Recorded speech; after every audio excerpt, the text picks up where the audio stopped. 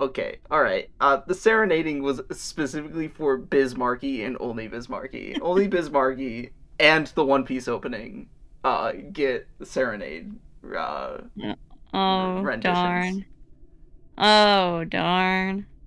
I was really hoping Only I get serenaded. only if I get to say Arete Kano Yume no Kakiatsume.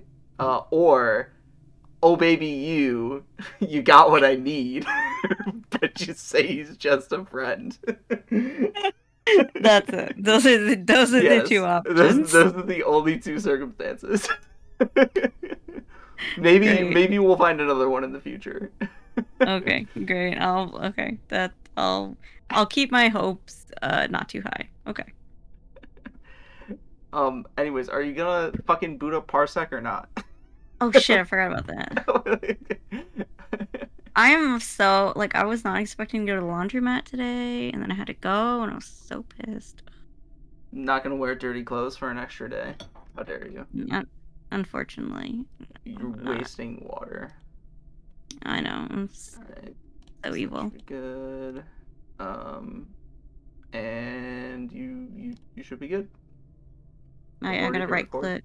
Yeah, we're Oh, going. uh, uh. Yeah, it's the Okay. title screen. Yeah, who would have thought? Oh, who would have thunk it? Yeah. No, the one Um, that's highlighted in bluish green or teal is the one that's oh, currently like I'm like, it's selected. No, you don't want to start a new game. oh. Well, I'm like, what the fuck am I supposed to do? You maybe highlight over hover over one of the other icons, see what they do. I was wondering. Okay, Oh yeah, continue. continue. Why do they gotta Oh, do it like whoa. that? Why do they gotta do it diagonally? I don't like that. It's That's the not menu. The menu was fancy. the menu is stupid. Okay, now I gotta go. Okay, do I remember how to beat the Scorch Girl? I think. Well, it's not that complicated of a fight, so you should be Okay, fine. give me a break. Okay. Well, you did get a little bit unlucky the first time, but it's not a long fight and it's not a complicated one, so it's fine. Okay, so I think I'm supposed to. Okay, I gotta attack. Okay, I can't extend the game too long because then she's gonna kick my ass pretty much. Yes. Okay, and then so I gotta. If I what beat one of them, then it'll give me a chance to kick her ass. Well, once Right? you beat both of them, you win. It's when you beat one of them, the counter restarts. Okay. So you have more time to beat the other one. Okay. While you do this, here is the story from Lobotomy Corporation of the Scorched Girl. Okay, what is this bitch gonna do? Okay. Yeah, you decide whichever one you want to fight. It doesn't functionally matter. You don't functionally matter. That's true. I know. It takes the form of a girl burnt to ashes. Even though there's nothing left to burn, the fire still doesn't extinguish. A matchstick impales the girl's body like a stake. Usually, the match is always lit, while the abnormality shows no sign of activity. Because of this, employees often speculate that the matchstick may be the abnormality's true body. However, recently, the ashen figure was seen crying, according to witnesses. Excerpt from the Abnormality Specialist Dr. Redacted's research log. The charred body represents the child's crumbled hope, while the ever-blazing flame represents the obsession for affection. It's always in conflict with the contradiction between these two. We paid a boatload and that's all they have to say? That's it. Yeah. Excerpt from the recorded staff conversation. Well, she's like a ticking time bomb. No one can tell if she's in a good mood or not. We just hope that we won't be the one blown up before entering the containment unit. She won't get any better. We can only try and keep her from getting worse.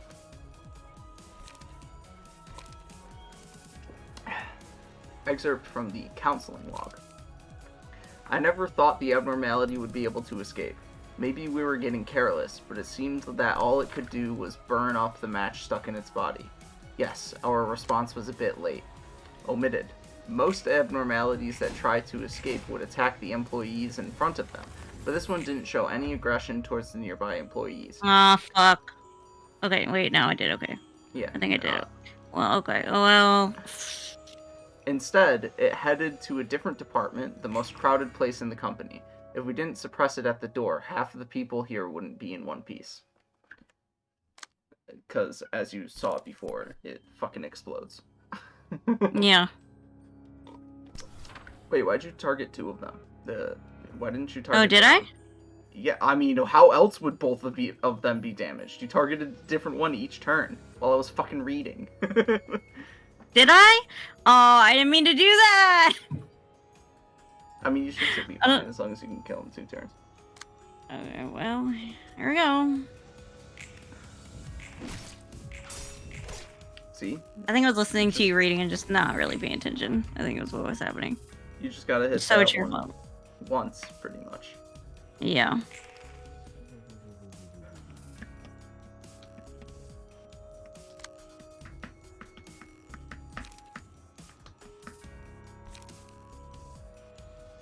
Is that all you have? Okay, well.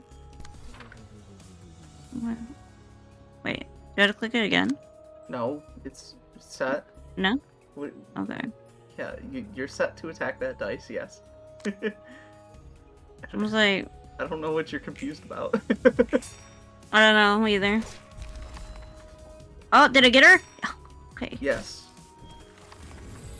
So you lost half its health. Is it a it? Is it a they? Okay, now what? Okay. Now you Initiate just have to go to combat. the other one.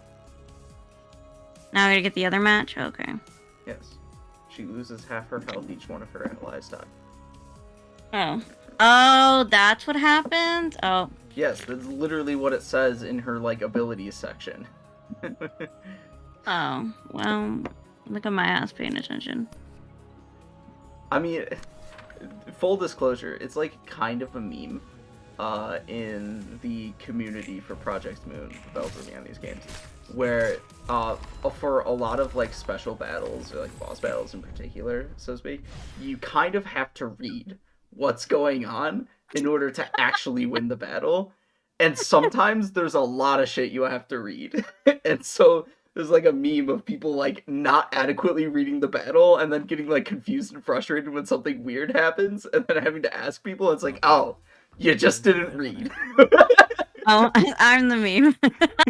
I'm the meme. Oops. Well, if that happened the other time during the 5-hour playthrough, then it doesn't count. Then it's not my fault. Okay? Well, it is still your fault in that case because I was literally reading it to you what you were supposed to do.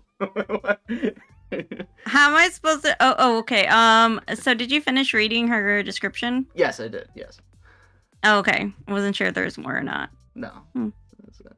Okay. That's why I started yelling at you. Oh, so the little match girl. When I was telling you, I accidentally played it like for my kids at the daycare. Like, so it was okay. I'm not a psychopath. I was like, maybe I should further explain this. Okay, Doesn't so like the we story were end on in the matchstick girl's death. What? Doesn't the story end in her death? Yes, but I have an explanation. So like I've never heard the story before. Okay. So like we were scrolling through, it was like school age kids, it was like around Christmas time, so I had a bunch of kids, and I was like, hey, let's watch a movie. I was like, pick whatever you want in the Disney Channel app. Okay. And so they picked it, and me not knowing what the fuck was going on, apparently Disney had like done their own rendition of it. And so we watched it and everybody got really depressed. So yeah. Hey, at least they didn't watch Grave of the Fireflies. Yeah. Yeah. I was like, it was in the Disney Channel app. What am I supposed to do? Okay. I thought it was for kids. And I was like, the profile was set for kids. It's not my fault. I'm like, who would let kids watch that? I mean, maybe older kids, okay, but like, so frustrating. So yeah, I'm not a psychopath, I promise. I'm not actually trying to make my kids depressed. 의체 같은 몸이었어요. 다시 돌이킬 수 없는 상태의 모습이었죠. 의체 시술을 받았다가 다시 예전 사람의 몸으로 돌아갔다는 건가? 그것도 대단한데? 이것도 도서관의 힘이겠지? 네, 그럴 거예요. Yeah, so this is 역시 all of the 도서관은 patron 내가 librarians 알고 except for 있는 Roland's 상식이 like 죄다 third 무너지는 life, 곳이야. so to speak. 근데 되돌아온 몸이 Huh, 그다지 that's 마음에 들지 interesting. 않나 봐. 좋죠. 하지만 이런 걸 바란 게 아니에요. They were Yeah, I can humans- understand. Yeah, they were human once. They were put 그러게요. into their brains were put into robot 예전의 bodies, and 전. now they're human again. 뭘까요? 음. 믿기지 않겠지만 이건 제 세 번째 삶이에요. 도서관과 사서들에게는 I wouldn't want a third try at life. I'm sorry. 세 Well, 번째라고? Well, she didn't. 계산하거나 그런 She was content with the second one. 세 but 번째로 기억을 더 씌운 거예요. You, 예전 it's understandable when you know the story. 이런 You know. 고민은 저도 처음 해보네요. 어려운 문제를 떠안고 있구만. 지금의 넌 뭐인 것 같아? 전 모두의 노력을 물거품으로 만든 Oh, 무책임한 that's fucking 녀석이에요. depressing. Yeah, see? I wouldn't want a third life. Yes. 분수에 맞지 않는 일로 잘못을 범한 멍청이인 것 Oof. 같고요. Sucks. But the third life means he 아이고, gets a 갑자기 chance to 어두워지고 rectify. 그래. 일단 진정하자고. 천천히 숨을 들이마시고 Oh, she's so depressed. 내쉬고 들이마시고 Poor Roland trying to calm down all these like weird robot things.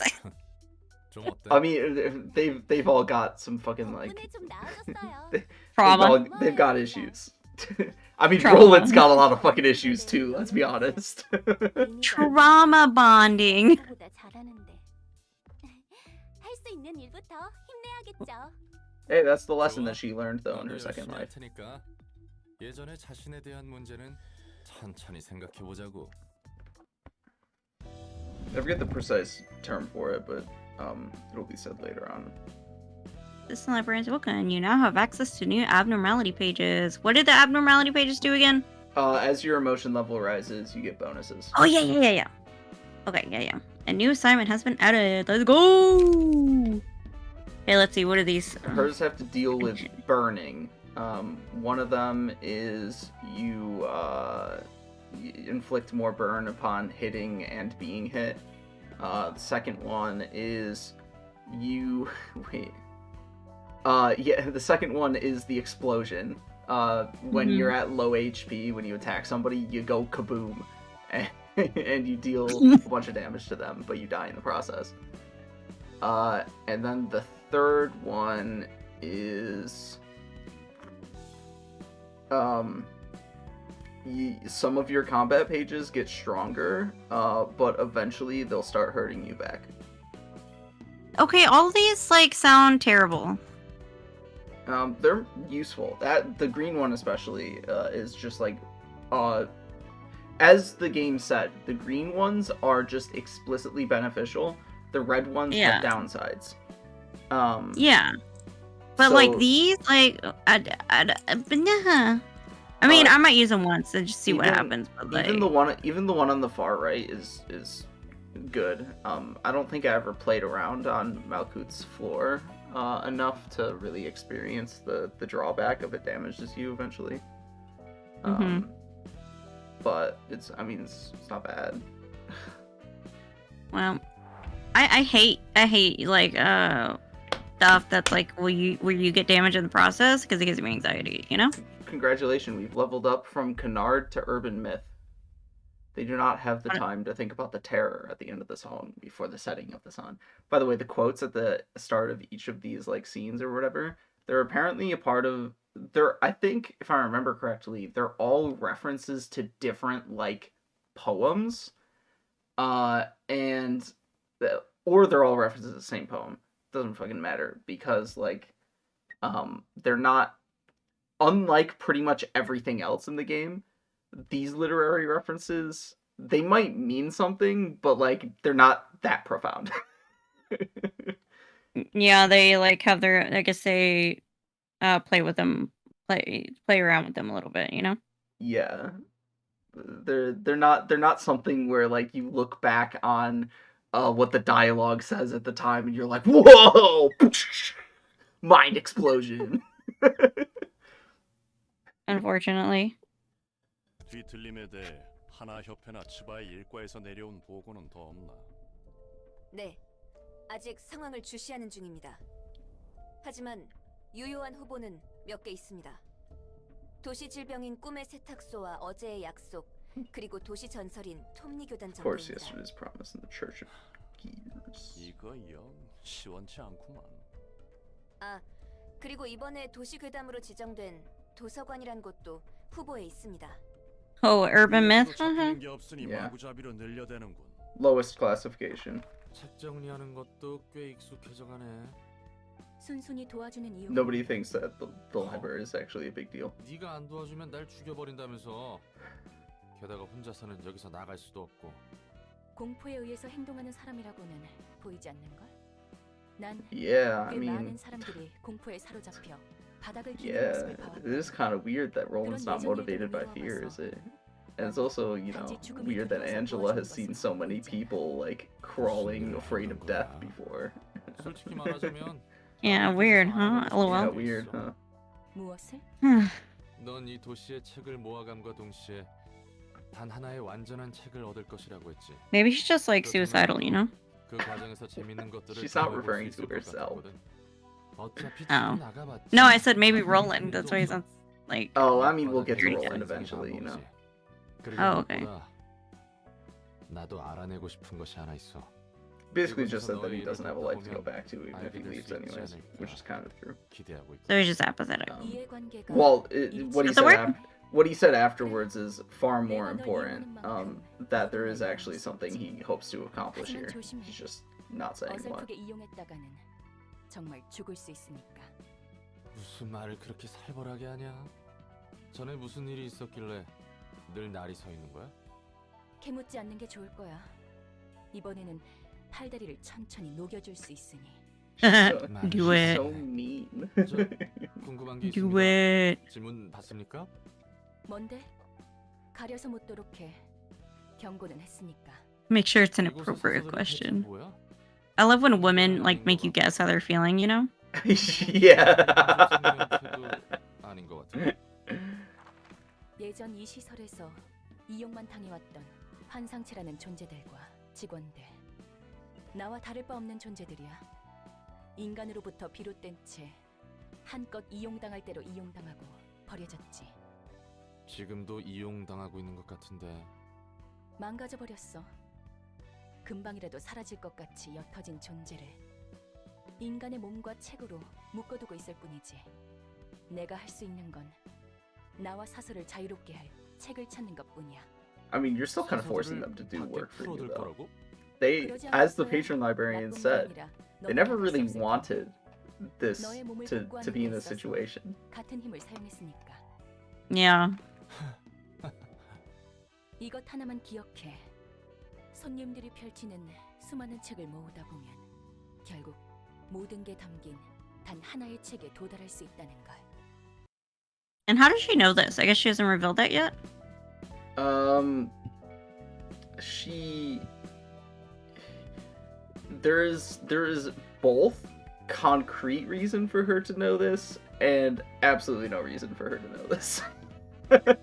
Oh, that's lovely. She'll say later on that she doesn't actually know, so to speak, how this process of inviting people to the library and taking books for them will eventually create or complete or whatever the one true book that she's looking for.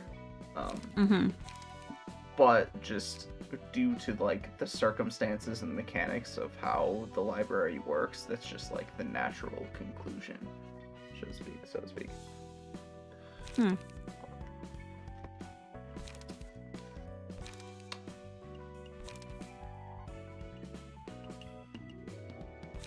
You probably don't need to outfit anybody unless you plan on using Malkuth's floor instead of Roland's at this point. What about this chick?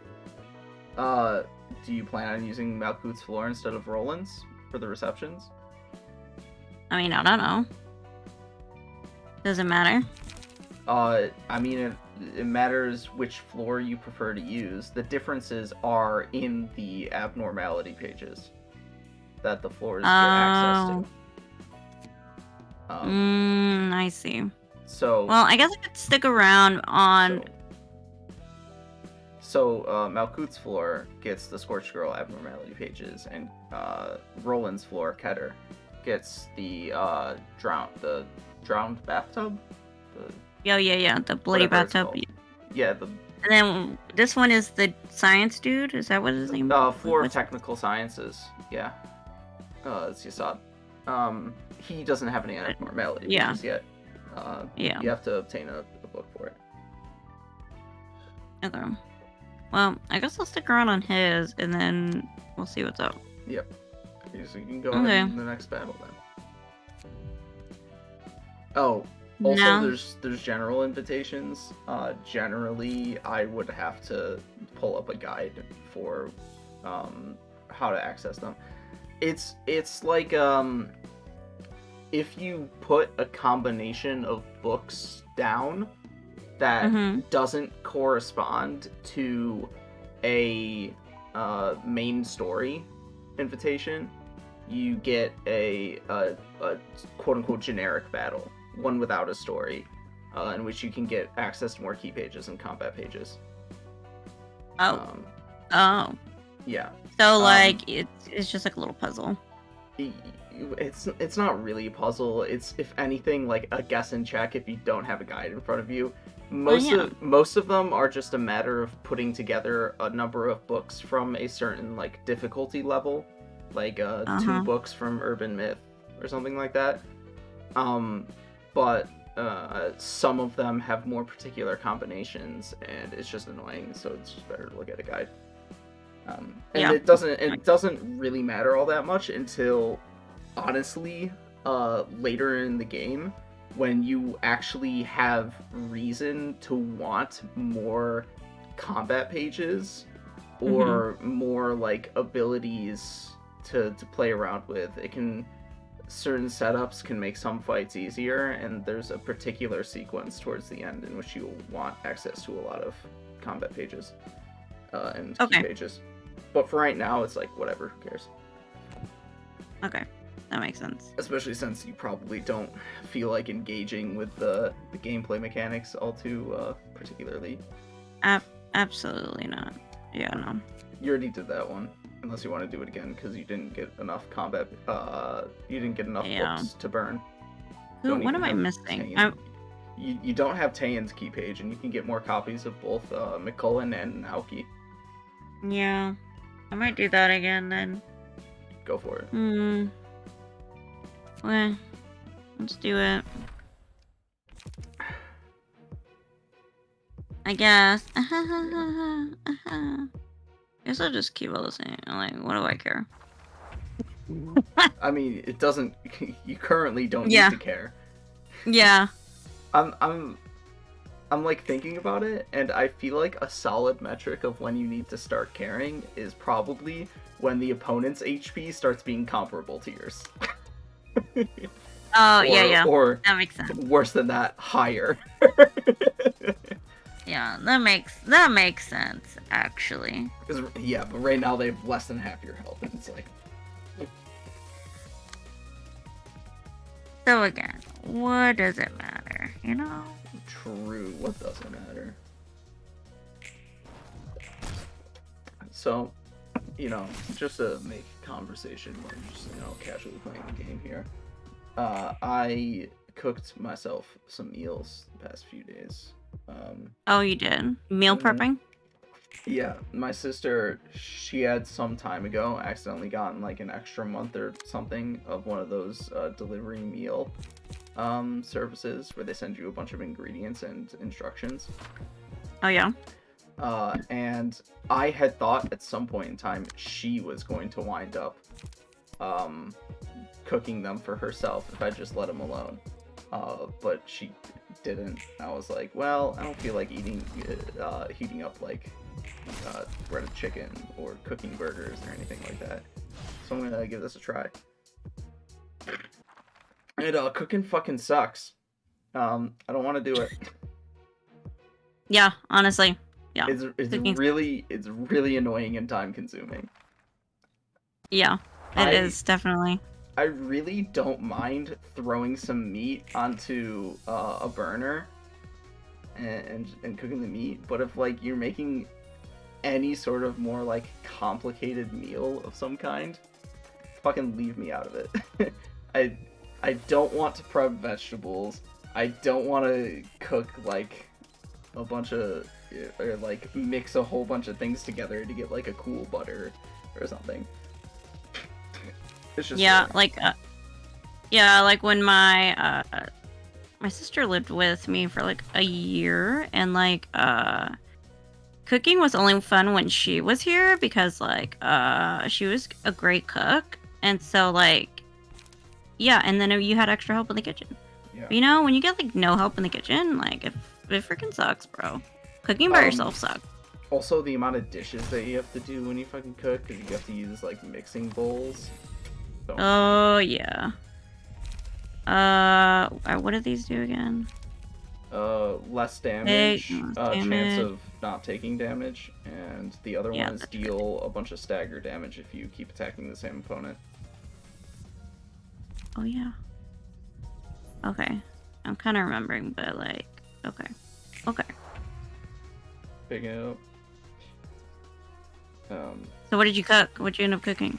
So, the second meal I cooked, not the first one, was a chicken that was supposed to have like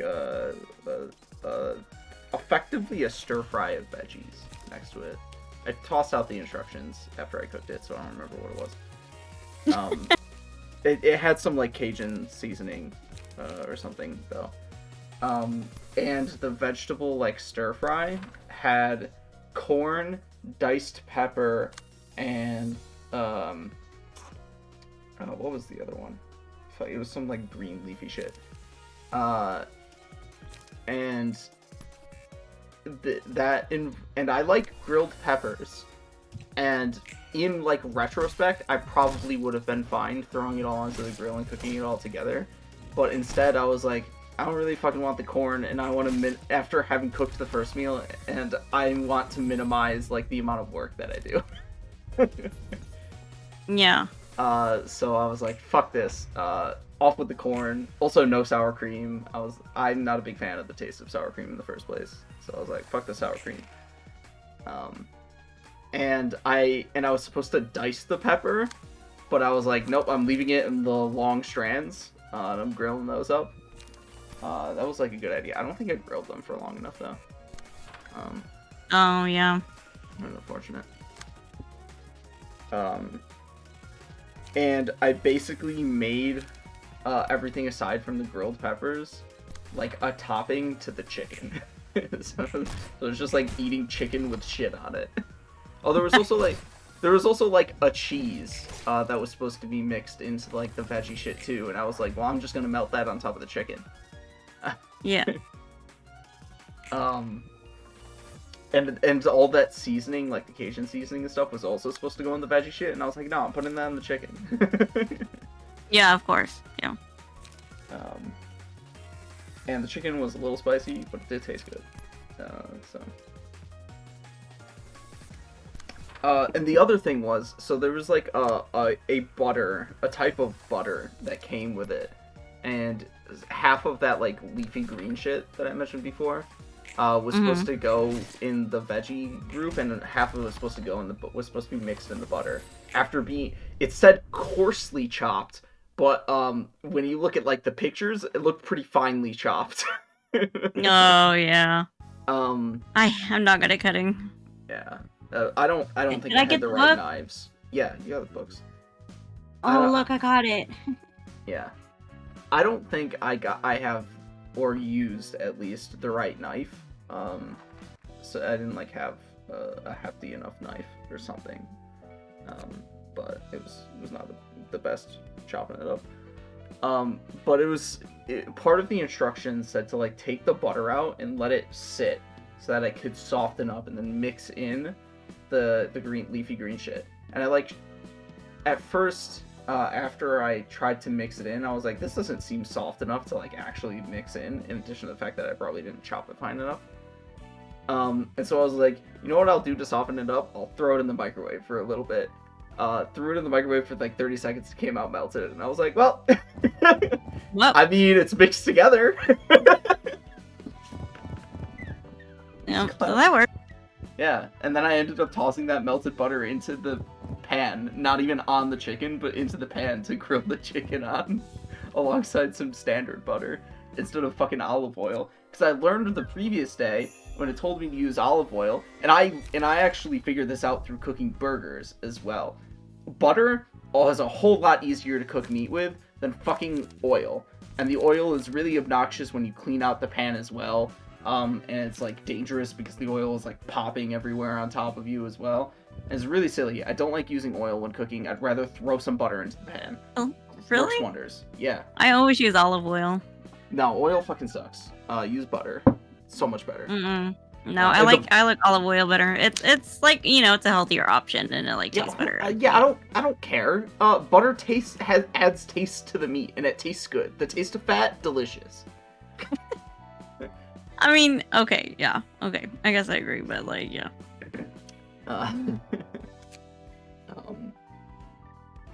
am I doing here? Good. It's still annoying. Oh, I mean, books. if you want to look at the credenza, yeah. I'm not sure we read any of the Hook Office before. I don't think so. I don't think we read all the Brotherhood of Iron either, but I think that's because you don't have enough key pages for them. Yeah, we're missing a key page from the Brotherhood of Iron as well. Okay, so I gotta do that again. But we got this one. How's my new weapon? Isn't it sick? Union Sure, Co. babe. is the go-to workshop brand for ready-made bionic weapons and equipment. Their prices are pretty reasonable compared to most procedures and workshop weapons too.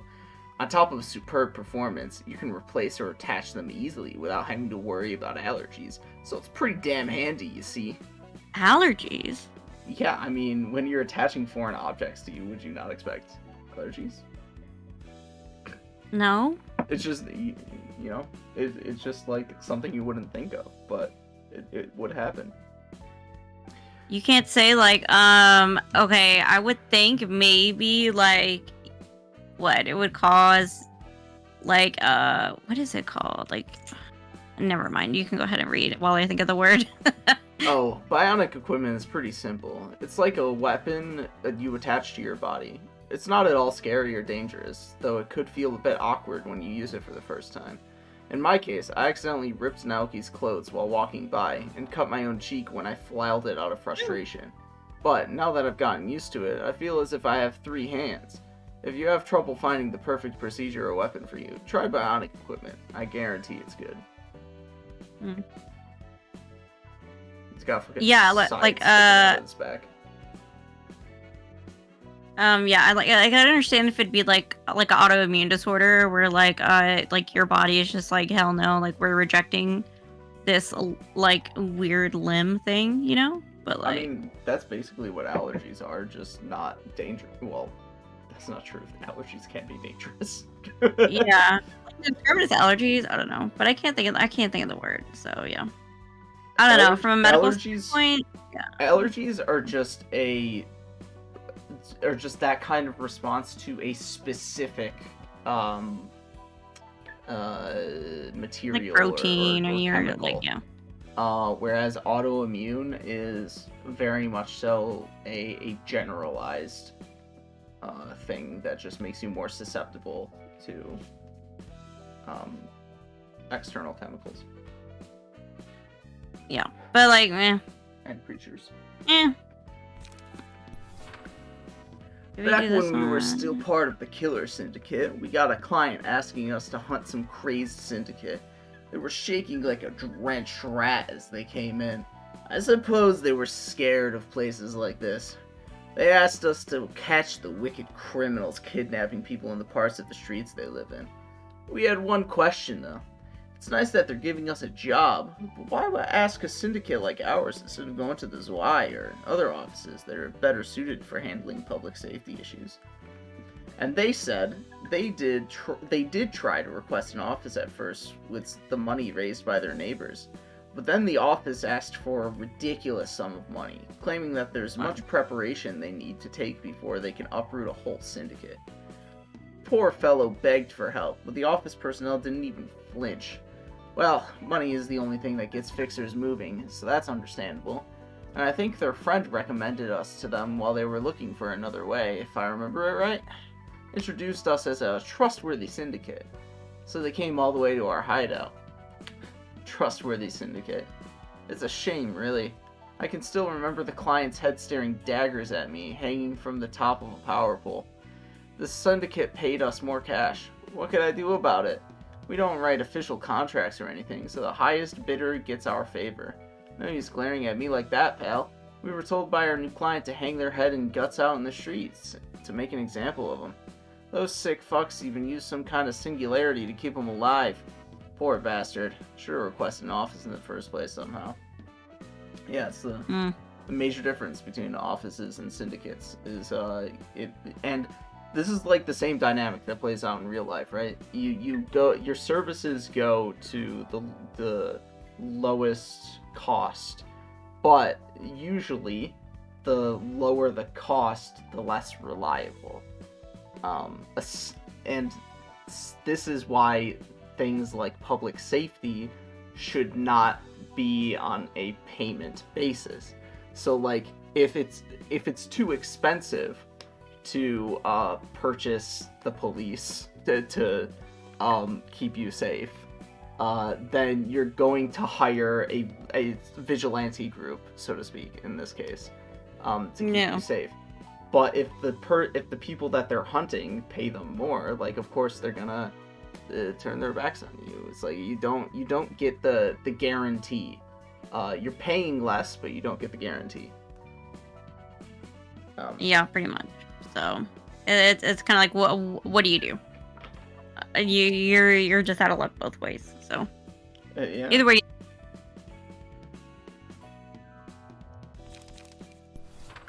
We read this one, I think. Did we? No. I don't think so. No, we didn't. No. There's a huge variety of workshops. As diverse as syndicates and sorry. fixers are, weapons need individuality to stand out in this day and age. Old-fashioned swords or guns won't stand a chance against modern weapons loaded with new technology, I bet. From cheap and common gear to bionic equipment like the one Tane's using, to equipment with ridiculous abilities that's almost indistinguishable from magic. Don't get too hyped though. More options means you need to be more cautious about choosing the right one for you. If you had the time and money, you could buy them all and test them at your leisure, but we have neither, do we? Don't just buy the things others recommend without doing your own research though. That's one of the stupidest things you could do. Might fit them, but that doesn't necessarily mean you'll have a good time with it. Still confident that you can wield them well? Get real, buddy. Workshop equipment is not your average weaponry. So, before you choose your weapon, observe others carefully. See if any workshop products might suit you. Having keen eyes is all part of our skills. Guess why people choose us in our office out of all the tough fixers out there.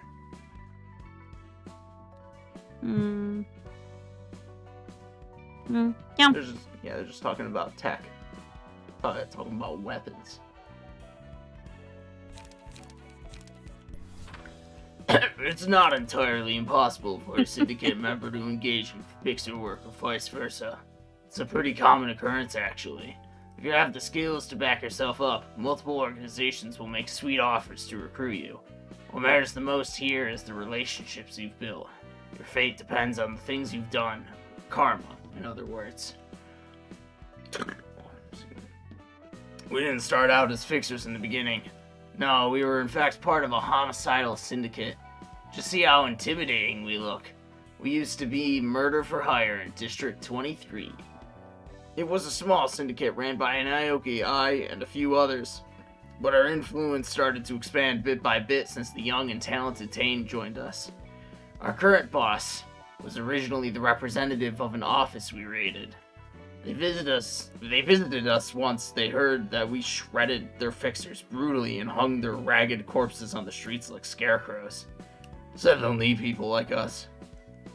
I thought they were just freaky with weird tastes, but looking back, now I get why they chose us. It's a strategy. Each office does all kinds of sensational stunts to attract the attention of potential clients in this oversaturated market.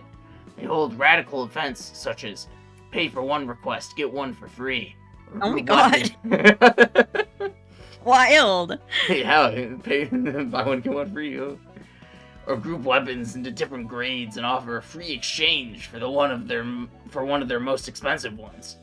And the gullible clients fall for it. They don't know how much more that 1+1 deal actually costs, or how it has limitations on the grades of requests that you can make. They don't bother looking up to check if the top grade weapons are in fact used ones. Seems our boss didn't want to add lies to this industry that's already full of filthy schemes, but they still had to catch people's eyes somehow. And this is the result. Hire guys like us and proudly advertise it. Pictures from a former killer syndicate will tear things up for you. You can count on us. Hang up a slogan like this, people get hooked up. If that suits their taste, that is. It's so fucked, bro. I'm sorry. God. Yeah, I remember the other part of the thing I wanted to mention about, like, the pay for public safety thing. It's the other main difference, or, like, what plays into this main difference between fixers and syndicates. The fixer offices have rules to go by in the sense that, like, they do paperwork. They have a fuckload of paperwork that they do for anything that they're hired to do or anything, and all of that administrative shit. Unlike syndicates. Syndicates just fucking do whatever. They're free roam. So that's effectively a lot of what you're paying extra for is like administrative work. Is my guess. I don't think it's ever explicitly stated, but like that would make sense. Yeah. Oh my god. So that's the other reception that you don't have every key page from. Okay, so I need 2 more. Oh my god. Well, you should only need to do the battle once, and you only need one. You're only missing 1. Oh, I only need 1? Yeah. Because I only have 2. Yes, you have 2 out of 3. Oh, 3. Okay. Okay, Yeah. that's not But bad. each of those key pages has a bunch of copies for them, and you don't have all the copies of them, and you would probably need to do the battle more than once more to get all of the copies. If you really cared. But, like, probably don't care. Oh, so did your sister try your cooking? No, I cooked for me. Fucking, I'm not gonna let her eat my chicken.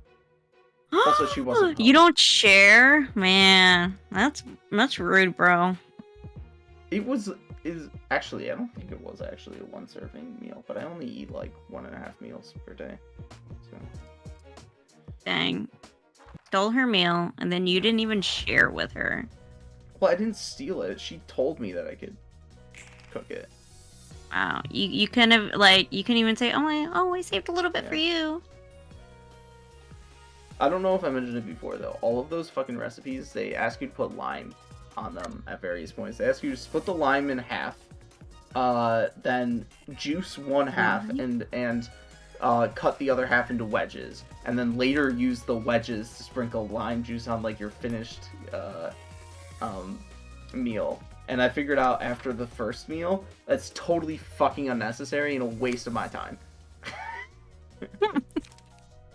Why? Like, lime is like well, I guess that's like a Mexican dish, because you got the Well, the other one was Mexican a Korean dish. The other one was a Korean dish.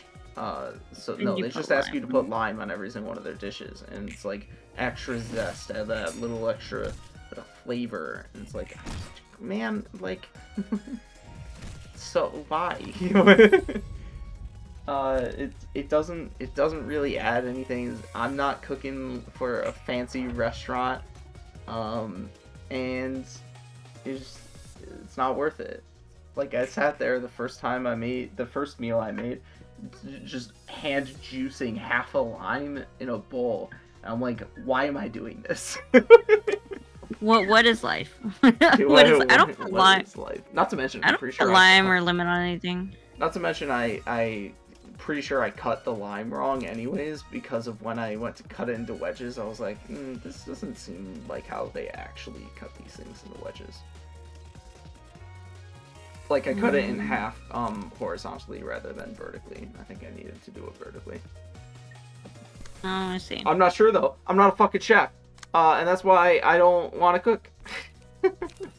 Hey, the more you do it, the better you'll get at it. So, like... Yeah, but I don't want to sit there and I don't want to spend like hundreds of hours, just so I can get halfway decent at cooking, especially if it's only gonna be for me. I would rather throw some meatballs into a crock pot.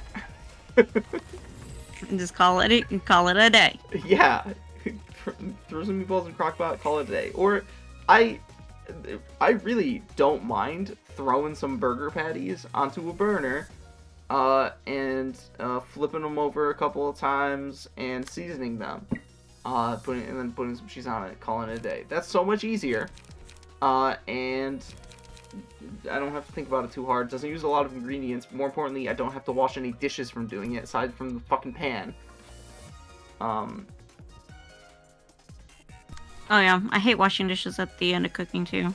Yeah, and I don't have to prep the meat either. I imagine it probably would taste better if I did prep the meat. Like if I took ground beef and seasoned that myself. But that would involve making my cutting board really grody. I would have to wash that.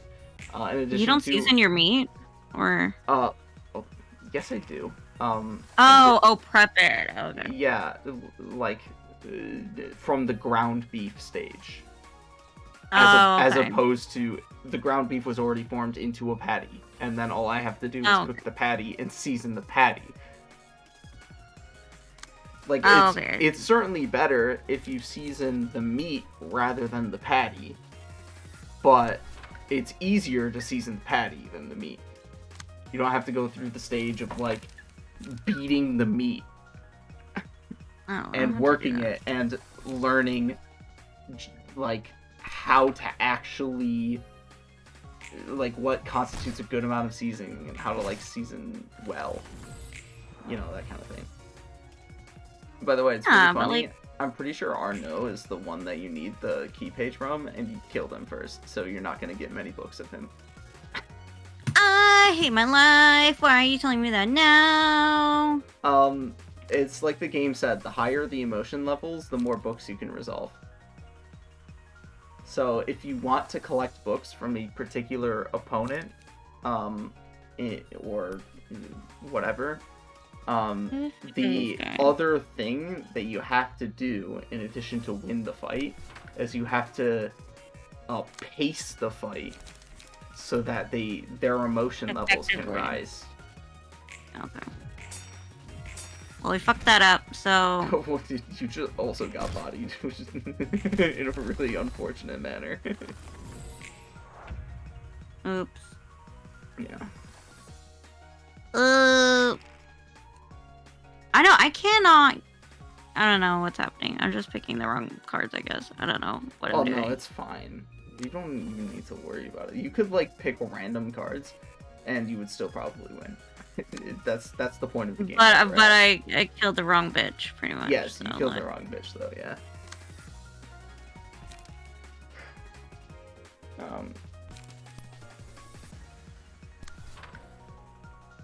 Yeah, we love life. I'm good at cooking boogers. My boogers are delicious. What the hell, bro? Fucking die, motherfucker.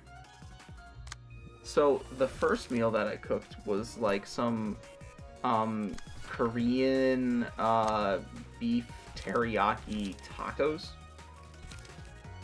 They actually were good, but they were also, like, really messy and, a little annoying.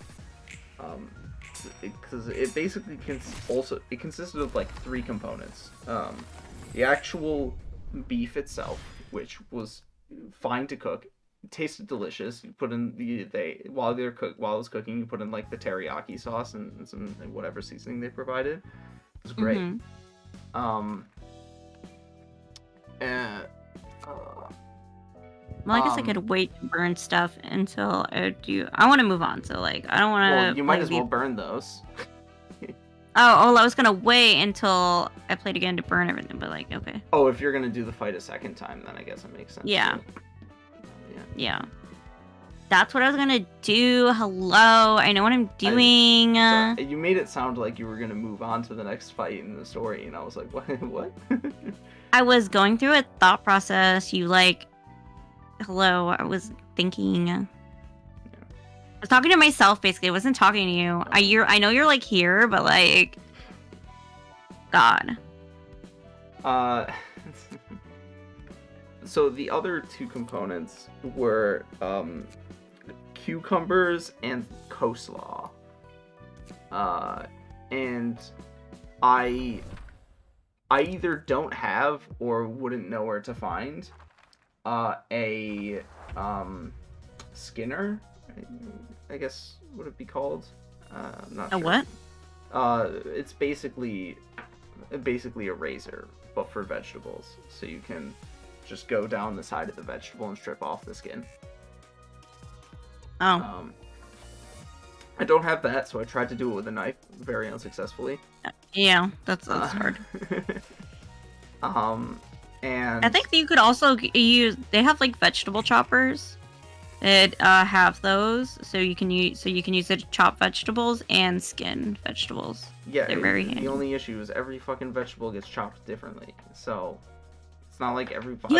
Yeah, and is the same it shape. has like exchangeable razors. You know. Okay, that's just silly though. You might as well just get the fucking simpler, cheaper skinner.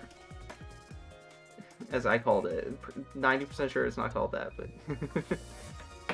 Okay, but anyway, okay, continue your story. So I unsuccessfully tried to skin the cucumber, which led me to think to myself, you know what I'll do? I'll just cut it into the slabs? Not slabs. Rounds? I think they were called rounds. I'll just cut it into rounds. It turns out, and the instructions even said, like, oh, if you would rather cut them into rounds, then you can, because the thing it wants you to do is actually, like, have long, thin, curly strands. But it said you could substitute for rounds, and I was like, oh, okay, I'll substitute for rounds. But the rounds, and I am very confident that it was not just how thick I cut them, but also there was just it was telling you to use a whole cucumber, and there was too many rounds, and it didn't mix well with like the other stuff that it was supposed to be mixed with, because there was so much cucumber. Oh, I remember what it was. That one you actually, like, were definitely kind of supposed to use the lime for, because you were supposed to, like, quick pickle the vegetables by soaking them in the lime juice. But there wasn't enough, there was definitely not enough juice to pickle all the vegetables it asked you to pickle. And it was just generally garbage. It didn't work on that front. And so I was effectively left with a bunch of vegetables and some juice. Which will have some unfortunate side effects later. Oh no! And then there was the coleslaw, which also, I don't think it necessarily had like juice in the same way that the quick pickled vegetables did. But it was at least moist. Actually, I think that if I remember correctly, the coleslaw actually went pretty well. I like very solidly mixed in the slaw and the mayo and the flavor seasoning, whatever stuff that they had. That's good. Wasn't nearly as big a fan of the slaw as the meat though. I'm a big meathead. I'm like Luffy. Oh yeah, I was gonna say your pirate lunch. Yeah, my pirate lunch. Your pirate box lunch. I would prefer a pirate lunch. So that's what I prefer, actually. So then I go to plate it. First of all, probably should have used 2 plates because there were that many tortillas. But it's fine. What I end up doing in those circumstances is I just like put them all on the plate, and I like basically like a taco salad. I basically make it into a taco salad where I just like put all the stuff on the plate with the tortillas like on it, and then I like, as I'm eating it, figure it out that way. But the problem. What the fuck happened? Not paying died. attention. What the fuck? It was probably a mixture of bad rolls and paralysis. Yeah. Fuck me. I mean, you'll be fine. Mm-hmm.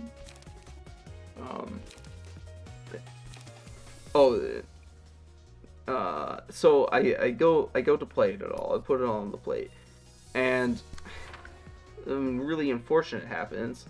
My plate gets real fucking juicy. So I effectively wind up with I wouldn't call it like a puddle, but like an undertone of what's on the plate of just like juice. And it made the tortillas soggy, and it made the tacos really fucking messy to eat. It was really unfortunate. In addition to the fact that there was way too much veggie compared to meat. The meat to veggie ratio was too low. Needed more meat and less veggie. So it was a bit gross to eat. It tasted good. It was a bit gross to eat. And I ended up tossing like some, I don't remember how much. I ended up tossing some coleslaw at the end of it because like I don't want to eat the coleslaw by itself. And there was just so much coleslaw. There's so much veggie in general that I had leftover, and I'm like, I don't really want it. I like cucumbers, so I ate my leftover cucumbers, but I'm not a big fan of slaw. Yeah, I'm not a big fan of coleslaw either, so I would have done the same. That's why at KFC always get the mac and cheese. Same. Same. Okay, so we got it. Yeah, you got the shit. Thank God, man. Fuck. Okay, now we're gonna burn books. There are people who play this game without replaying battles, and I'm like, yeah, fuck you. And then they start struggling around like halfway through the game, and it's like, there you go. You like literally don't have the resources. I wonder why. Oh, I gotta go. No, you're in the right menu. Okay, so then what? You click on the books you want to burn. Like. Oh, because I saw all the ones and I was like, the fuck? It's there because the out ones. Yeah. I was like, I am confusion for a second. There was actually somebody who posted on the fucking Library of Rumina subreddit sometime recently.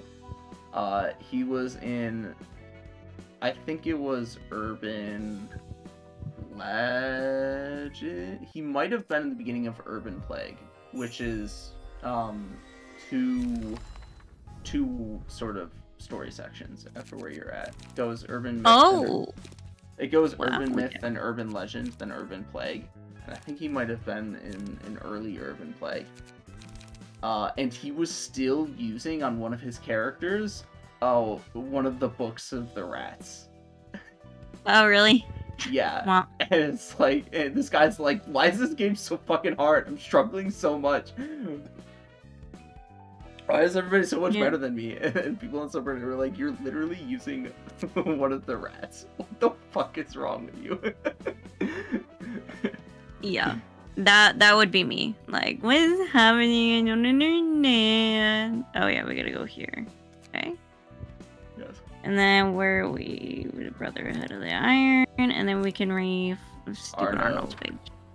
The city consists of 25 nests and 25 districts of the back streets that surround those nests. Those numbers are contested. It might be 26 in the game. Really? The series is kind of inconsistent in this regard. What's new? It's like it's one of the very few things that the series is inconsistent on, is whether there's 26 or 25. Oh, huh. Strange. Yeah. And countless offices and syndicates reside in the back streets. You know what's a surefire way for a syndicate to make a name for itself among all the competitors? The simplest method is office raiding. You literally storm into an office and wreak havoc on it. You never know who will be the winner until you fight. It could stop at a good beating and one side surrendering, but some syndicates raid offices out of pure boredom and kill everyone. Each syndicate has its own way of operation.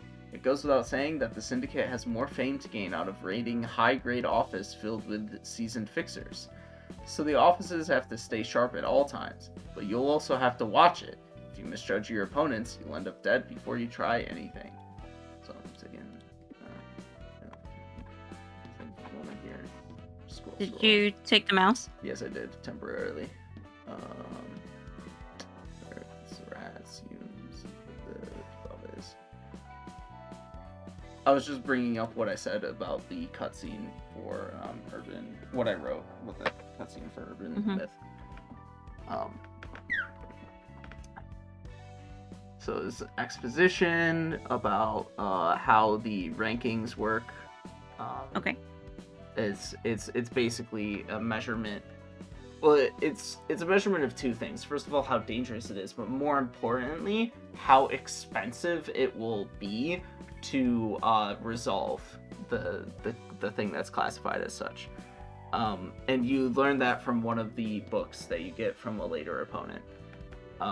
But the rankings are effectively more a measurement of how expensive it is to take care of a problem than it is the actual danger of the problem. Yeah, I mean, it sounds like money. Yeah. So this city is brimming with cheap urban myths. It's really hard to tell which are real and which are made up, because the urban myth is basically a designation for you're still a fucking scrub.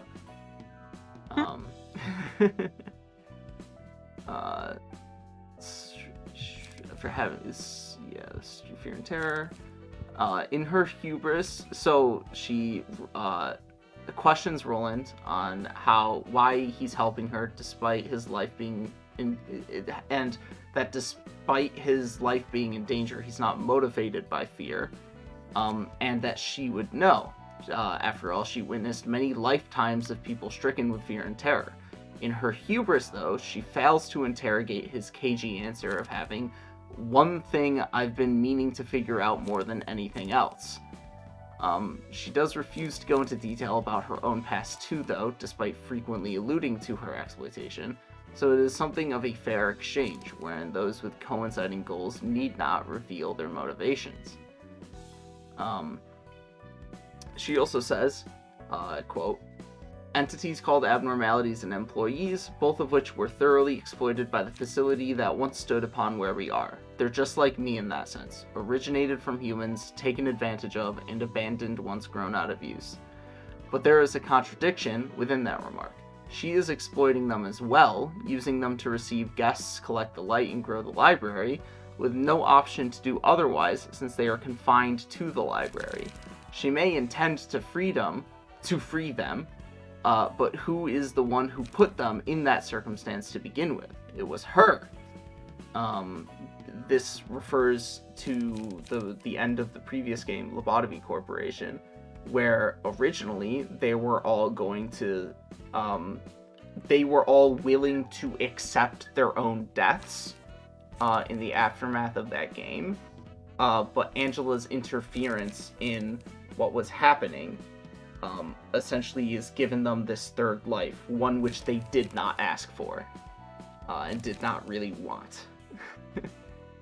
Yeah, it's not nice. Yeah. That's life meaning, but Angela selfishly interrupted the process out of spite, forcing them to contribute to her goals strictly so that they could have the same opportunity again. How isn't she exploiting them?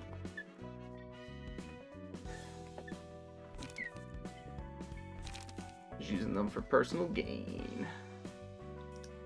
Also, once again, if you're going to change out people's cards, you're going to want to change out their key page first. I'm just looking. That's fair.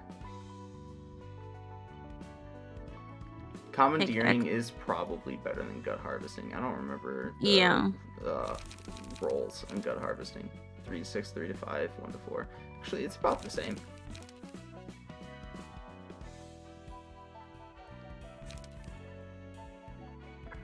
Oh no, it's definitely better. Yeah, that's what I was thinking. Wow, I'm actually getting it. Wow, my God, look at me. Well, in this case, it's just like thinking which numbers are bigger on average. Okay, but look. Last time I was looking at the numbers and just. Right over the head. Have you ever heard the Wait, term page. inequality before? Okay, key page. Okay. I don't fucking know, bro. I mean, once Does it again, matter? none of these are like particularly stand out that you would feel the need to change them out. Mong Chi's page is obviously not good, especially you could just switch them out for Tane's page and you'd just instantly be better. For just like across the board every reason. This one? Yeah. But it's not like the improvement is like a it's like it's a lot better. It's better in a lot of ways, but it's not like it's just not standout. Also, before you do that, whenever you switch out a key page, I recommend going back to the one that we were previously using and emptying the bookshelf, so you get access to those cards again. Oh. Because otherwise they'll stick. So I gotta go back. Well, I did it for you. Oh, you already did it. Yeah. Oh, wow. Okay. And like, okay. I guess we'll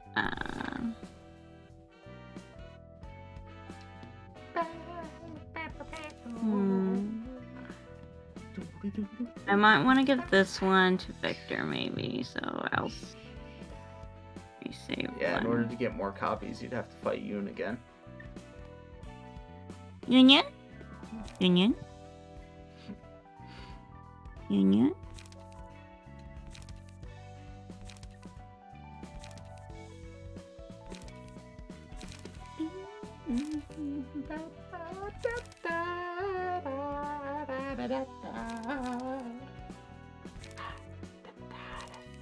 You want a cookie?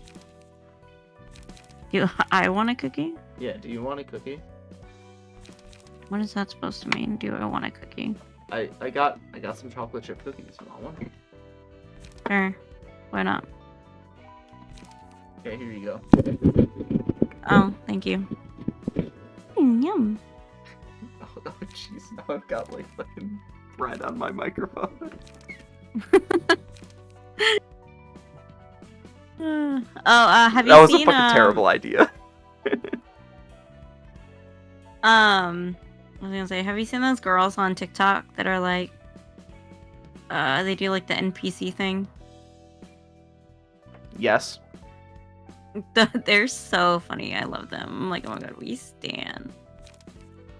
I Boss wish I had the mental capacity to sit there and do that for like 6 hours a day and then just make bank. There are men who do it. Yeah, I don't have the mental capacity to be able to sit there and do that.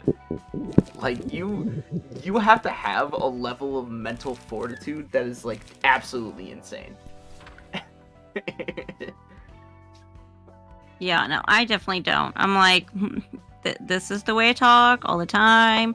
Sometimes I can do a cute voice, and sometimes I can sound like this, and then I can do a little doggy voice, but like, no. Leave me alone. Don't bother me, you know? It's not so much the matter of, like, the voices or the NPC actions that they are doing, so much as the fact that they are sitting there doing fucking brainless activity for hours. Yeah. And then, like, sometimes they'll, like, take a break, and they'll stop doing it, but they'll, like, read comments and stuff, and, like, immediately people will leave. I'm like, God, they're taking a break. What the Dude, it's so sad that we've gotten to a point in society where people would rather have interactions with somebody who's pretending to be an NPC than a real person. That they want to feel like they're in a sort of simulation or video game rather than real life. It's so sad. I know. It is. I don't get the... Yeah, like, I couldn't sit there and, like, watch something like that, but, like, I don't get it, but... I know that, like, the main girl who does it, she's, like, she has, like, a son, so, like, you know, it makes sense. Like, she's trying to make bank for her kid, so, you know. What is this one? Well, You're too everybody slow. wants to make bank. Like, that's not a surprise in any manner. Yeah, but, like, but I'm saying, like, she has a kid, you know, so it's, like, that makes her, like, gives her, like, the mental strength to keep doing it, you know, and be successful at it, you know. Yeah. Like, an So- extra, it's a mental boost, you know? So, by the way, the cool thing about the You're Too Slow, is that because evade die get recycled if they win a clash against an offensive die, you could win, like, 2 or 3 clashes with that evade die, and effectively rack up a big bonus on the offensive die at the end of it. If you're particularly lucky or use it in the right circumstance. Then we might trade one of them out. We'll trade. I can have through. Okay. But like, Right? Oh, I thought I had. No, I can have 3 2s. Okay. I'll trade. well, you can have whatever you want. You know, you just don't want to have too many expensive cards. You don't want to have too many expensive cards because then you'll not be able to play them, and you don't want to have too many cheap cards because they suck. Yeah. Moral of the story. Yeah. But like, Overpower. what was I about to say? Everything Society else. has just been on such like an accelerationist path since really the at least in America, the election of Donald Trump, where it's been like people, young people in particular, have gotten so detached from and sick of the world that they have to exist in, that they're doing everything in their power to ignore it. Really? You think that's what it is? At least for a certain subsect of youth, yeah. Mm-hmm. Because they all recognize that Trump is like an awful human being. They also recognize that Biden didn't really improve anything in any like meaningful capacity. Yeah. And every single person that's controlling their lives in the political sphere, at least, is fucking old as shit. They feel powerless and disconnected. They understand the world is going to effectively go up in flames over the course of the next few decades. And so it's you see that being expressed in such trends as the NPC TikTok pages, where that sort of attitude and understanding gets, I don't want to go so far as to say exploited, but it gets capitalized on by other people for the sake of profit or even just making ends meet or what have you. Excuse me. You do remember, by the way, that you can have multiple copies of one page in a deck. You don't need to have one a different.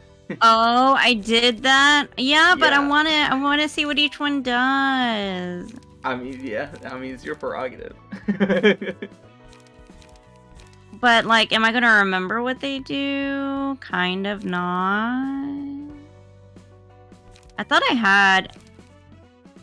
Yeah, I did end up doing that. I think I was like, oh, this one is cool. I'm gonna add it. Oh, this one is cool. I want to add this one. That definitely does seem to be the case. Let me think. I mean, like, let's try this and see if it works, and if it doesn't, then we can go back and, you know, figure shit out. I'll just tell you, you were very much most likely fine for the next battle. Okay. You don't need to try too hard yet. We're still in the beginning of the fucking game, man. When we get to a specific point in the game, though, there's a meme that's worth showing. Okay. Okay. I guess we'll leave. Well, do I want to leave Victor the same? I guess we'll leave him the same for now, if we're okay. Okay. I'm trying to think. I think like, cause I have 10 nieces and nephews, and like the oldest one is 26, and so I mean, like, he's a pretty big Republican. I think most of them are like okay. Republicans. You also think live about in it. Texas. Yeah. Well, I no, they can- all live. They all live like all over the place. Like, yeah, I'm all also, across the United States. I'm you know? also referring to the section of the youth population that has brain cells, and has been properly educated. Yeah, and which is like the big majority of the youth population. There's a very small amount of youth people that are Republican, that vote on Republican side of issues. I mean, I think like my nephew that's your age, he's pretty like I mean, he's like not a Republican. Like, he's like, everything sucks, so like I'm gonna work and I'm gonna like play video games in my off time and just like smoke weed and chill. Like, you know, that's my prerogative. I can take care of like my mom. Yeah, And then that's how yeah. most young people feel. They don't feel like Yeah. it's worthwhile to get involved with Yeah. any sort of larger scale systems. Okay, now what? Invitation. Duh, yeah. You have to scroll up. You do that. Oh, it's that button- thingy. Well, no, not the scroll wheel. Actually, in this case, you click and drag. This Well, one? not on Urban Myth. though. That did drag the camera up. No, I'm saying you hold down the left mouse button and you move the mouse up and down. You can do that? Yeah. How come you didn't tell me that? Well, you didn't need to do it until now. It's like the you know that clip of the newscaster that's like touching the weather map and it moves? Yeah, I feel that in this moment. Now I know how that man felt, you know?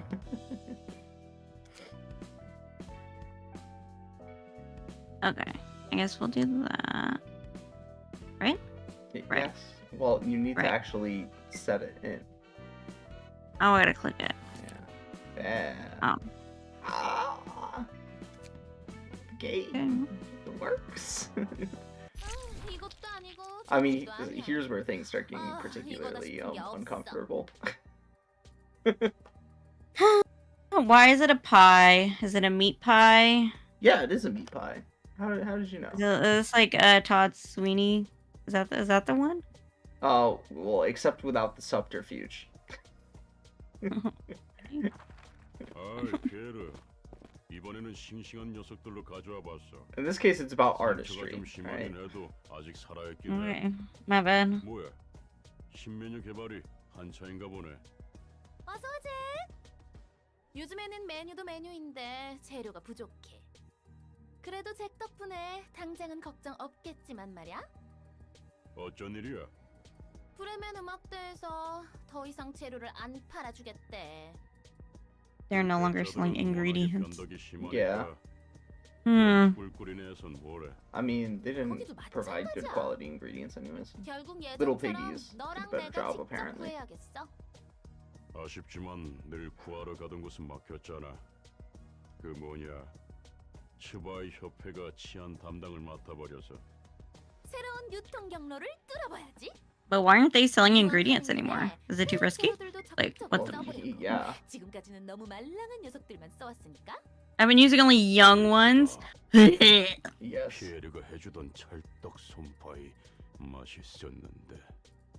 Ew. 아쉬워도 어쩔 수 없어. 질 좋은 고기를 주던 거래처들이 등을 돌렸으니 아무리 좋은 메뉴를 만들어도 미식가들에게 점수 따기엔 재료에서 경쟁력이 떨어져. 비에르는 파린의 셰프가 목표였지. 맞아. 파린의 셰프야말로 빛나는 도시의 별이지. 모두에게 늘 아찔하고 자극적인 맛을 선물하잖아. 새로운 우와. 재료라면 어떤 걸 시도해보게. 고기가 흐물거리긴 해도 나이가 있는 재료들이 구하기 쉬울 텐데. 호불호가 갈리지만 좋아하는 사람도 있긴 하니까. 난 그런 적당히 타협하는 어쭙지 않은 식당들과는 다른 맛을 추구할 거야. 도서관이라고 들어봤어? 그곳에 인간이 아닌 것들이 있다네.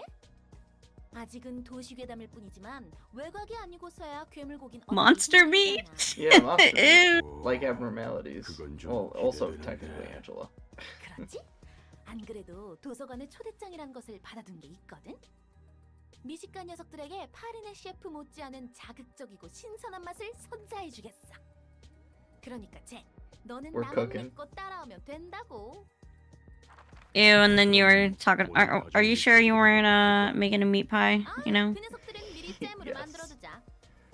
산채로 담글 거니까 마취제랑 억제기 달아놓고 반죽기에 넣어둬.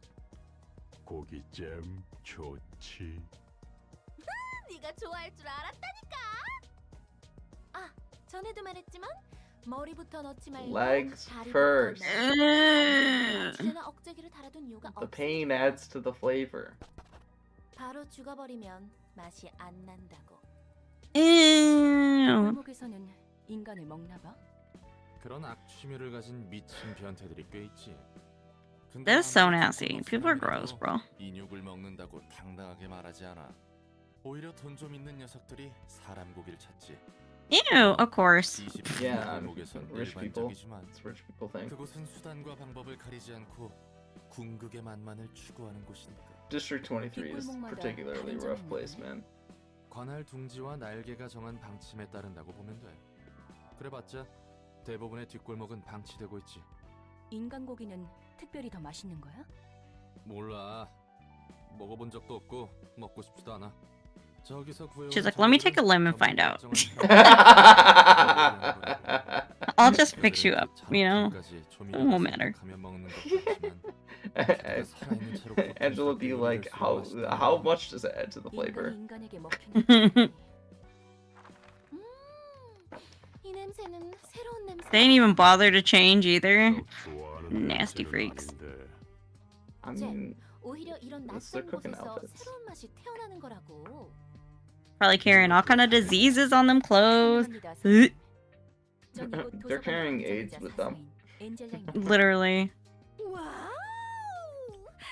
겉이 번지르르한 이런 최상급의 재료가. 분명 겉보기에는 신선해 보이는 최상급 재료지만 비에르 알아, 아쉽지만 사람은 아니군. 하지만 오히려 그래서 더 기대돼. she tastes like oil and metal. 저를 어떻게 하겠어? Yeah, I was about to say. 그건 해보기 전에 모르지. 참아, 잭. 품위를 지켜야지. 우리를 이 멋진 곳에 초대해 주신 분이잖아. 그 신뢰를 범해서 죄송합니다. 저희를 초대해 주신 엔젤라님 입장해도 되겠습니까? 부디 당신의 책을 찾으실 수 있기를. She's like, why am I getting a bunch of fucking freaks, bro? Getting all the weirdos. Well, I mean, you say that, but like, the city is entirely made up of weirdos. Let's be honest. Okay. Except Finn. Finn didn't seem like. What was that green stuff that came floating up? Health regeneration. These guys regenerate health. It's, their special Should I have abilities. looked at that? Oh. I mean, you can look at it now. It's not like particularly important, but see, recover 2 HP at the start of each scene. Okay. Recover 10% Instant. HP upon defeating an enemy. And In- when it comes to invitations, for the most part, though the abilities that the characters that the people you're fighting have are ones that you will get when you equip their key pages as well.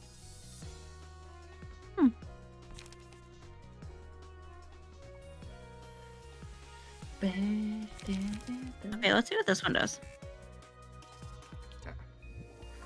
So, Oh, well. around here, at this point in the game, is when you will pretty consistently get worthwhile upgrades with each fight, like worthwhile key pages and combat pages to transition into using. Oh, okay. I still wouldn't regard it as particularly necessary to do so. But it's around here when you know, shit starts being like good. Super. Lovely. We love to see it, bro. You know? Oh, you can't redirect their attacks because they're speed.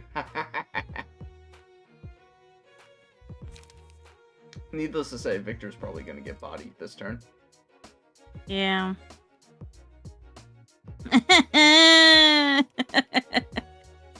Victor. Victor, why? How the fuck? Oh, But by the same token, it's also the least worthwhile, or it's not very worthwhile to play defensive die on Roland because he's not even being attacked. Yeah.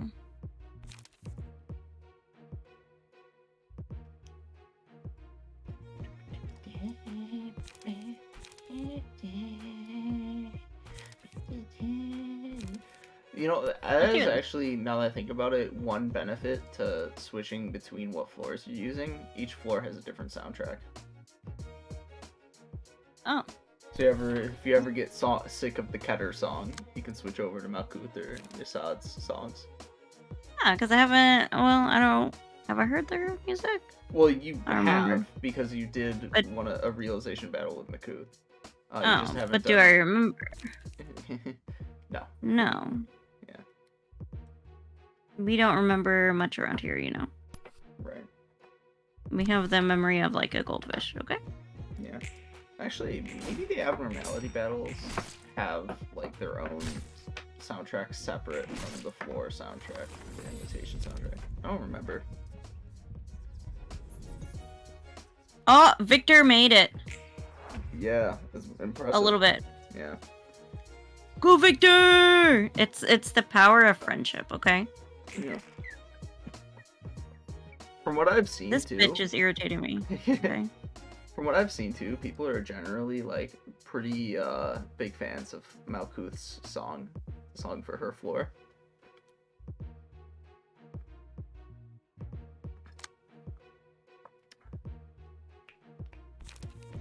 Oh, in the One Piece live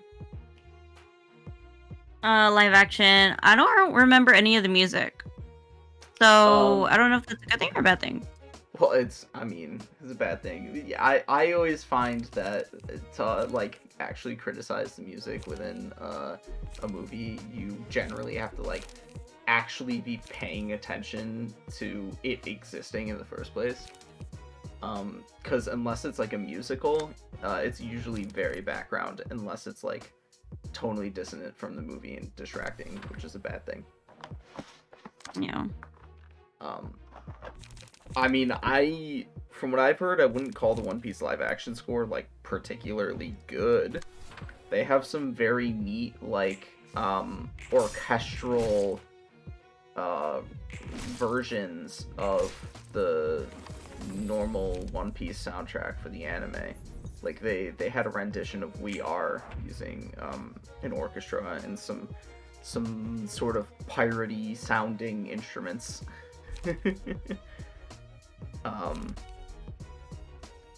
But Where is it like that?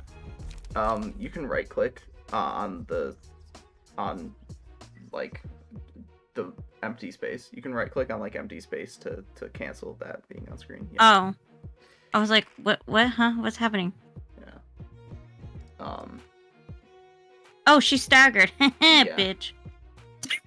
Yeah. And they're at maximum emotion level right now, so you can just... Oh, they're both! Yeah, so you can just take them out. Both Okay. you and them. We stand. But yeah, I wouldn't... But she's... I No? wouldn't I wouldn't say that the rendition of We Are that they... I wouldn't say that the soundtrack in general was, like, particularly good. And if anything, it's a little odd, some of the choices that they made in that respect. As to, like, what it's supposed to sound like.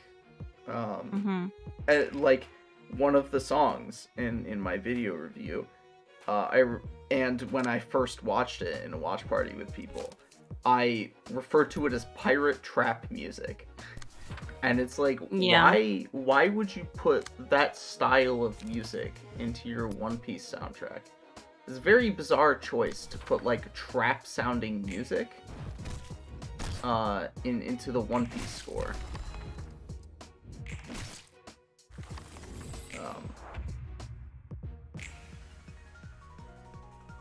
It both doesn't work setting wise, it doesn't really work tonally with what One Piece is like as a series. Yeah, it's just it weird. doesn't. It's weird. And that what was it? That soundtrack for Arlong was awful. Yeah, that's actually the song that I called Pirate Trap.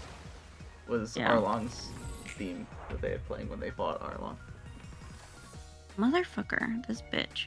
Oh, he's staggered now, so. Oh, okay, good. Yeah, he's done so. They're just so tiny. Like I can't. What did it do that? Do you need like a bigger monitor? Well, I just have it further away from me, and like I don't know, I'm very nearsighted, so. Sorry, I accidentally hit my mouse. It was probably stealing. I know. I was like, do you want something? No. No. That's, No, that's me like, messing around with shit on my desk, and accidentally. Okay, I was like. Process. Can I help you, sir? I'm trying to do something. No, you can't help me. I'm too far gone. Oh, okay. Sorry, but bad luck, bro. Did I get both of them? Yeah. Okay, good. Yeah. Those are the only two. Just making, just double checking. Okay, good. You gotta double check because I didn't want to do that one again. That bitch pissed me off. Okay. 오, 미친 놈들이야. 저런 녀석들하고는 상종. Yeah, same. I don't want to deal with freaking cannibals anymore. But I like movies and books with cannibals in them. I don't know why. Just the act of cannibalism, like, very interesting to me. You know? So that mean you automatically like this game then? I guess so. There were some two very interesting statements that Roland just made, and I'll go into detail momentarily. 자, 여기서 두 번째 지시. 미친놈들은 언제나 Oh, sorry, that's the second 존재하기 때문에 특정 기준으로 분별하는 건 의미가 없다. I mean, yeah. What a load of bullshit. No, I'm with Angela on that one. So, scroll down here. Oh jeez, I wrote like way too fucking much on this. So, Pierre's Bistro consists of a cannibalistic chef and her assistant. Their goal is to craft the world's most delicious food, which necessarily means using human ingredients. This is according to logic in the city. According to them, the taste is enhanced by brutally torturing and mutilating their ingredients during the harvesting process. Eventually, they will ascend to the rank of one of the 8 chefs, which is a syndicate which has supposedly, through similar means, created the most top-of-the-line cuisine to have ever been created. Roland, in response, has some interesting to say on this sort of behavior. First, not all lunatics are polite, but polite people tend to be lunatics, and lunatics always exist in any given group of people, so there's no point in using any criteria to divide people into groups to see which is more insane.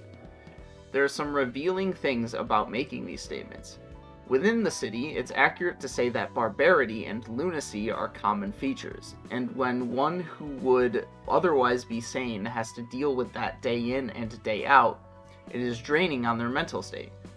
Roland knows this from personal experience, Almost spoiled me, bro.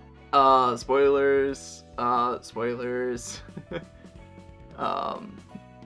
But suffice to say, when he says that all lunatics are polite, but polite people tend to be lunatics, he's also referring to himself. As far as dividing people into groups to determine which is more insane, this is more of a philosophical thought experiment. There are as many different ways of thought as there are people, so there's never going to be a hegemony. Hegemony,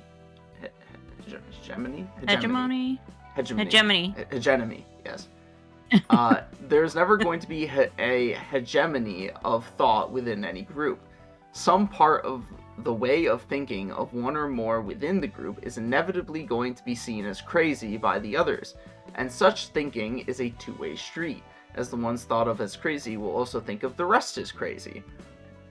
In other words, insanity is a subjective determination whose only metric is how much that way of thought differs from that of the majority. As such, it's not useful to analyze people in such a way, as the only conclusion you'll come to is that everyone is insane except for yourself. I'll give a concrete example. To most humans, it's crazy to think that we should restrict what foods are a part of our diet. But within humanity, there are pescatarians who think it's crazy to include meat in our diets. Those pescatarians also think it's crazy to not eat fish, but there are vegetarians within that group who think it is crazy to eat fish. The vegetarians then will think it's crazy to not eat dairy products, but the vegans within that group think it is crazy to eat dairy products.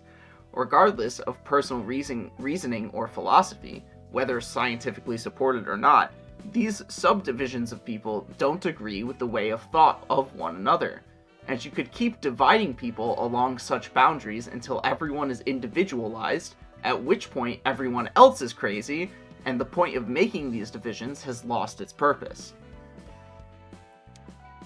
Roland in particular likely makes this statement because underlying motivations and philosophies of others are of no concern to him. He sees them as unrelated and a distraction from his personal life. That is that, and this is this, after all. Okay. So I guess, it's just that, like, there's just a division among people, and like, there's always gonna be just that, yeah. I guess I kind of see it as like, yeah, you can like all believe the same way, but you're also gonna have like disagreements, or like you said, like see the other one as like crazy for like, even like veering off or going astray just a little bit, you know. It's interesting because it ties into some of the core themes of the series being about like individualism versus collectivism. Such as we mentioned before in one of the other battles, how people try to be a part of groups.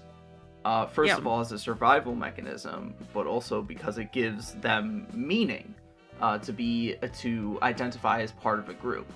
But in doing so, you are restricting your sense of individuality.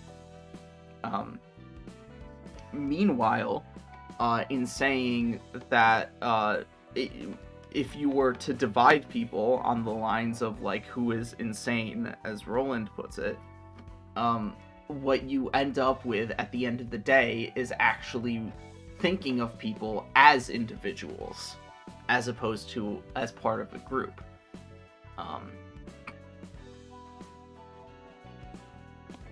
So I guess there's just complications either way, I guess.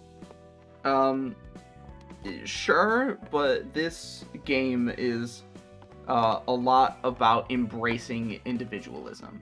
It's about embracing yourself as a person, as opposed to letting the world around you define you, so to speak. Yeah. I mean, yeah. I guess that does make sense. So, like, Roland says there's no point in dividing people along those boundaries of insanity. But in reality, there is a point in doing so. Because you are uniquely yourself, and nobody else is you. I guess nobody can... Well, I mean, like... I don't know. I guess it would be hard because I'm like, well, nobody can define you, but then, you know. Well, a person yeah. doesn't But need if- to be but if you're in a- defined, they just need to be. Yeah. But if you're in a collective, then like you do obviously have somebody who is defining you. Like you do have somebody who is like taking your personhood away from Yes. you and like Yeah. Yeah. If you are in a collective, you are defined by what is the similarities within that collective, like what the boundaries of that collective are. That is defining you. yeah. I mean, I guess we're seeing I mean we do see or we have seen that throughout society. I mean, it's always been like that. If you're not if you don't fit in the mold of society, then you are seen like as an outcast, you know? Yeah. Like or if You are otherized by the society if you don't fit in. And, you know, to be Yeah. fair, most of the time it's rightly done by the society.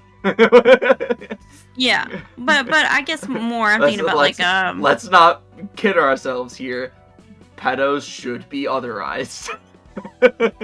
yeah, there are some people like serial killers, murderers, cannibals, okay. Yeah. But I'm more so meaning like you know, like more so like in small towns or like within like let's say like religious groups and stuff like that, you know.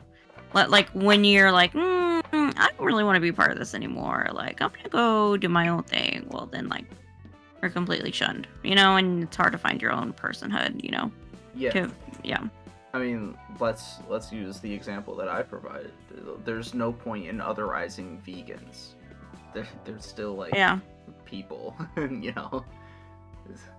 They just want to do their own thing too. Yeah. True. But you know, don't. Oh my god, like this is so stupid.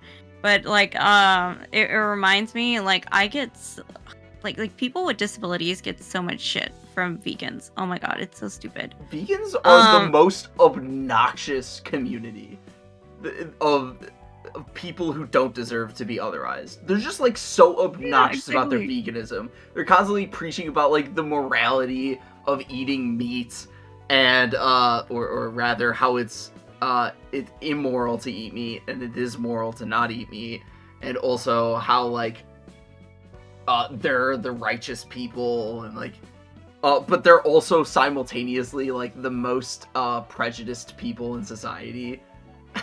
Yeah. So I'm like you guys are otherized because of this. Like what the heck? And then they're like, you know, oh, Vegans are your just fucking disabilities. complainers. Yeah, and they're like, oh, your disabilities would be cured if you like just ate more vegetables and like took meat out of your diet. Okay, I'm like, that's just not being pseudoscientific. yeah, I was like, well, like with my disability, like if I eat like too many vegetables, like I can't digest vegetables. I can't digest raw vegetables and like raw fruit. So like, what am I supposed to do with that? Well, that's not true. And I'm like, what do you mean that's not true? I mean, okay. Particularly in the case of disabilities, it's pseudoscientific that fucking veganism will help or Cure everything. There has been, of course, studied to be health benefits to veganism and like reduced chance of Cholesterol, heart disease, you know. And even like old aging related brain diseases like Alzheimer's. Like Alzheimer's or dementia.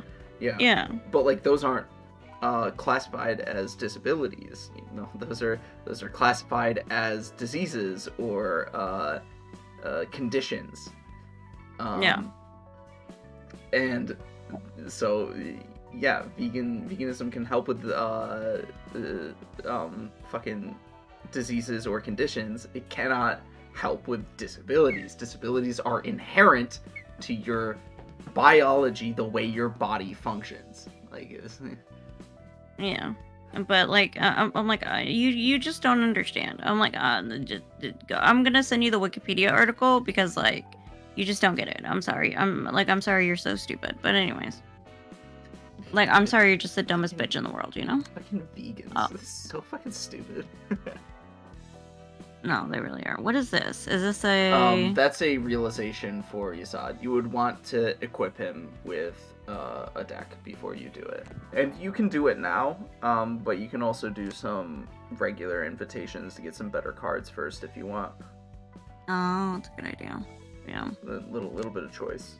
It's up to you. You're not at a point in the game where it'll like functionally matter. You can relatively easily do that battle, that realization with what you have access to right now.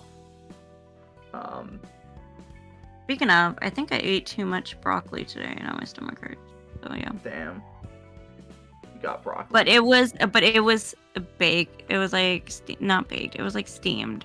Which steamed is a little better to eat than like raw broccoli, but like now my stomach gonna hurt. So yeah. Yeah.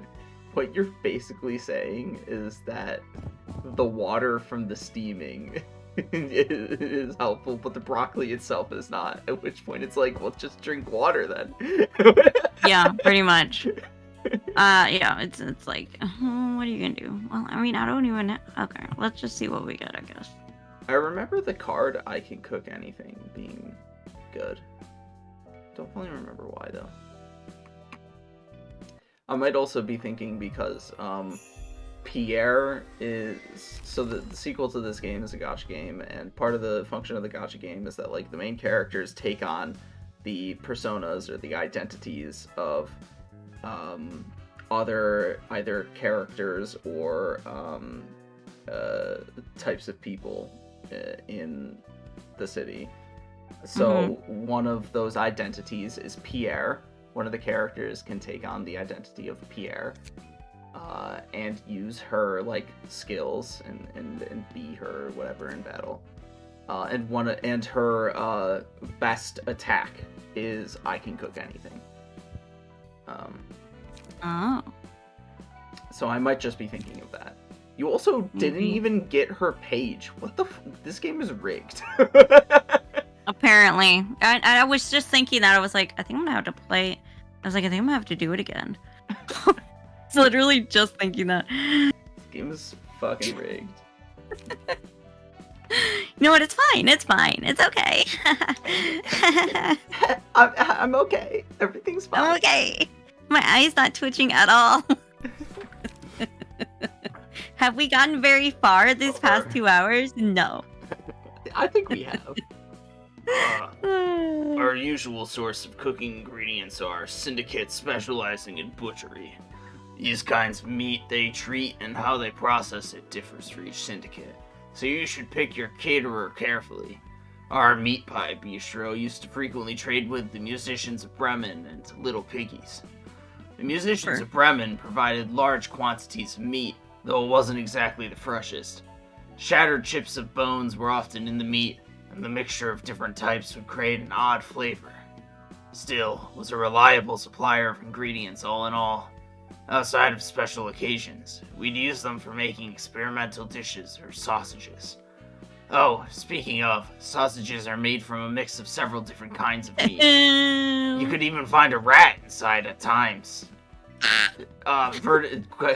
You can question for yourself whether that refers to the person type of rat or the creature type of rat.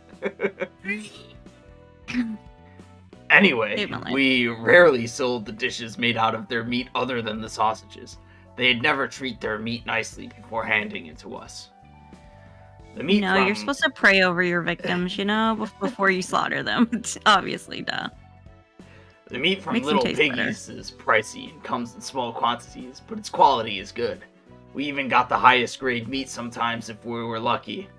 Just looking at the meat from Little Piggies fills me with ideas about how to cook it and makes my mouth water. That's how appealing the meat looks. But the price is rather heavy, so we only used it for important dishes or foods we served to customers. But both syndicates suddenly said they're no longer selling ingredients for some reason. So now Pierre and I have to pioneer a new supply chain on our own. I don't think this is all too bad, though. I enjoy working with Pierre a lot. They're partners. Psychopath. Okay, psychopath, you freak of nature cannibal. He's her sous chef. he provides her with the ingredients and prepares them for her to cook, and she does the actual cooking and the dishing and cooking and dishing. Gross. And like yeah, honestly, like this part where they're like they provide large quantities of meat but it wasn't exactly the freshest, and their scattered chips of bones are often found in the meat. Like, I'm like, yeah, that's what happens when you work in regular restaurants, normal restaurants too. Hey, that should Like, make man. you... I mean, aren't you excited to find out what the musicians of Bremen are like? Not really, bro. No thanks, I'm good. Also, the wording I should have used is, I'll leave it up to the imagination whether or not that's the human type of rat or the creature or the vermin. How about both? The human rat or the vermin rat. I mean, yeah, why not both? Why not both? You know, make a zesty little flavor. Yeah, I'm bad with words sometimes. District Who is 23. this bitch? I mean, I'm not sure if it's like actually static, the character model. I think it might be static, the character models that they use for the generic people. Yeah, it looks like it might be static. But like it's the same. You can use those customizations on your librarians. Like you can make them. Oh, okay. Yeah. Unlike the actual named characters that have, like custom actual designs. These are generic heads. Anyways. District 23 is the street of flavor. Actually, I'll try an accent. I'm gonna be offensive. District 23 is a street of flavor. Everything is permitted in the pursuit of making delicious dishes. Even dismembering humans. Isn't that exciting? A guest walked into the restaurant for a meal, but then the chef fell in love with them. They had the perfect amount of tenderness and girth. The chef pulled out the knife, and the guest ended up on a plate. You'll become the food you appreciated one day, and others will appreciate what you've become.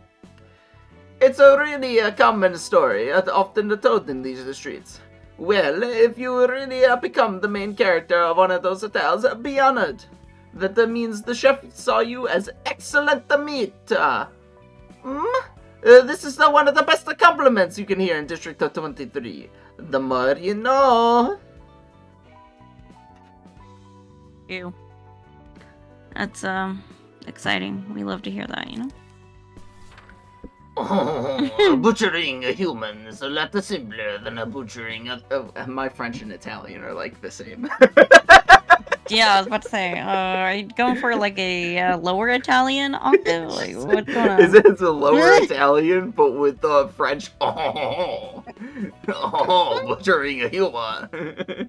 At least you tried, I guess. I can't fucking do French, damn. I'll just go back to Italian. Butchering a human is a lot simpler than butchering other animals. Most of them are smaller than us, which means that we can subdue them right away, even if they try to resist. Oh, I'm not saying you necessarily have to be tall to be a butcher. Don't be discouraged.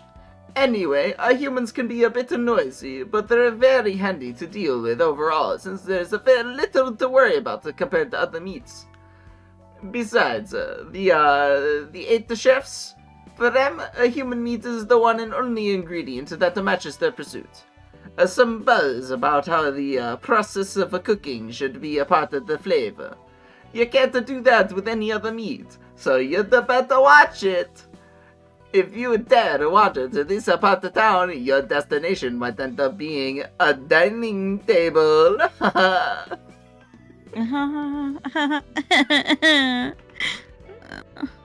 Okay. I gotta fight these bitches again. I guess we'll do that. The highest quality of ingredients. Since we need more cards anyways, so we'll just go ahead and fucking do that shit. I think you got pretty fucking unlucky to not hit her key page, not gonna lie. Motherfucker. No, it's fine. It's fine. So then I gotta have her emotional level go up so I can get her fucking key page. page. Yeah, you did have her emotion level at max when you beat her up the first time. You just got unlucky when you burned the books. Very sad. Oh!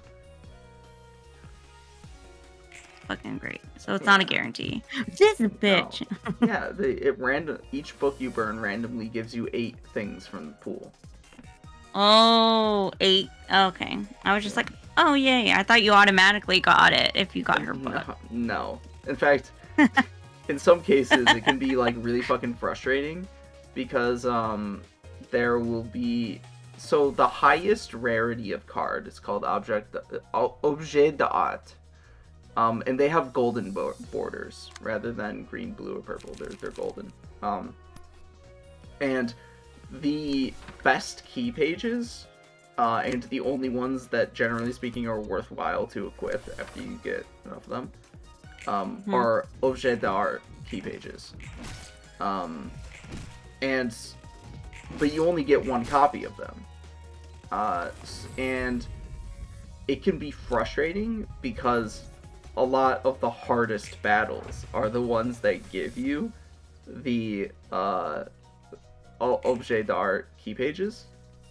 Oh, really? Yeah, and so for example, like late in the game, you'll do a battle that'll take you like an hour. It'll be really stressful. It'll be a hard battle.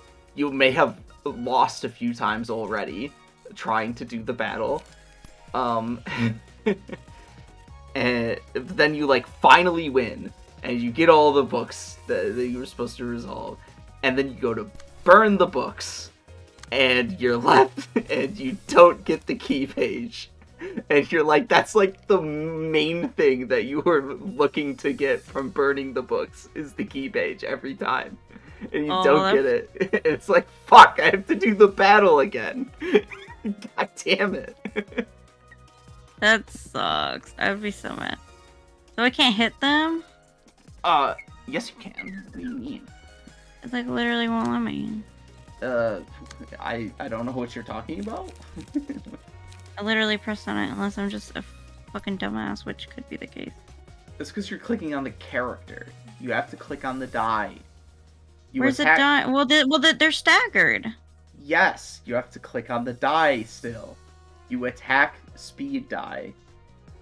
The speed die are associated with characters, but you target I couldn't the speed see die. it because look, it blends in. Oh wow, it blends in.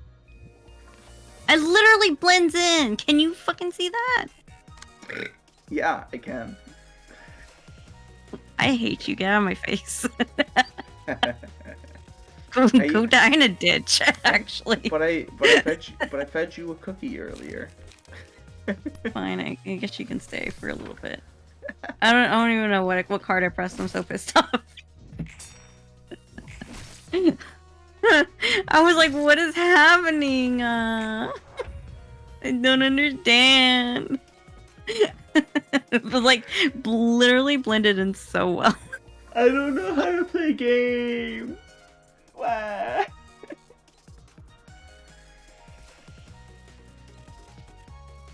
Okay. Okay, I think I'm done.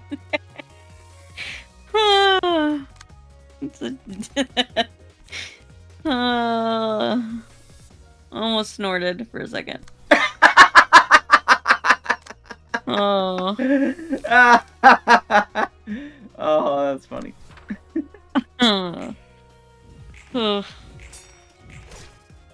Like, can you see that? Yeah, I can. Can you feel the love tonight? Absolutely not. I can't. I feel no love for these cannibals because they're pissing me the fuck off. I want that page, god damn it. I want that bag. Okay, guess we could hit fucking Jack. Jack's a bitch. Oh yeah, okay. There's the die. I can see it because it's gold. Do I like that it's gold? Not really. Yeah. Do I like that it's gold? No.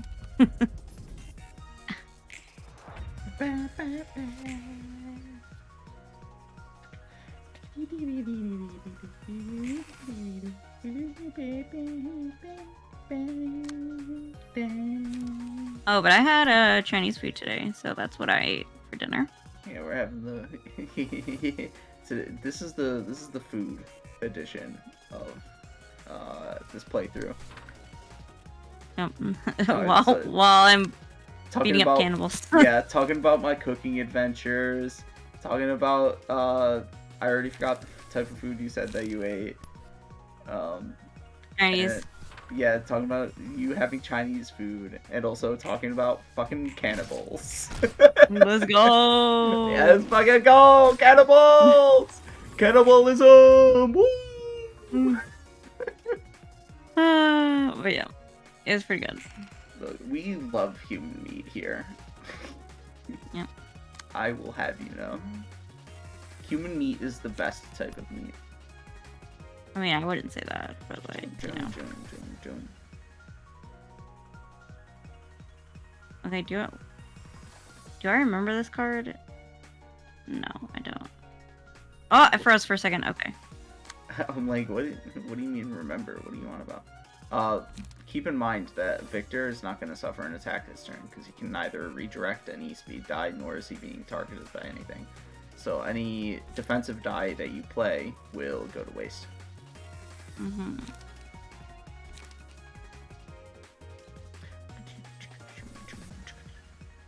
And they're both at the same.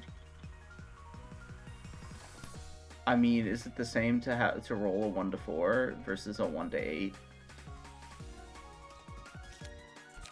You mean, is it the same? Oh, 1 to 6, you mean? No, I'm saying you should only... Victor's not going to be suffering any attacks, so the only die you should pay attention to on the pages are the offensive die, in determining which one to use. Which is a red one. Yes. Oh, yeah, that's a red one. Okay, duh, bitch. Okay. Just fuck off, okay? Oh, I can't use it. I only got one. God damn it. Well, I guess I can use this one. I don't know what it does. I don't remember. We'll just use it. We'll find out. Oh, you just got fucking unlucky once again. I fucking... Actually, Victor might have had paralysis. I'm not sure. I don't remember.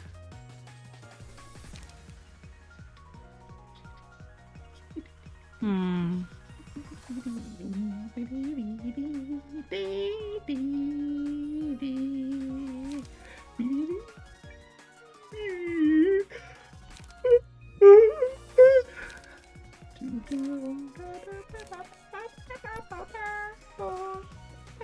Why is everybody going after poor Victor? God damn it. I mean, they went after Roland last turn. Like, what? They leave him alone. Oh, and I only got one. Well, I could skip. Yeah, you can. Maybe I should just skip. Since they're not going to come after him anyways. Okay, I'll skip. Sorry. Oh, looks like you're gonna be able to kill Pierre this turn. Okay. Go kill the bitch. Kill the bitch. Only bitches in games, okay? Not real life bitches. There's this very long-running comic series called Safely Endangered. It's basically, honestly, it's a lot like a Sunday Comics, the newspaper type of deal, you know, where it's just a few panels for effectively a short joke, short bit. And in this one, it's two birds talking to each other. One of them's carrying a box, so it's like, what's in the box? Christmas decorations. Dude, it's November.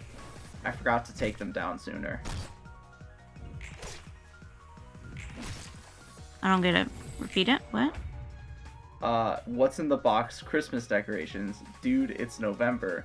I forgot to take them down sooner. It's basically... So what, he never took him down? Yeah, it's hashtag relatable, you know. I don't know, I don't put up Christmas decorations, so... I wish I I knew what that was. Actually, I'll probably figure out what that's like this year. Unless my mom insists on it. Fucking prick. Oh, did I? Wait, did I do anything? Oh yeah, I did. Oh, You have okay. to What are we select a card doing? to play. Yeah, I'm like, what am I doing? You distracted me with your dumb joke. Yes, I did. 'Cause I'm a genius. What is she playing? 3 to 4. Yeah, so I don't know.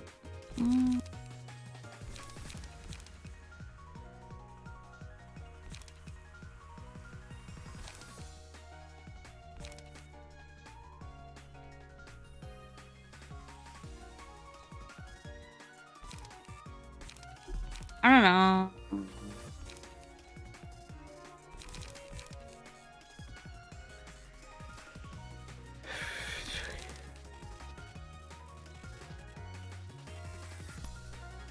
I don't know. We'll just pick this one. Well, No comment.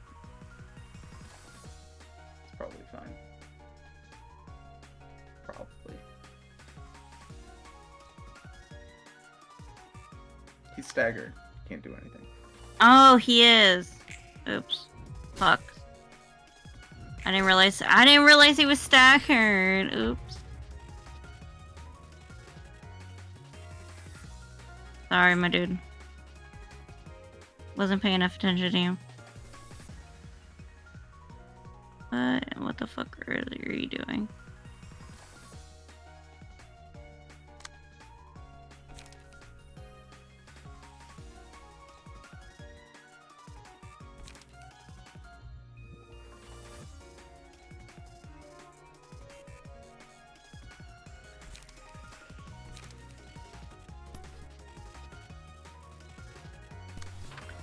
I'm ready to get rid of these people. I fucking hate them. They're pissing me off.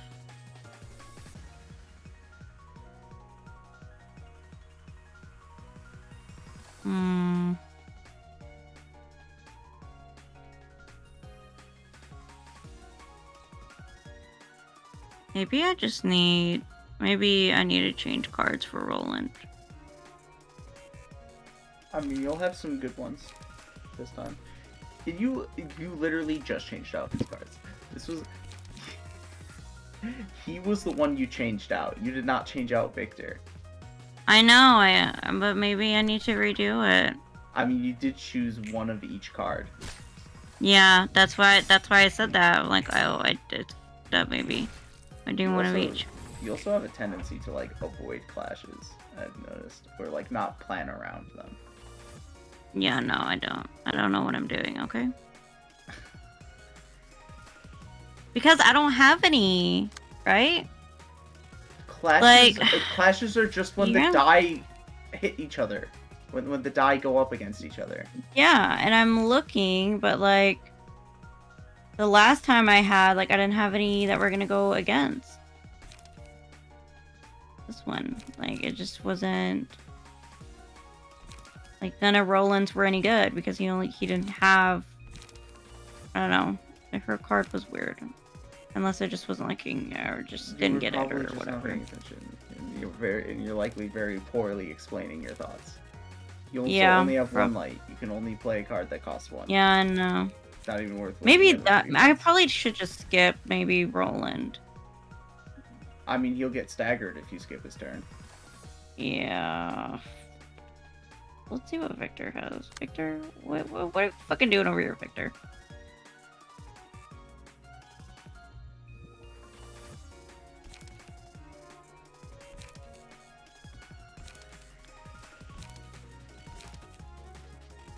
Well, that's better, right?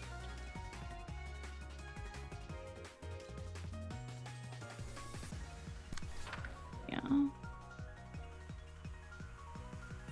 Again, what am I supposed to do with this bitch? Well, I'm just gonna... Maybe I'll just have to... Fuck it. I don't know.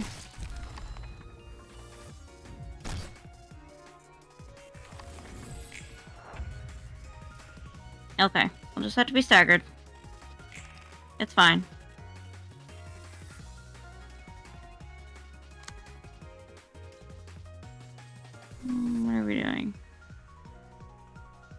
You stupid oaf of a man. What are we doing?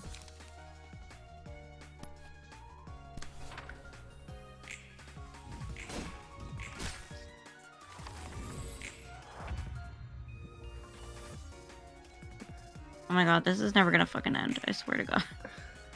Well, first of all, this fight is taking a whole lot longer than the first time around. Second of all, It is! Second of all, it's a lot closer of a fight than the first time around. And both of those things are due to you playing very astrategically. Yeah. Roland, what are you doing? Roland, what can And you I'm do, like Roland? barely paying attention to what you're doing too, and I know you're fucking playing like doo-doo. Yeah. Just a little bit. Just a whole lot of it, you know? Okay. We're just gonna use what we have over here. Which is...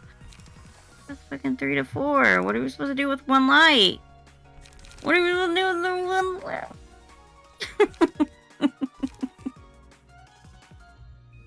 I don't know. It's not gonna work though. Fuck me. Oh well. I don't know. Fuck it. We're just gonna. Oh, we did it! Okay! Were you not paying attention to how much health he had?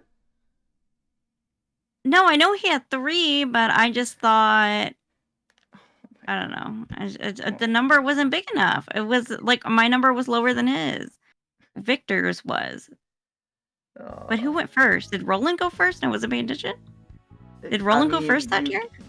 It's almost like they go in speed die order. The person with the fastest speed goes first. Oh. Oh my god. I don't remember these things, okay? I need to like write this shit down and like just have it somewhere, okay? I need a cheat sheet, okay? Big number always goes first no matter what thing it is. Bigger number, better person. Okay. Cards, speed die, everything. Order. It's not Yeah. it's not entirely true. Okay, but at least you know the time. Okay, I guess we can burn. Okay, now that we have here. Okay, hopefully we can get our page. What am I doing? Okay. Burn stupid fucking Jack's book. Okay, let's see. What are we gonna get? If I don't get her page, I'm gonna be so pissed. You're going to get it. I'm gonna get her page. I'm gonna get it. Okay, we got it. Okay. Yes. I manifested it. I'm so great. Wow, look at me. Yes. Yes. Wow, I'm a boss babe. You likely went through her entire pool of cards.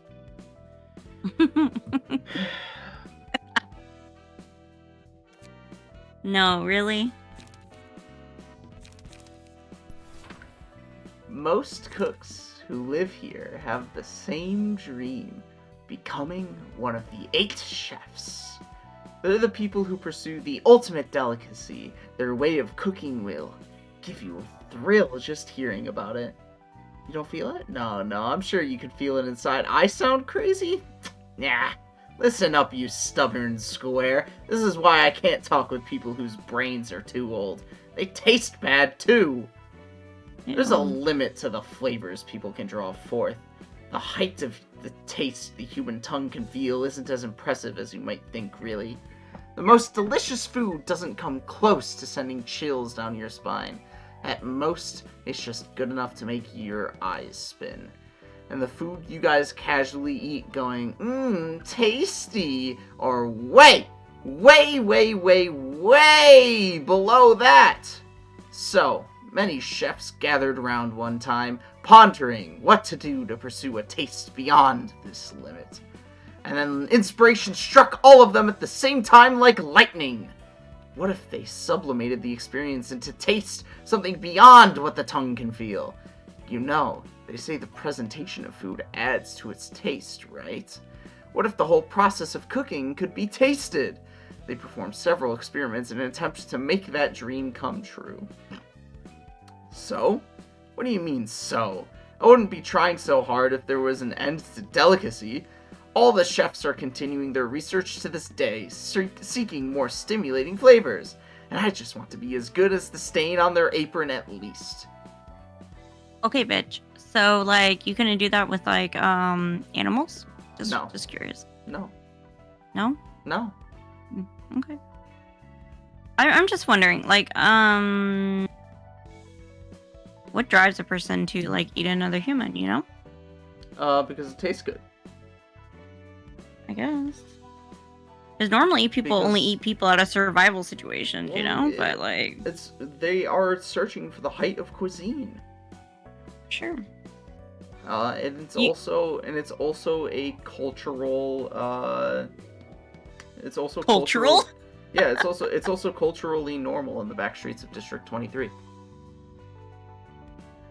And it's like apparently normal amongst the rich people. Yes. But that's because they're seeking out delicacies. In the back streets of District 23. Well, they're also seeking out delicacies, but it's a part of the culture of the people in the back streets there. It's kind of like how, you know, some indigenous tribes of people are cannibals in some respects. To be fair, it's only very, very few did that. Yeah, I mean, maybe it's only District 23 in which it's cultural too. I'm just saying. And there's 25 or 26 districts. Do you think their brains are all messed up because they eat human brains? Like, kind of like mad, you know, like when you eat, like... if you're referring to a mad cow disease type regard, then, the poor people, I'm sure, probably, but the rich people, I'm sure, are able to treat such illnesses. Additionally, I would bet that... I had something else to say, I forgot it. But... slipped your brain? You ate too many humans, it slipped your brain? Yeah. They might have ways of processing the meat that eliminate such possibilities as well. Okay, let's... What do I want to do? I want to go back. Let's go through Roland's fucking cards again. So now you'll notice that you can sort by essentially stage in the game between Canard and Urban Myth. At the top there, underneath the key pages, combat pages bar. Yeah, you click on one, and it'll only show ones from that difficulty level of the game, that stage in the game. Very useful.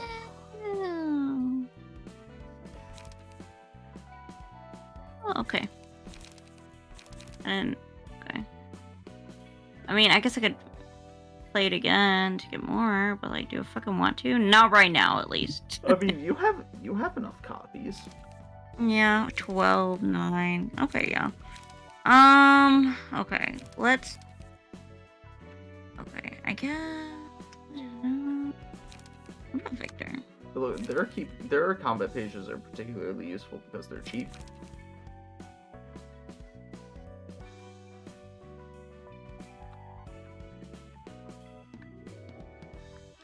And it's nice to have a card in which you know exactly what the roll on it will be, so you'll know for sure whether or not it...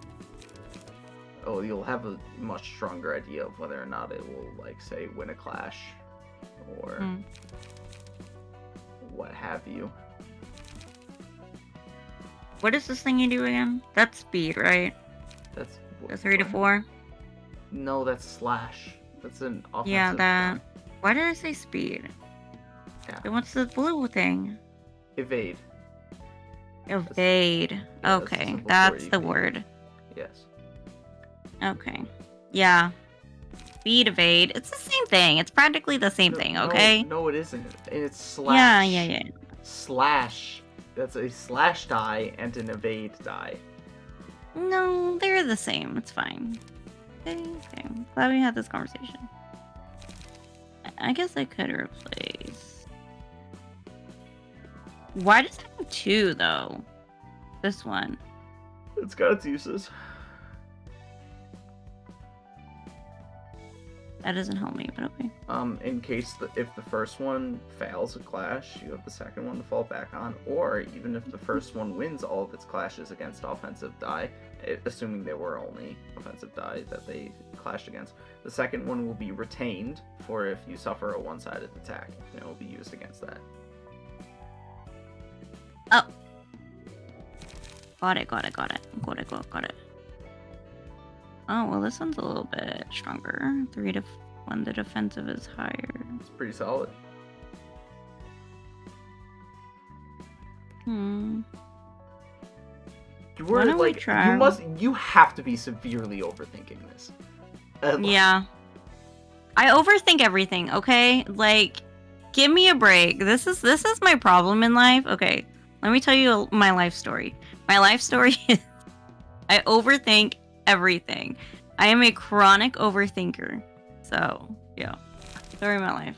I'm just sitting here like, honestly, you probably don't even have to like even think about it that hard. You can just be like, oh, choose the ones with the highest rarity from the most recent invitation, and you're good. Don't need to think about it that hard for now. Jack is fucking jacked, bro. Yes, he's a big person. But no, look, 50. Yes, he also has Big number. 8 more life than Finn. Big number. So yeah, we need to jack up Victor. I mean, Pierre is better than Jack. Yeah, we might just.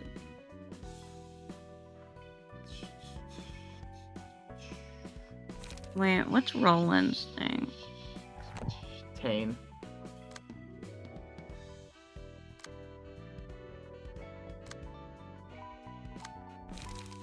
Again, we're overthinking. Shut up.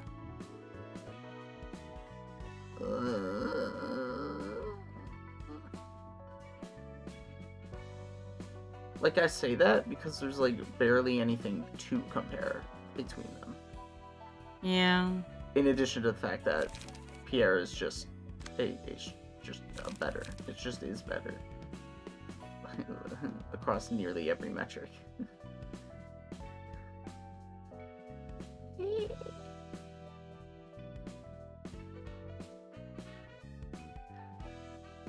Okay. Well, I have to wonder, like, what are you even thinking about? I just want to look at it, okay? Get off my back, bro. No. No, because then I have to switch out all the pages, and that's gonna take longer. I don't really want to do that. So we'll just do it for what's his face? What's his name? Victor. Okay. Did we do it? Okay, now we can go to combat pages. You literally complained specifically about Roland's combat pages when you were fighting. In my mind.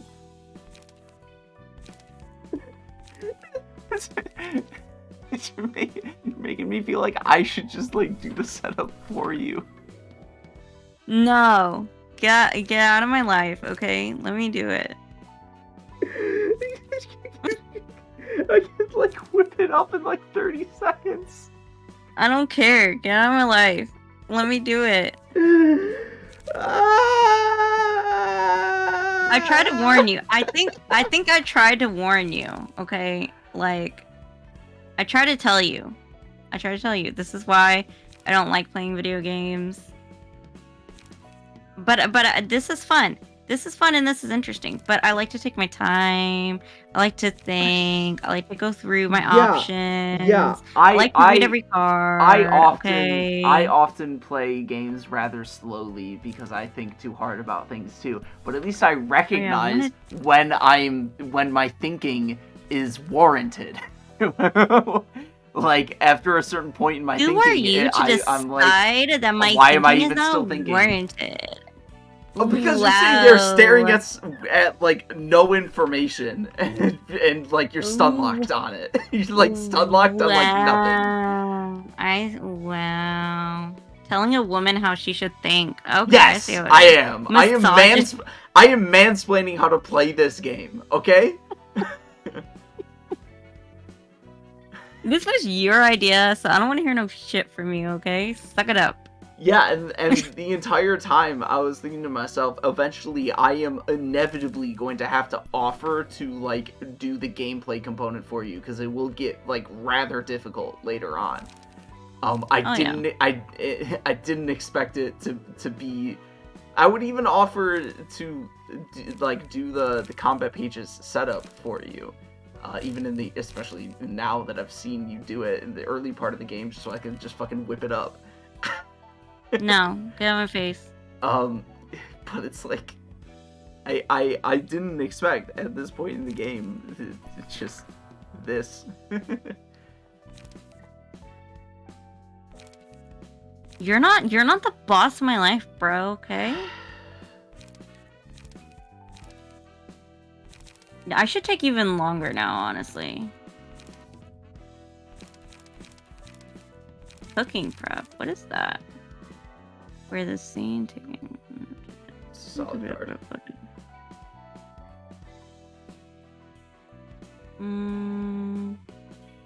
Maybe I'll use that for Roland. We'll save her for Roland. Okay, next, because Roland's cards are irritated me. But Victor needed a change of pace too, you know? Victor needed a new thing in life, you know? Ingredient hunt. Huh? Lower all speed values. Okay. I mean, I haven't really been hit by, like, I don't think, like, I don't know if speed's really been a problem for me, like, with things, but I wouldn't know. I don't fucking know, bro. It's like a non-thing, I guess. I don't know.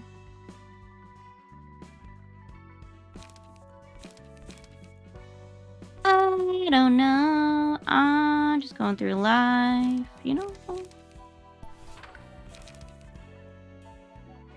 One more. Look, we're almost done. Wow, look, we're doing so good. Until you complain about them in the next fight.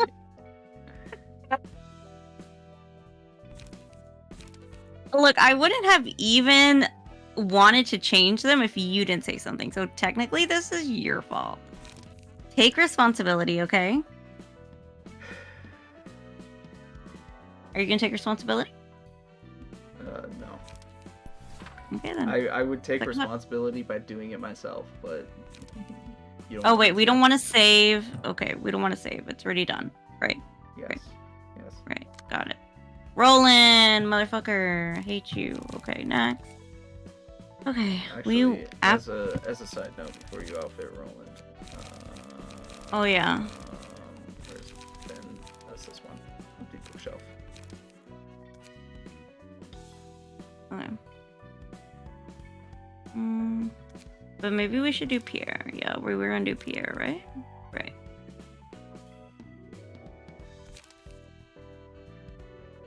Even though I hate those fucking outfits, but you know, whatever. This game isn't about clothes, so I'll put up with it, I guess. I think I like this one.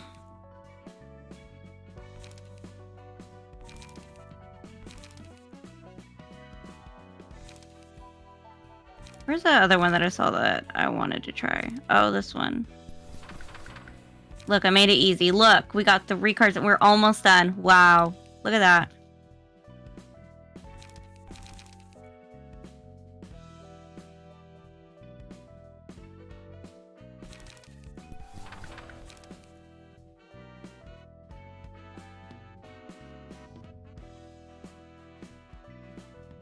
Now I need some I need more 3s. What 3s card did I like? I don't fucking remember.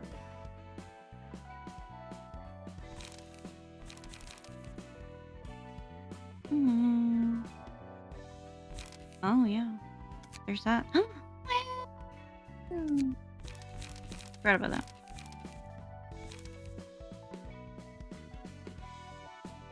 I don't think I like this one very much. I don't know, and I wasn't feeling it, you know? Paralysis is solid, and having a single die with high value can be good, but it's not. Yeah, I personally don't like how its roll is from 1 to 12. It just doesn't seem. The range is too large, and the maximum doesn't seem big enough for adequate payoff. You know? Yeah. Yeah, that's what it seemed like. I was just like, okay, this is Did you not empty doing... Did you empty the bookshelf of Roland's previous key page? Shut the fuck up. Mm-hmm. No, Excuse me. I don't think so. What does that mean? Key page. Pains page. Empty bookshelf. Oh, okay. There you go. Okay, we're good. Now we're gonna try these, and then I'm gonna complain about it, and then we're gonna do it again. Okay? Let's do another invitation.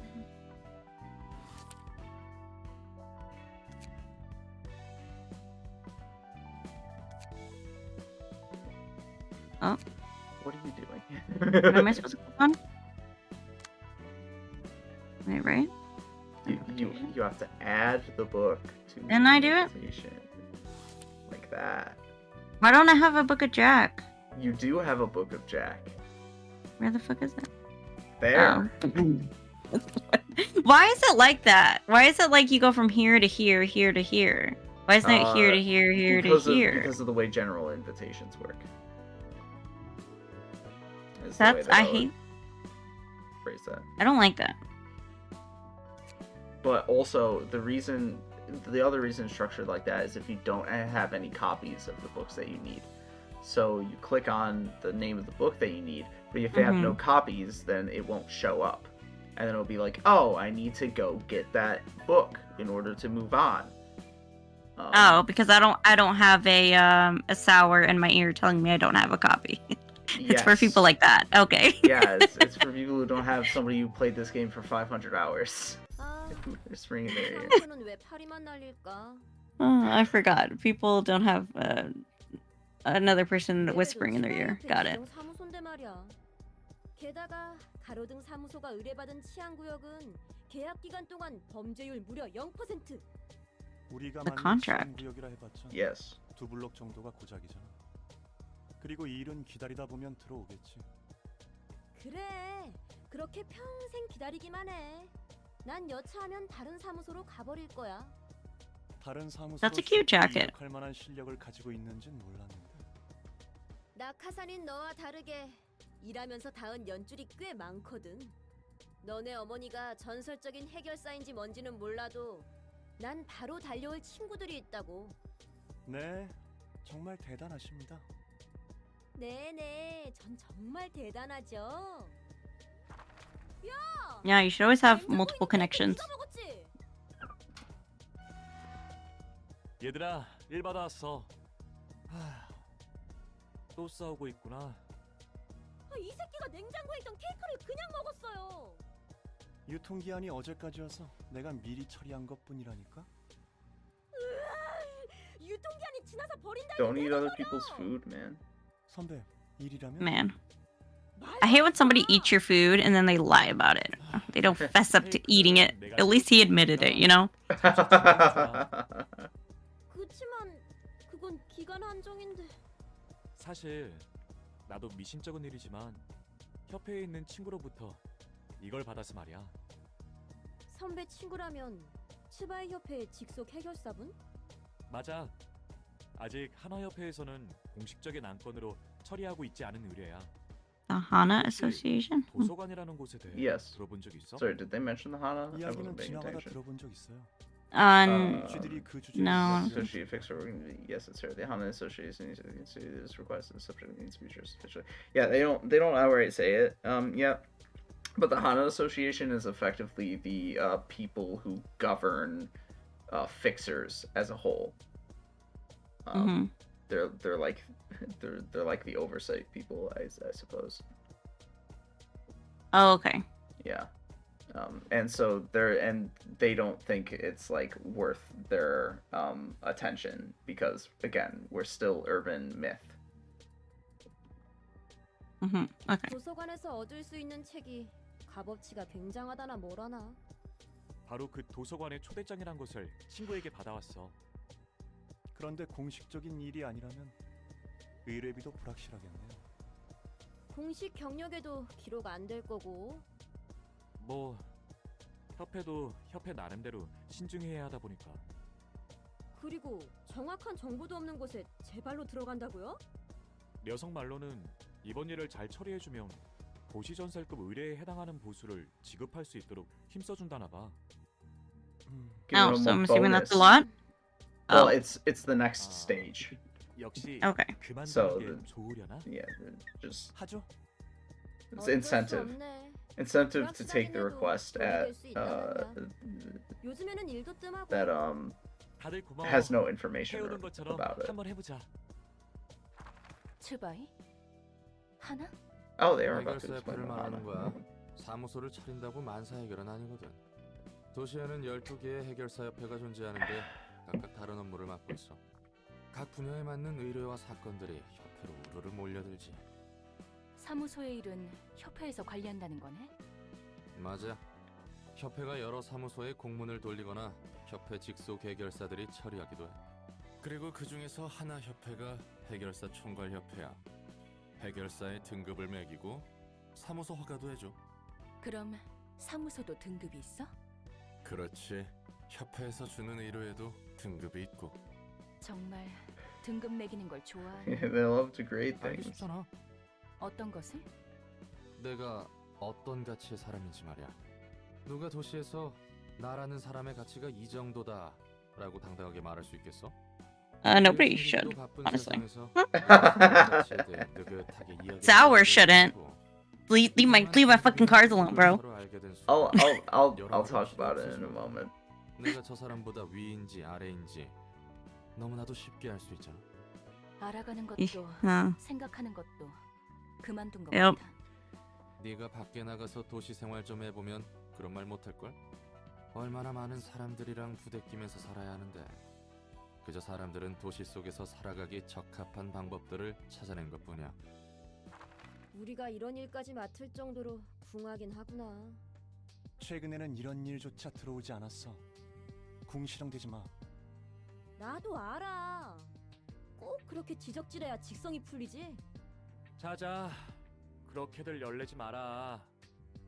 너희들은 사이가 좋은 건지 나쁜 건지. 뭐라고요? 이런 얼빠진 녀석이랑 엮지 They hate 말아줄래요? each other so much. 저도 극구 사양합니다. 그래. The It's best almost of like friends flirting, are- you know? Yeah, the best of friends are actually the worst of 내가 enemies. 사도록 할게. Obviously. Obvi. 환영합니다. Or would it 손님. be the other way around? 사이가 좋으시네요. 넌 누구지? 준비해. 그렇게 경계하실 It's 필요 typical 없답니다. Naruto 아직 Sasuke, you 위험한 know. 건 없으니까요. Yeah. 전 도서관의 kind of. 관장이 Arguing, you know, 엔젤 all the time with their buddies. 안녕하세요. 전 가로동 사무소의 산이라고 합니다. 이곳에 초대장을 받고 왔습니다만 한 가지 물어보고 싶은 것이 있습니다. 무엇이죠? 이 초대장은 직접 받지 않고 전달받은 것인데도 괜찮은 겁니까? 네. 결국 초대장은 손님에게 도달했고 그 초대장을 본인의 의지로 사용했을 뿐이라면 전혀 문제 없습니다. 그렇군요. 부디 당신의 책을 찾으실 수 있기를. 뭐야? 생각보다 얌전한 사람이네. Yeah. 넌 저게 사람처럼 보였어? 사람처럼 생겼지만 인간은 아닌 것 같아 보였는데. 뭐라고 말로 표현할 수는 없지만 말이야. 아마 기계일 거야. 요즘에도 저 정도로 사람과 유사한 기계. Should I have had picked a third person or something? 우리는 A what? 우리대로 할 일을 하자. Do I only get like 2 people? 조금이라도 Yeah, 위험하다 you 싶으면 still only have access to 2 빠지는 거야. people. Oh, okay. Guess it's not till later. Either Malkuth or Roland is the first person that gets access to a third person. So you have fixer offices. In order to be a fixer or have an office, you have to register with the Hana Association, and they will handle they will administrate everything that you do, and they will grade you from 9 to 1. Additionally, there are associations. The fixer associations are effectively the main fixer groups, and requests are typically processed through associations according to what category they belong to. For example, the Zwei that has been talked about so much up to this point, that you will also see shortly in the story. They are like a public safety and bodyguard association. So all requests that have to deal with protection are filtered through the Zwei. And either the Zwei Association and the fixers that work for it directly handle those requests, or they delegate those requests to affiliated offices and fixers. So the Streetlight office is an affiliate office of the Zwei, and the Zwei gave them the request to handle the library. Okay. Everything just kind of passed down, yeah. Yeah. Another interesting fact about the 12 associations is that each of their names is a number in another language. Oh. And that language, the country that speaks it, the combat style of that association is based on what that culture is historically known for, so to speak. So for example, of associations that you will not see in Library of Ruina, there is the Sank Association. They handle requests pertaining to duels, and they are based off of French duelists, and they fight with rapiers. With the what? Do you not know of, like, dueling? No. Or what a rapier is? No. Okay, think fencing. Oh, okay. Got it. Fencing is a sport that's effectively based on that style of fighting. Oh, okay. Oh, like, you know that... Okay, it's a sidetrack. Sorry. You know that set of poems that you said were kind of coincide with, like, the Library of Ruina? Are you talking about Orlando Immemordio and Rolando Furioso? Yeah. So I was reading it at the laundromat, and some of those words, I'm like, what the fuck do these mean? So I was looking them up, and, like, a lot of them were just, like, that I didn't know were, like, medieval, like, weapons. So, yeah, that reminded me. Yeah. This is why you play video games, is so that you know what things are. Yeah, because I was like, what? And it's like, oh, it's a type of weapon. Oh, it's a type of helmet. Oh, it's like a type of sword. So yeah. if you play RPGs, you just, like, come to know all of these things. Yeah. I was like, oh, interesting. So the Sank Association, duelists who fight with rapiers in a fencing sort of style. Mm-hmm. The DAC, I believe it is, organization, which I think is 12. Their combat is based on the accumulation of knowledge, or their requests, and also their combat is based on the accumulation of knowledge. They take knowledge as power, literally. And the more niche the knowledge, the more power they can obtain from it. And it's apparently based on Italian close quarters combat, or just, like, Italian fighting in general. Mm-hmm. It's another good example that you don't see in Library of Ruina. They actually show up as a general invitation, I think. But the Seven Association, they're like the CIA. Oh, And there's a CIA. Interesting. Yeah, and they fight with one-handed swords. Oh. Oh, fancy. Very Yeah. fancy. All of their requests have to deal with like spying on people and information processing. I guess that makes sense. Yeah. I just kind of figured it was like anarchy, but like, yeah, I guess it makes sense to be some type of like CIA I mean, system. it's anarchy in some ways, but like, anarchical societies like don't work. Like libertarianism doesn't work. Inevitably, structures will form even if those structures aren't centralized. Mm-hmm.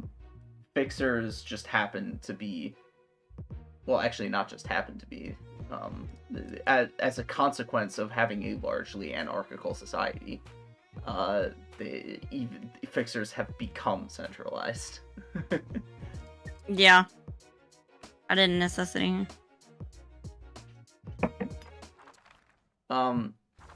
Anyways, while you're doing this battle, I have a number of things to say about like the entirety of the Streetlight Office saga. Because it's gonna be more than one battle. But just to start off with, discussing what was said in that opening cutscene. Roland presents an interesting consequence of the organizational system developed by the Hana Association, the dividing up and ranking of all of its various fixers and requests. The designation that they give you is essentially a declaration of worth. It is an express indication of your value to society. People don't have to discuss or argue their histories or positions to determine who is of a higher position, who is the higher authority. They can simply point to their designation to learn which of them should have deference towards the other. One of the fingers, that you will actually see later on in the story, that we'll talk about, actually utilizes their own similar hierarchy and very strictly enforces it. But the point is that this abstraction inherently devalues human life and individualism.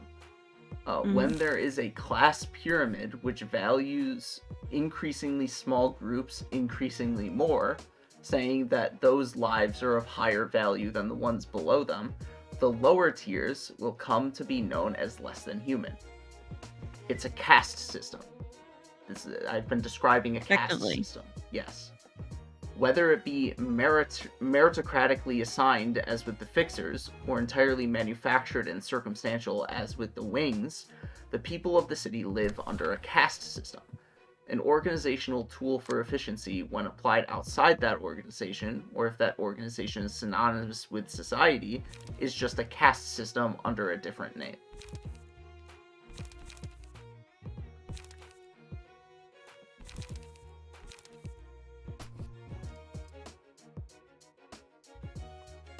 We're having the big thoughts here.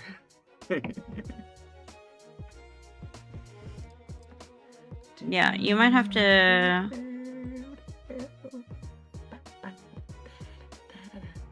I might have to what?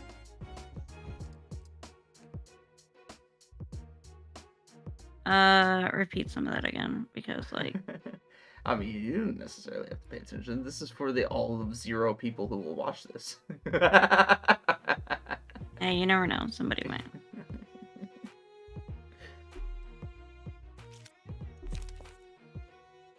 Wait. Why did it make that noise? Oh.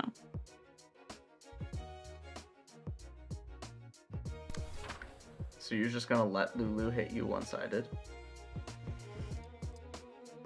That's Mars. There's Lulu. Who's Lulu? Lulu is the one with the bat. This one? Yeah, she. Yeah, I think that. Yeah. Oh, I thought I was. No. I thought we were hitting. And her attacks are of a lot more danger than Mars's attacks, because Mars is only rolling 1 offensive die and it's got lower numbers than Lulu's. You know what? I'm not even necessarily saying Roland should clash with Lulu. She's targeting Victor, and Victor can clash with her. It's just a matter I'm just saying that somebody probably should clash with her, as opposed to letting Victor be walloped. Yeah, I thought... I don't know why. I thought he was gonna hit her, but I guess, I don't know, brain broke for a second, you know? What's Hey new in man, life? the lines are there. They literally point to who's attacking what. Oh, we don't want to do that. Why'd I have to yell that? Without... And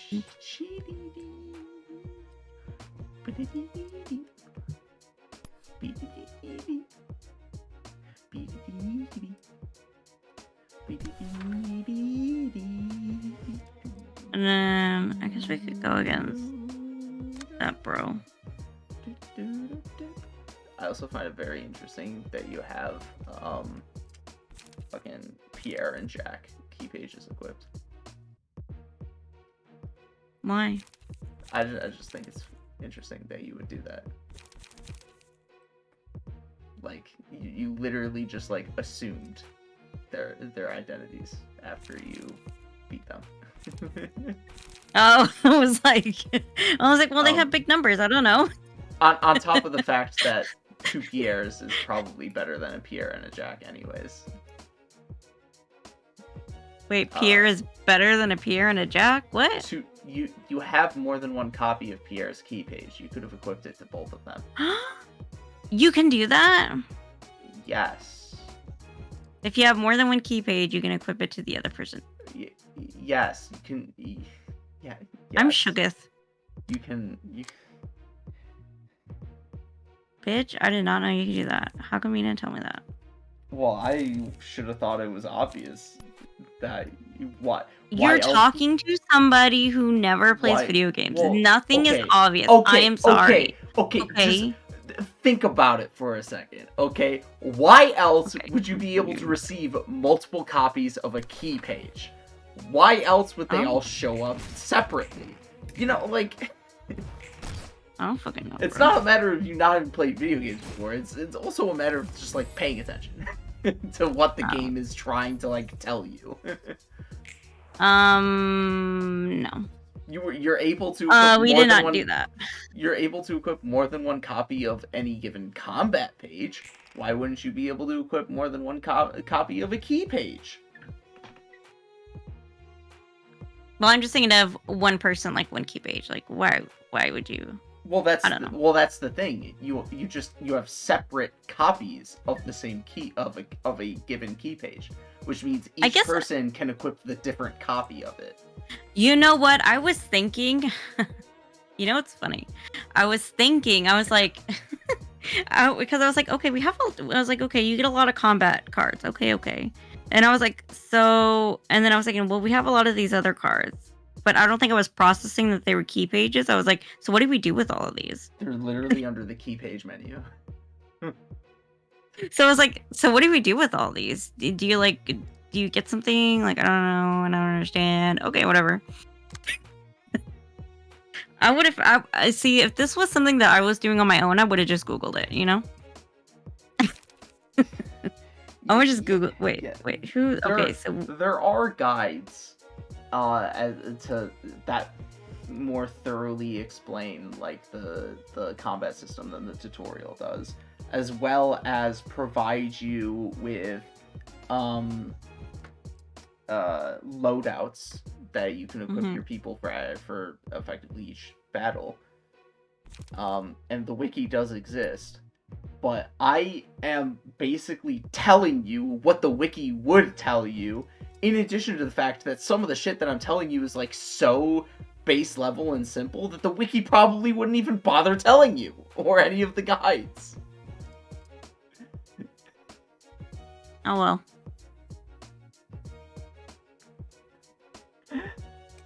I don't know why you expect perfection out of me, okay? Like, I don't expect ugh. perfection. I expect basic literacy. You're gonna make me cry.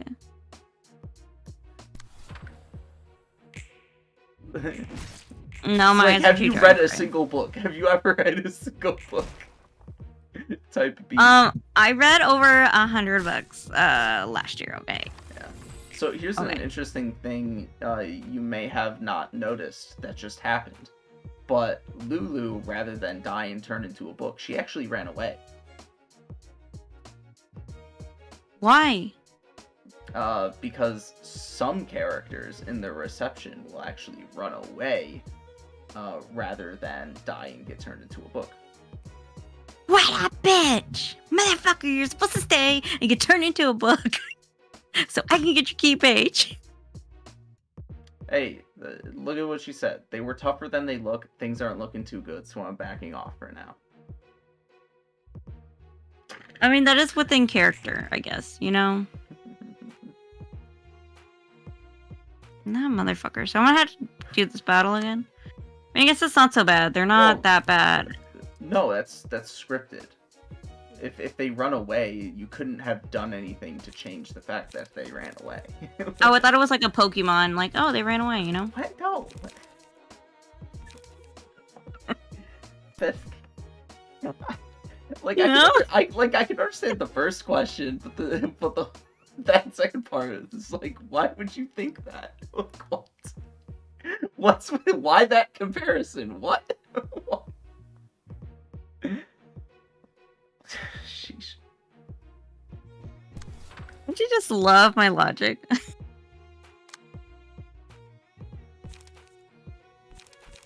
Oh, I crack myself up sometimes, you know?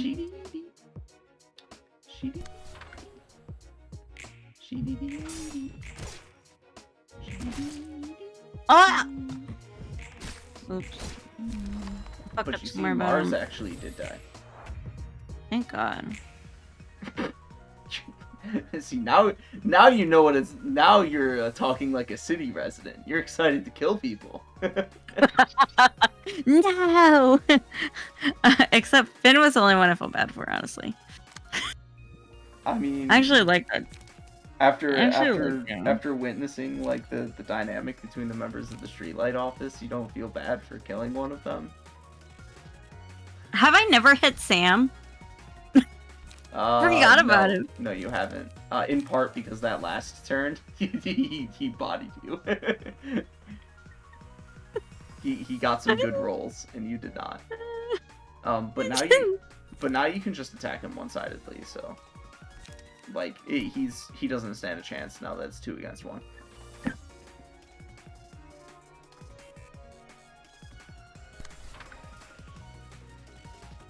And that means you What? basically like- don't.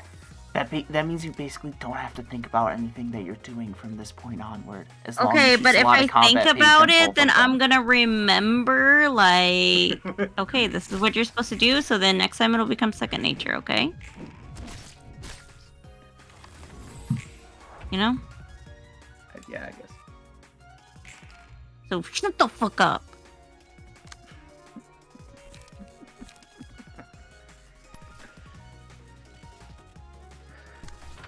Or kick your ass, okay?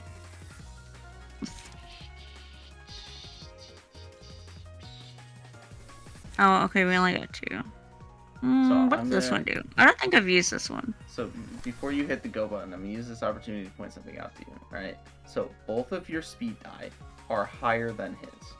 And when you select a page to go against somebody, if Which you have one a is high, speed? if you have the number above the person's head. And so if you have a higher speed than somebody, when you select a page and target a die, it will draw their attack towards you. It will force a clash. So what happens when you have both the 3 and the 4 is, so when you first select this, it clashes, draws his attack towards the 3. But then when you select this, it draws the attack towards the 4. even now, if I do it the other way around, it draws the attack to the 4, and then it draws the attack to the 3.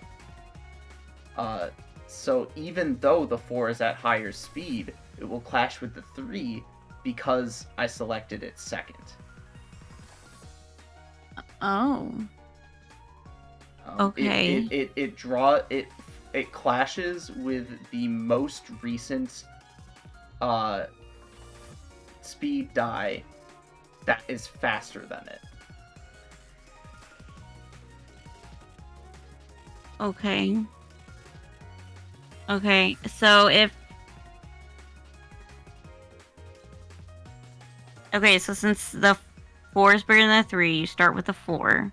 Or Well, it doesn't matter which speed one you die start is with. bigger. Yeah, but I'm using this as an example. So since my speed die is bigger than whatever the fuck his name is over there, start with the 4 because it's gonna clash, right? With the 3? Is that how it goes? It's gonna rebound? Is that how you describe it? You I'm not... must have skipped a whole bunch of words. Yeah.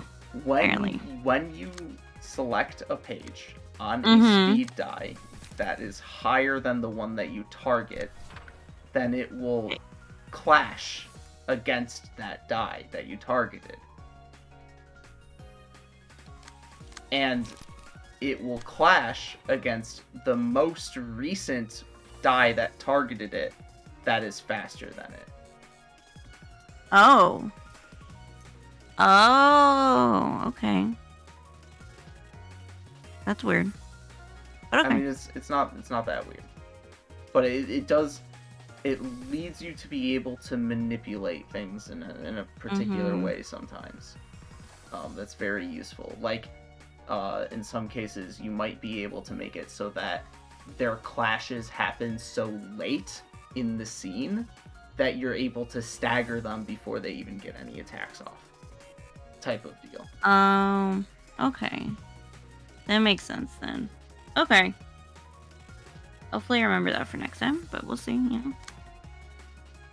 How do you get the yellow? How do you make it to yellow? The yellow indicates what it's clashing with. Oh. That's it. Oh. Okay. And you get that by either selecting an attack that was already targeting you, or by targeting a speed die that is slower than yours. Okay. Okay. Got it.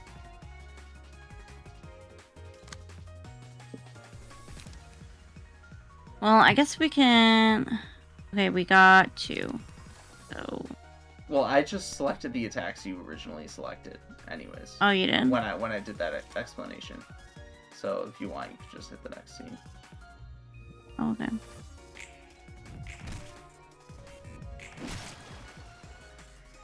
Oh, damn, Sand ran away too. I don't love that for me. So only Mars died. I love that for my life, you know?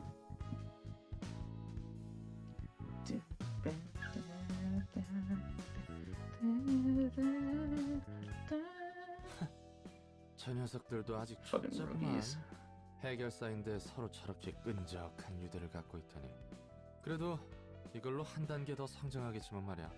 Damn, Roland. So 익숙하다는 듯 cold. 말하네. Roland says don't form bonds with people. 나야 저런 단계는 이미 여러 번 지나왔지. I wonder why. 마냥 나쁜 건 아닌데 위험 부담이 너무 커. 끊어낼 땐 끊어낼 줄. Sound like there's a sad backstory behind there, you know? 상대의 Yeah. 상처받지 않을 정도의 Maybe. 무엇보다 죽음을 받아들일 각오도 없는 녀석들이 누군가의 목숨을 빼앗는 일을 하는 것 자체가 모순. What job doesn't involve killing in the city? Let's be honest. I was about to say, like... Oh, hey, look, a new floor. Oh, we gotta press this. Yeah. 안녕하세요. Oh, but she's so cute! Oh, Clover! Name is Hode. 안녕, 난 롤랑이야. Hode? 엔젤라를 Yeah, 여러 Hode. 가지로 돕고 있지. Hode. 그렇군요. 혹시 너도 It's soft-spoken. 엔젤라한테 안 좋은 감정을 가지고 있니? 호의적이라고는 절대 말할 수 없겠죠. 하지만 거래를 했으니 구말 않고 도와야 할 뿐이에요. Well, I don't know about obliged without complaints. You're Because obliged y'all to help. just complain. Y'all complain quite a bit. 무슨 짓을 저질렀던 거야? 용서받지 못할 일을 했죠. 예전에 저와 같이요. 다른 건 몰라도 하나는 확실히 알겠어. 도서관과 사서 전부 뭔가 단단히 언제까지 Damn, 할 수 Roland. 있긴 한 거야? 풀릴지는 모르겠지만 Fucking messed up, man. 결과는 볼 수 있을 거예요. Tell him how it is. 명확한 끝이 있으니까요. 엔젤라가 가려는 길을 만약 당신이 끝까지 함께한다면 알 수 있겠죠. 벌써부터 막막하다 막막해. 손님은 손님대로 대접하고 안에서는 사서대로 신경 써야 하고. 적어도 도서관 안에서는 다 같이 사이좋게 지내면 좋을 텐데. Absolutely not. 롤런 씨가 you know. 가져다주는 책에서 저는 도시의 Most of them are 문화계에 friendly 분리할 to each 거예요. other. 책이 쌓여가다 보면 좋든 싫든 But there's also some tensions amongst even the patron librarians, depending on 안젤라가 뜬구름 잡는 who 소리 they 하지 are. 말라는 이유를 알 것 같기도 하구만. 그래. 이렇게 된 거 내가 어떻게든 속 시원하게 파헤쳐 본다. Might as well. You ain't got nothing else to do, you know? I mean, you got stuff to do, but like, 따뜻한 응원. always need something more to do. You know? Gotta keep yourself busy. Yeah, it's too bad digging to the center of that mystery involves questioning Angela, and she doesn't like being questioned. Yeah, you can access the floor literature. Patron librarian has a book. Yep, you got a new floor. And we still gotta do this. Yeah, can't upgrade it yet. Yeah, and you can outfit Yasad. If you're gonna do that, might as well burn the Book of Mars that you just got and get some better stuff.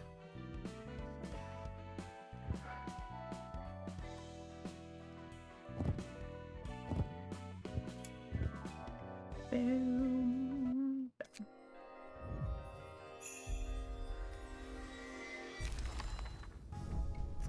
Oh, damn. You didn't get his key page again. That actually especially sucks in this case. Can I cry? If you want. Can I actually cry? If you want me to repeat the battle for you, just like at real quick speed, then I can. What do you mean add real quick speed? Like I would do the battle like way quicker than you, so you can avoid Yeah. the grinding. Where are we? We gotta go here. Wait, no. Where are we going? Invitation. Yes, invitation. Where were we? Here? The first episode. The second episode is the next point in the story. Yeah, it's already selected. Okay.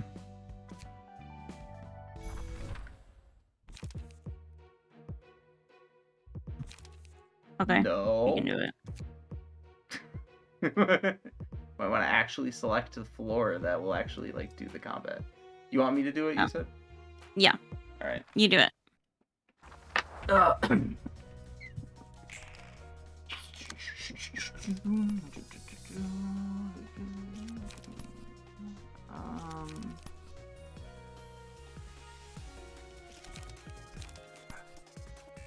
Actually, I don't even want to clash against that.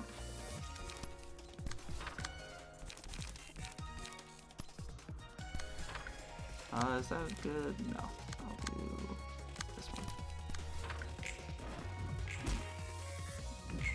Fucking high roller.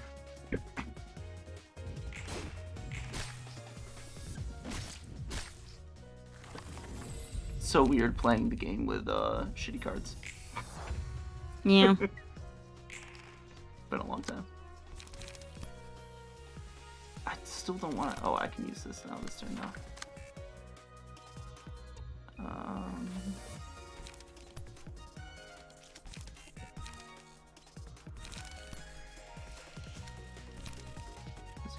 That's blunt. Yeah, actually, that's probably good. Oh, it's not even Clash though. So I might as well take out Lulu. That should be enough.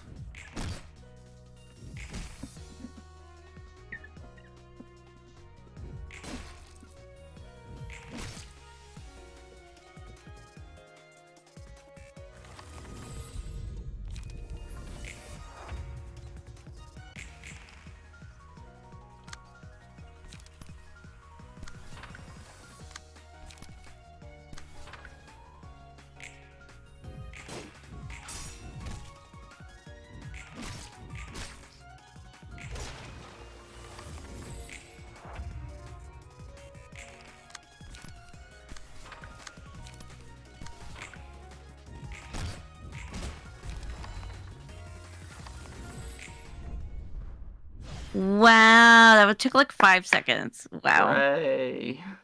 We appreciate it. And apparently I got more books than you. I have no idea how, though. Are we surprised? Are we surprised? I am No. actually surprised that I got a 4th book out of that. I mean, maybe it was because I killed him last.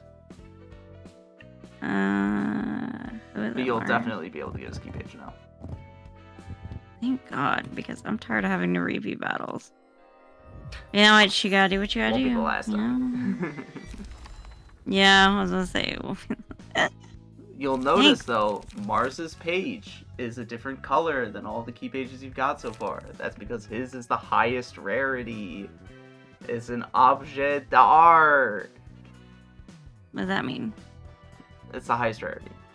That means you'll only get 1 copy of it. Oh, so I gotta take. So okay, so like it can only be applied to one person, and that's it. Yes, but it is also the best key page that you have access to right now. Specifically because of that first passive ability, speed. He gets an extra speed die. No. Oh. That means you'll be able to play more than 1 combat page per turn with him.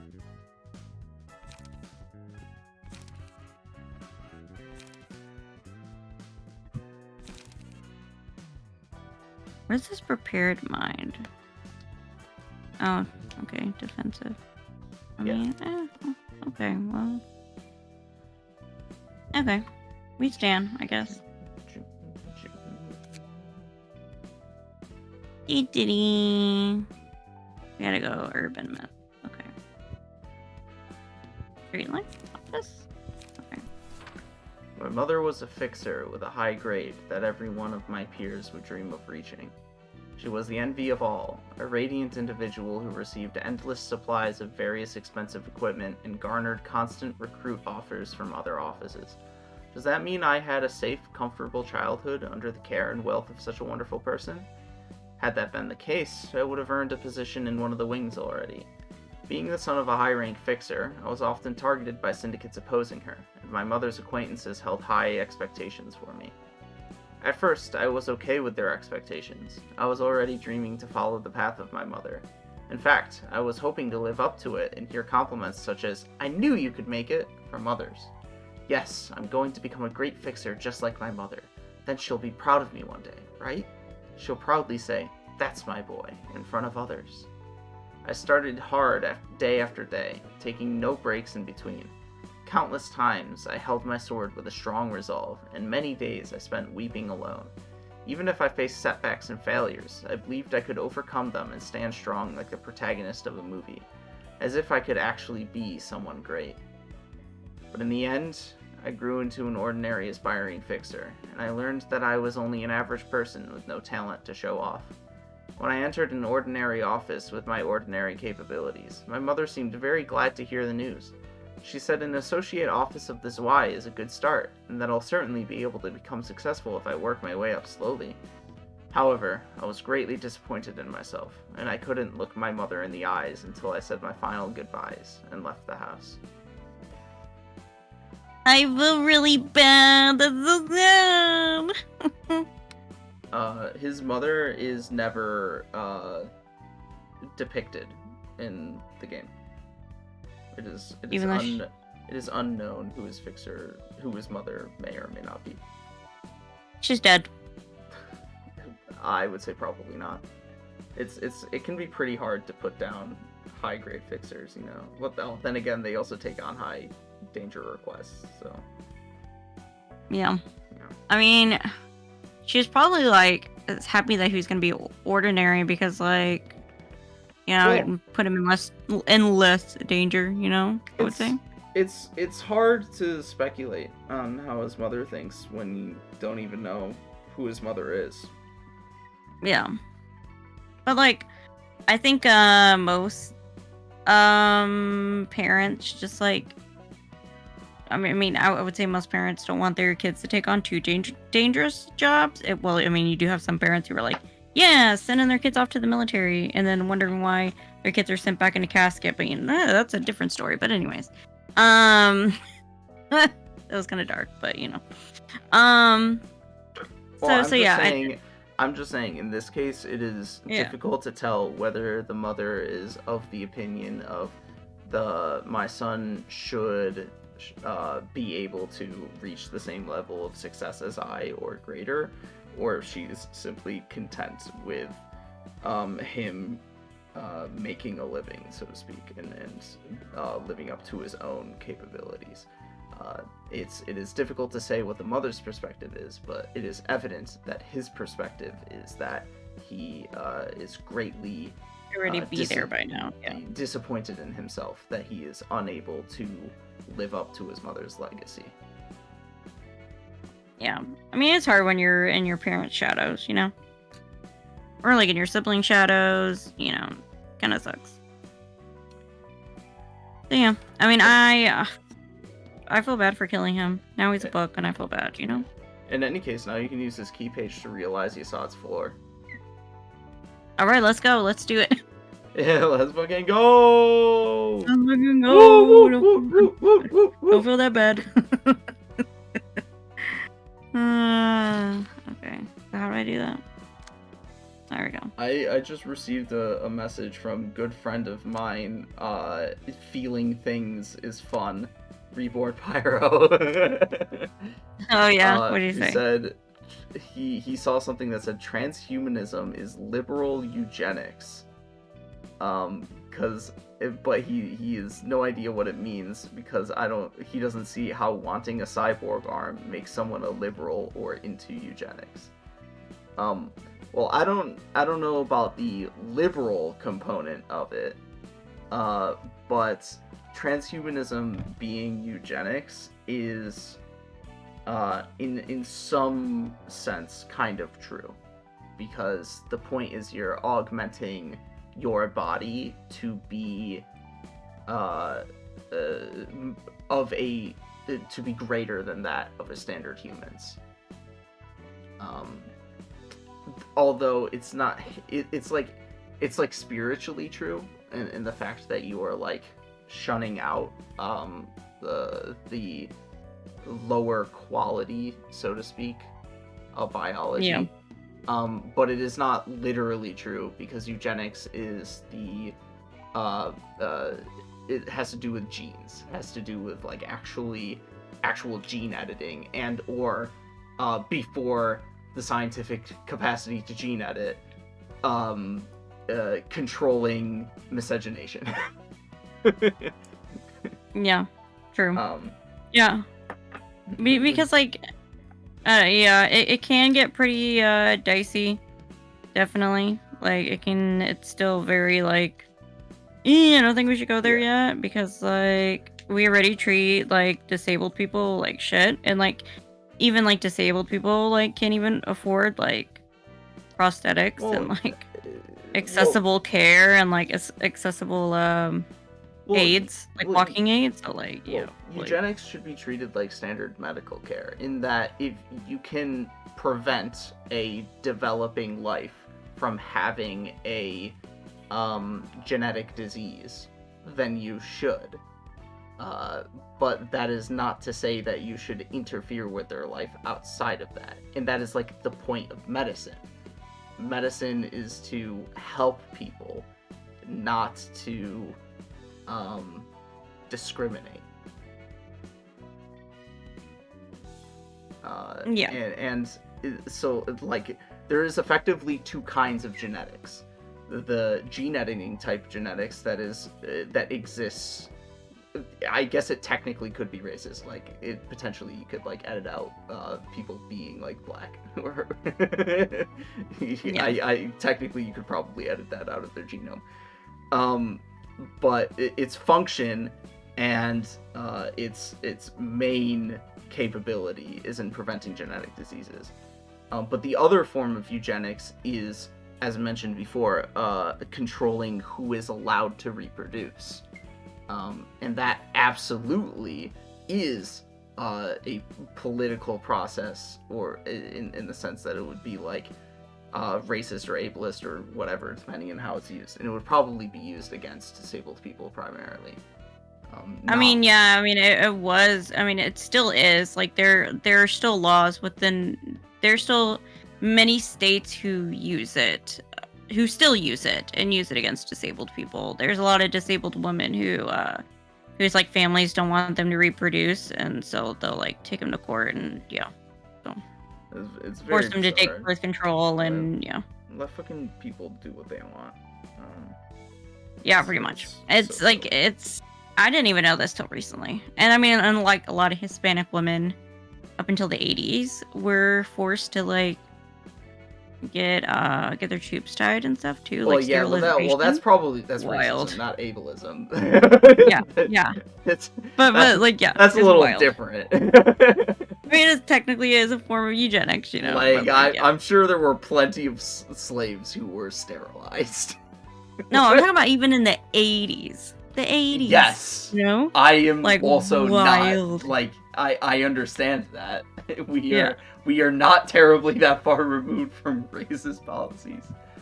But I imagine calling back to the original point. I imagine calling transhumanism liberal eugenics, whereas the use of the term liberal probably has to deal with it sort of being like how you say, like, people are okay with it, sort of, so to speak. Like it's aesthetically fine.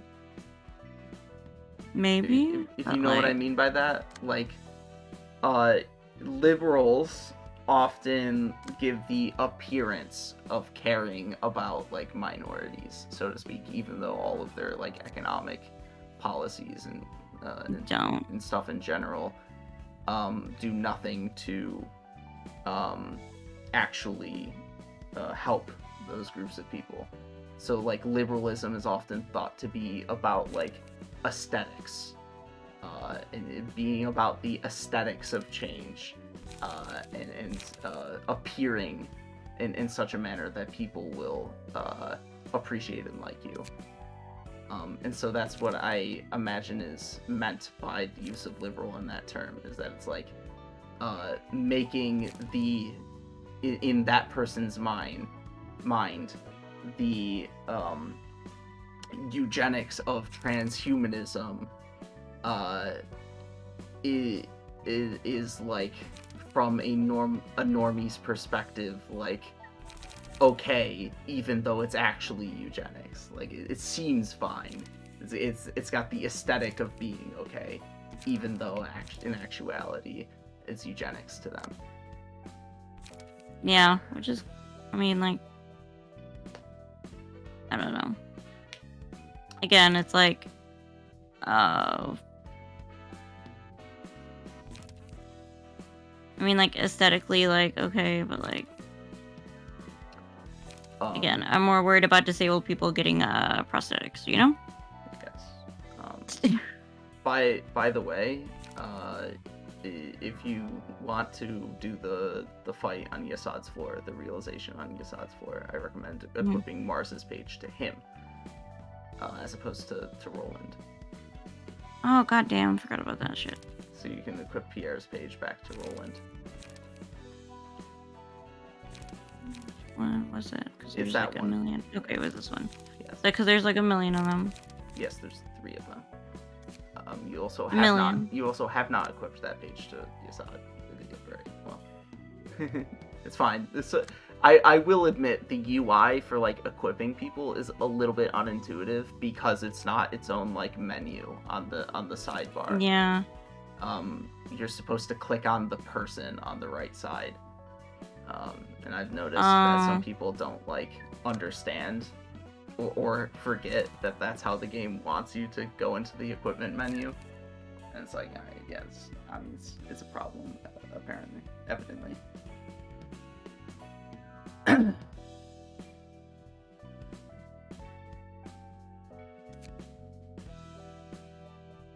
Okay, so since he doesn't have anything to clear... Wait, does he? Does he have a key page? Yes, you've equipped it. You've equipped Mars's key page. Okay, yes. okay, but I'm saying, does he, like, come with one, like, preset? Oh, no, he does not come with cards preset. Those are... Okay. The key pages that do that are few and far between, and they are unique in a variety of ways. Okay. I was like, wait, pause. And when it comes to equipping cards to him, I recommend filtering to the urban myth cards instead of looking at the entire card pool. So much easier. Now you only What is have gather intel? 12 cards to look at instead of like 30. A kabillion? It's probably more like 45. You mean a kabillion? Yeah. Gather intel. A 0 cost Evade. card. That's not good. No, that's slash. Motherfucker, what is evade? The little squiggly? Remember, yes. Red is Squiggly, offensive. evade. Red is offensive. Blue is defensive. Okay, got it.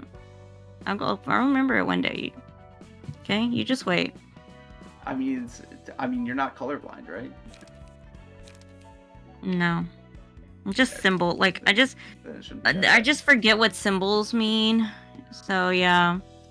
So, by the way, since Mars has more than one speed die, meaning you can play more than one combat page per turn, it is actually smarter to keep the average cost of his deck lower than somebody who say only has one speed die, because you will be burning through your light a lot quicker. A lot quicker. Okay. Especially since at this point in the game, you don't really have any cards that give you good light regeneration.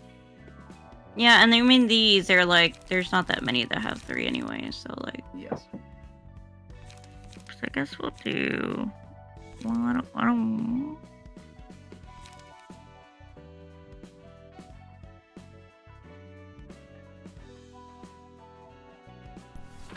The wrong one. Actually, Okay. it looks like he gives you 4 cards, or 5 actually. He gives you 5 cards. 3 of them cost 1, 1 of them costs 0, and 1 of them costs 3. So like, in a sense, it's actually the game indicating to you that his deck cost should be kept lower, since he comes with cards that already cost lower. Okay. That makes sense. Interesting. I didn't even think about that until now. Wow. Good game design.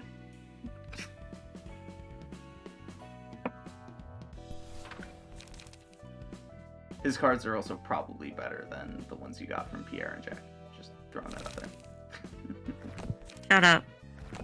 Ah, what did I do? You right clicked probably. I right clicked. Oh, you're supposed to press. There you go. Yeah. I promise I know what I'm doing sometimes. You have to hit the filter again. Yeah, I knew that too. I didn't need you to tell me, okay? Oh man. Fleet footstep. Interesting.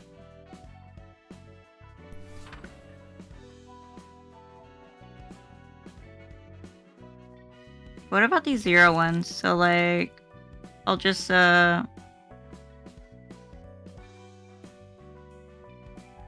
What did you say about these? Because you like what the total number is like 9. So like, right? The cards. What? Oh yeah, What? you have Yeah. yes, you have 9 total cards in your deck. Yes, you can see that like just visually on the side. You count. Yeah, and then like I was I gonna say something else. Don't they have to add up to a certain amount of numbers? I can't remember. Never mind. I was going somewhere with it, and then brain just. Whoop.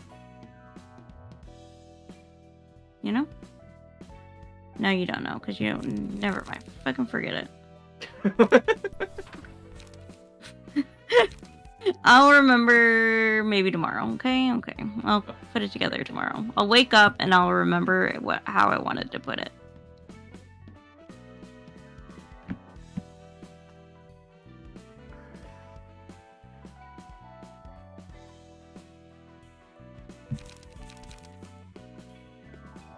I want some 2s in here. Yes, 2s are good. 2 by 2 by 2. I mean, that's probably fine.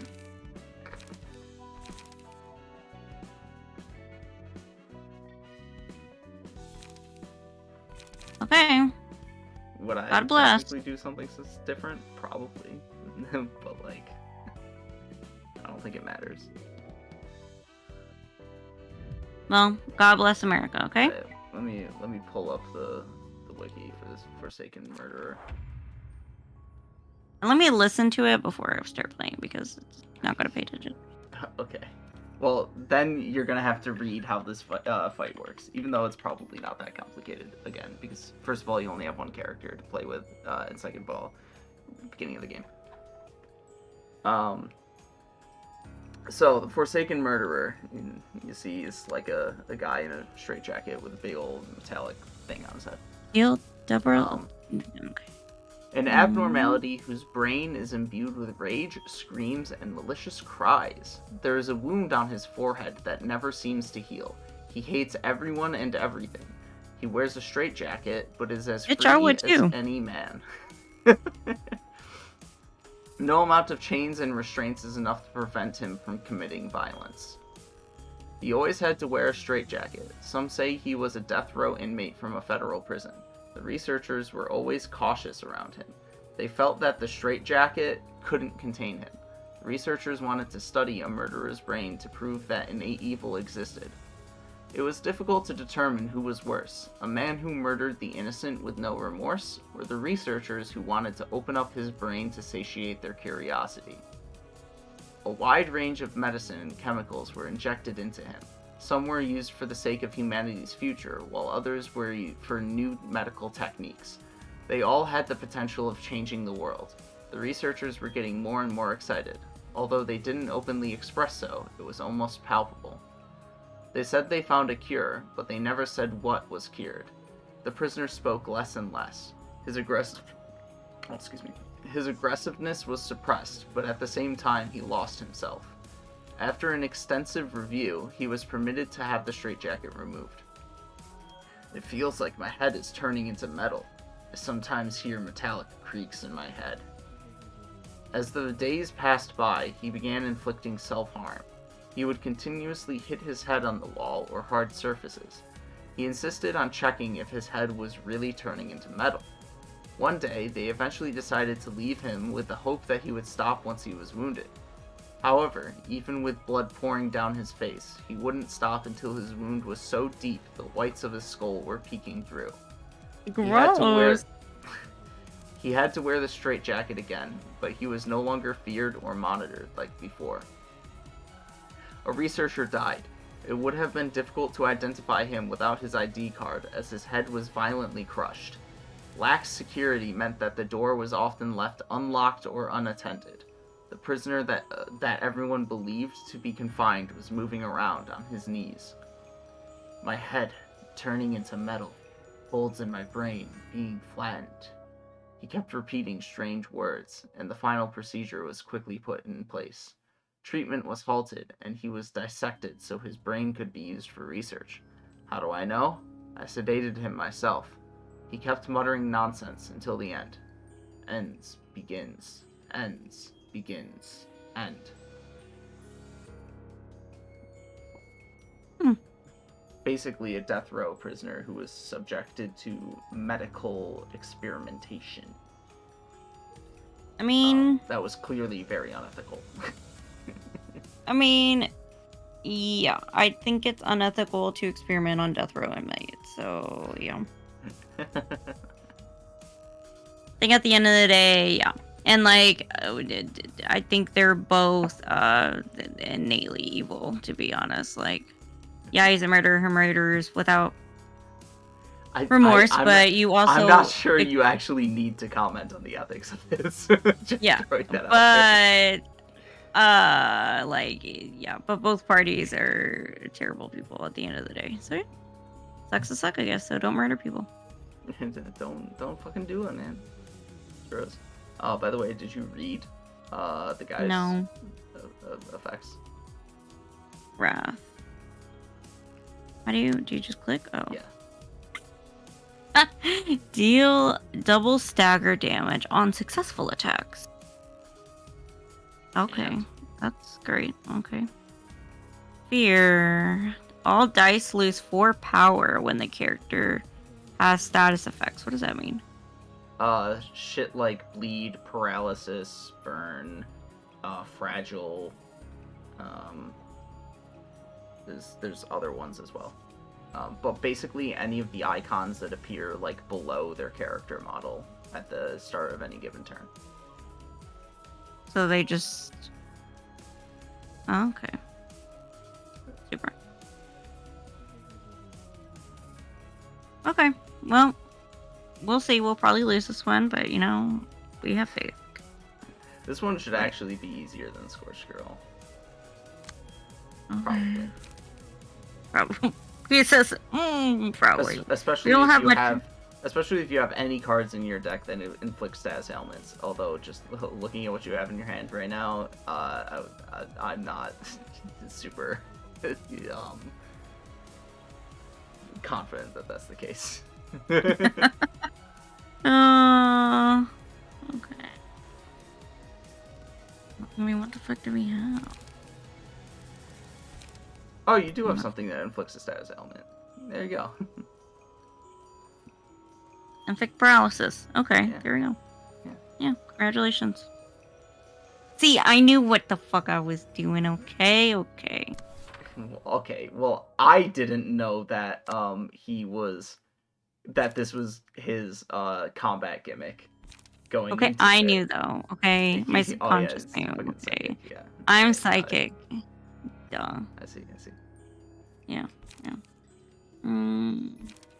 You say that, but I would say that you're not going about inflicting him with said status ailment in the smartest way. I thought I fucking did. Well, you have 2 speed die available to you.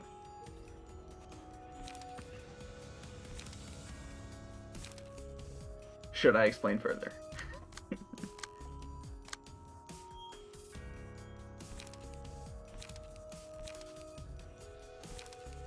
What happened? Yeah, paralysis, right? Yes. Should I explain Yeah. what I meant? Okay. Yeah. So, because you have 2 speed die, one of your attacks will be one-sided. That means he will not be clashing against it. So I gotta do the 4 and 4? Well, you can't redirect. I gotta start with this one, right? No. No. You are not fast enough to redirect what speed die he's targeting. Oh, because it's the same. But Okay. regardless, what I mean by this is you will be able to guaranteed inflict paralysis against him if you make that attack one-sided. If you clash it against him, there is a chance that he will win the clash and you will not inflict paralysis on him. How do you make it one-sided? What does that mean? When you're not clashing. Because this side. Okay, yes, because it's clashing. Okay, so this one, then you gotta do this. Okay. Yeah. Okay. Wow. Okay. But I don't have any. Gain 1 endurance next scene. Okay, that might be helpful. What is he gonna use? Well, no. Well, cover 4 HP. That might also be helpful. Well, no, because I have 2, right? I don't know. Fuck it.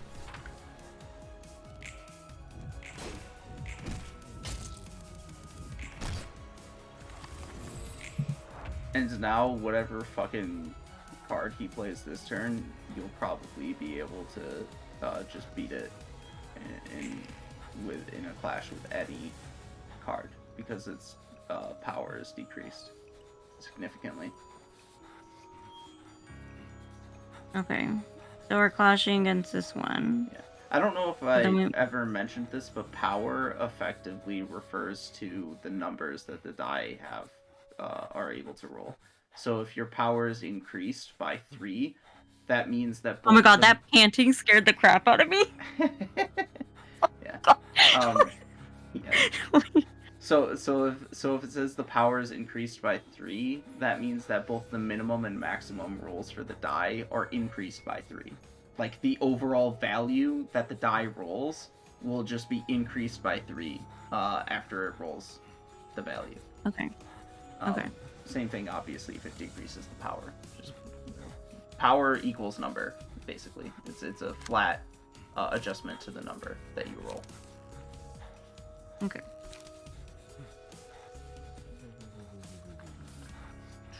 Okay, hit 1.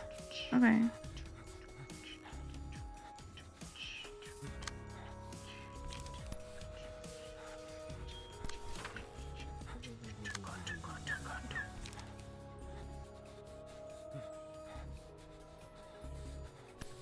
Yeah, he's having a rough time with it. Scared the crap out of me. He's having a bit of a rough time with it, alright? I was like, do you have a dog? Like, No, I don't. is there If you were hearing my sister's dog, it would be from aggressive barking. Not like not panting. Especially not like into my fucking microphone.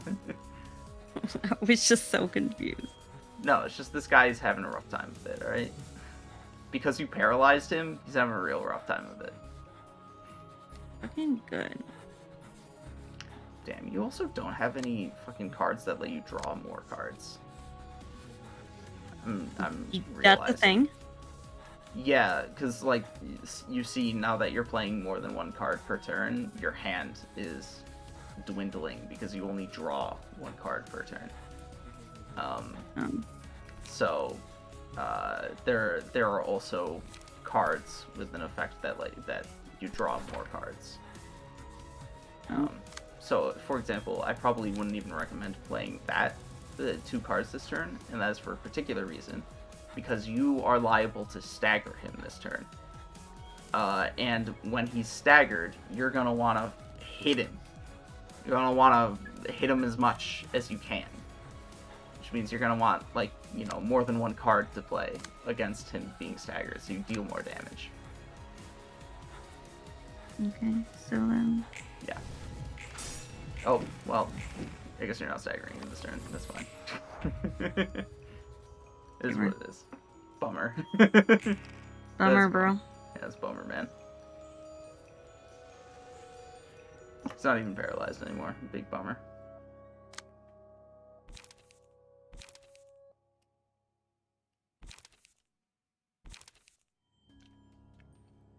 Well, I don't even have a thingy. You know?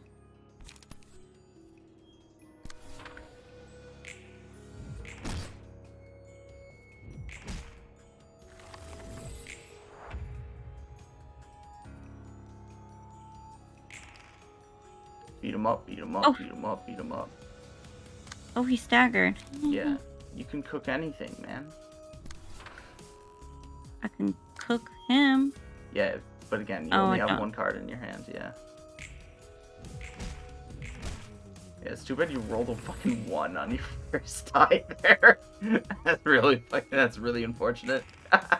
Yeah. Now he's using a big boy attack against you. And he doesn't have any status effects, so all of those die are rolling 5 to 7. Wait. One's gonna clash with the 2. So do I use the 2? Well, it wouldn't matter. The 4 is faster than the 2, so it would draw it into the clash anyways, but you don't want to. You don't want to. You're going to lose those clashes. So you might as well save the card and take the hits. Oh my god, it's like freaking Yeah. freezing. Okay. You were just gonna have to suck it up. Like there was nothing you could do about that.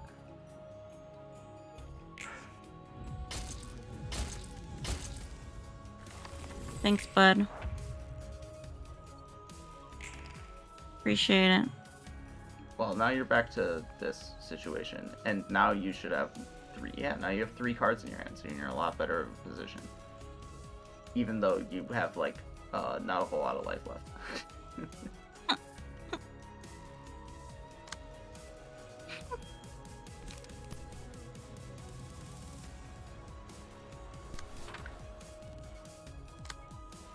Should just use. I mean, you can try and, like, just go for his throat. That's actually probably your best option, because next turn he's gonna unleash that big attack again. Because his light will be max again, and you don't have a way of putting a status element on him.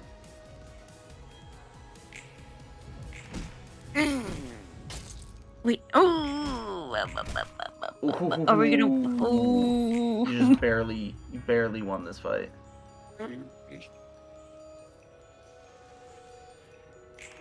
Your deck was pretty ill suited to take this guy out, but you managed to scrape it through.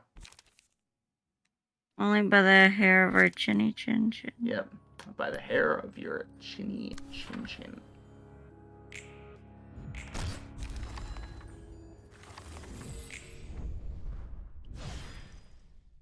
Woohoo! Ah, you did it! Now we get another cutscene. 와, 정렬된 책들 각 좀 봐. 무서울 정도의 집착이 느껴지는군. 이번에도 옷이 흐트러져 있군요. Lovingly.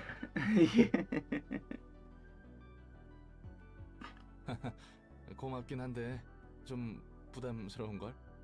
정갈한 몸가짐으로부터 제대로 된 마음가짐이 나오는 것입니다. You gotta look good in order to feel good. 고맙다고 말해줄게.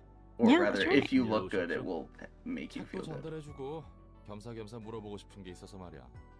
말쿠트에게 들었는데 사서들은 예전에 인간이었다면서?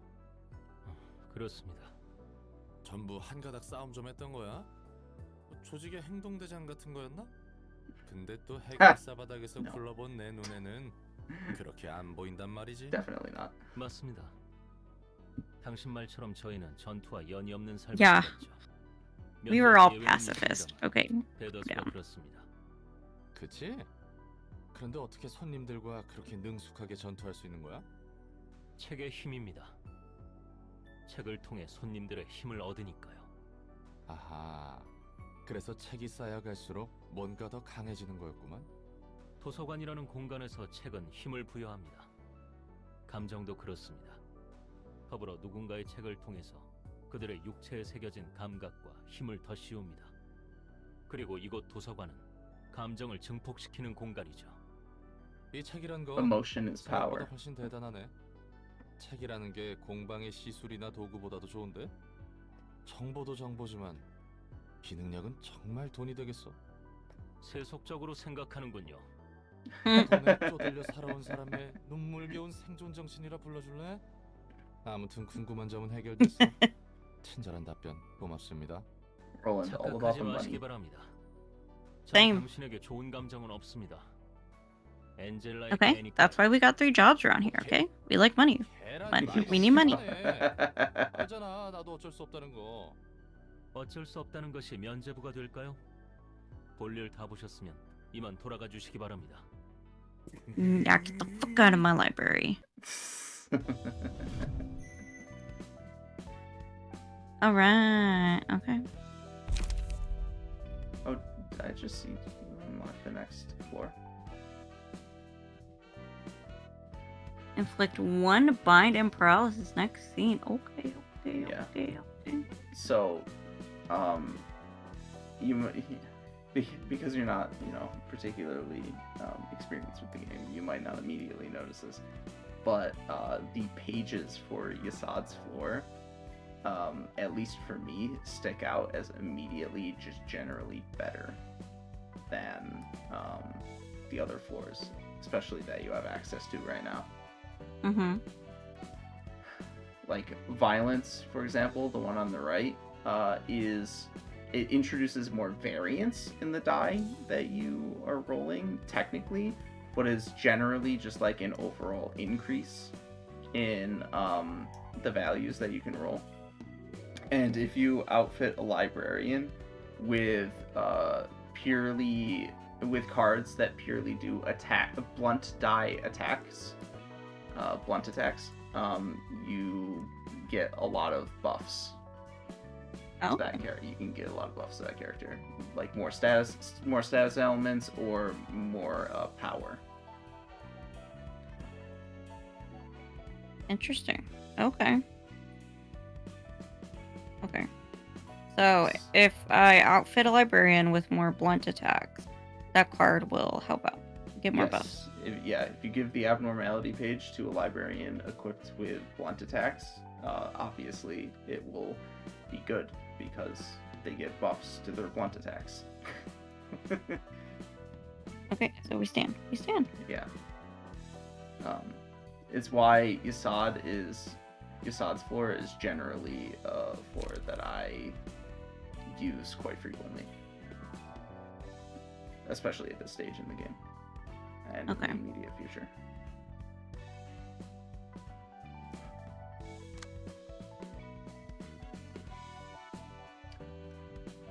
So if you plan on using Yassad's floor, something that you can do is, rather than outfit Kinsley with a different key page entirely and have to re-equip stuff, you can actually just transfer one of the key pages you have outfitted to Roland's floor over to them. So you can go over to, say, Roland's key page and be like, unequip, and then, well, I don't have Kinsley selected, and then equip. And now you don't have to re-outfit it. That is so helpful. Wow. Yeah. Wow. My hero. Okay, maybe not my hero, because you've been pissing me off today, so... What? Okay, let's calm it down a little bit. Oh, actually, that's fair. I did yell at you a few times. I did cry internally. No, I don't cry. See, people don't make me cry. They make me mad, okay? Wow. I'm not a emotional, like, sad bitch, you know? I'm a mad bitch. So also, if you use Yassad's floor, you'll now get to hear a different song when you do an invitation. Ooh, I want to do that. So I guess I can trade out the cards that he has. Yeah, you can trade out some of his cards for ones that have, like, more blunt die, for example. Yeah. And just overall make the deck a little better. It really is too bad you don't have any cards right now that give you the ability to draw and regain light. Will that be, like, I guess, in future? Yeah, especially since going forward, a bunch of the key pages you obtain will start having more than one speed die. Yeah. So you will staples of every deck will be cards that regenerate light and draw pages. And additional reasons for that is also when you unlock higher emotion levels for any given floor, the higher emotion levels give you more speed die. So you're playing even more pages per turn. So you need to draw even more pages. Yeah, that makes sense. And also, when you reach the maximum emotion level, as you've seen before, you have to rely on natural light regeneration, which is not going to keep up with all the cards that you're playing per turn and all the light you're spending per turn. So you need to regenerate that. So I forgot what are blunt attacks? The explosion, I guess is. Okay. So like that first die on commandeering is blunt. And then that one's pierce, the last one. Yeah. Yeah, because it's like a. Why is that fire thing a blunt attack? It's like an indication, like you notice the bottom of it is flat. It's like an indication of like hitting a flat surface and then like moving. I don't know. I think it's a pretty solid icon. It's distinct. At the very least, when you're told what it means, it makes sense. Sure, babe. Unconvinced, but sure, babe.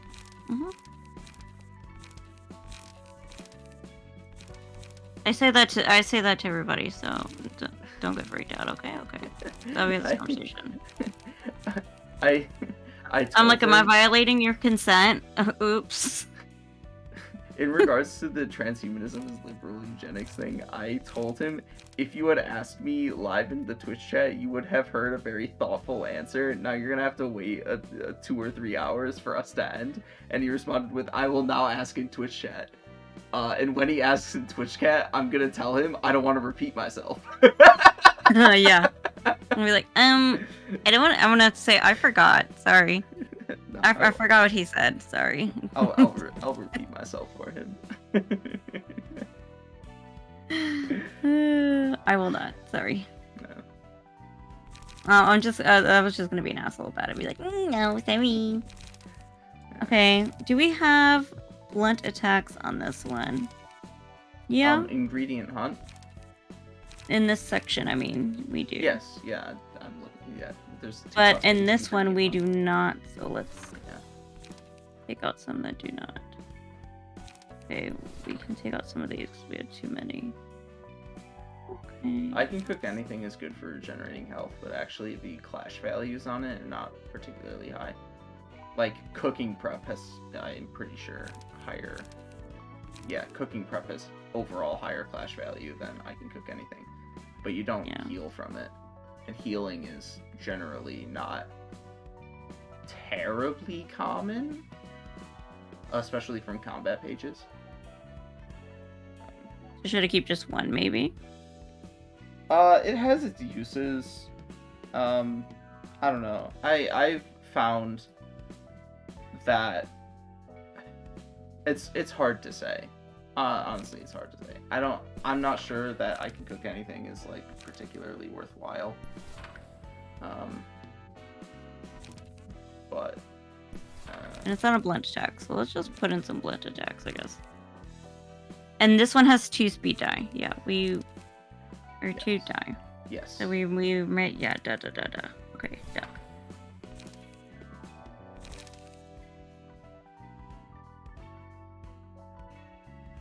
Put in some cruelty, trim up some ingredients. Oh, we got like 10 kabillion of these.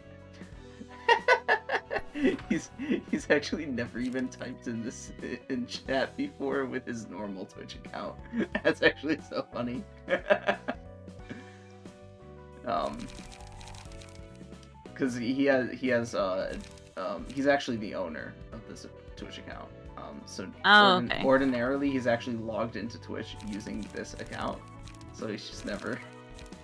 He's apparently just never typed in this chat using his oh really? Account. Yeah, it's very funny. Oh, that's funny. First time chatter.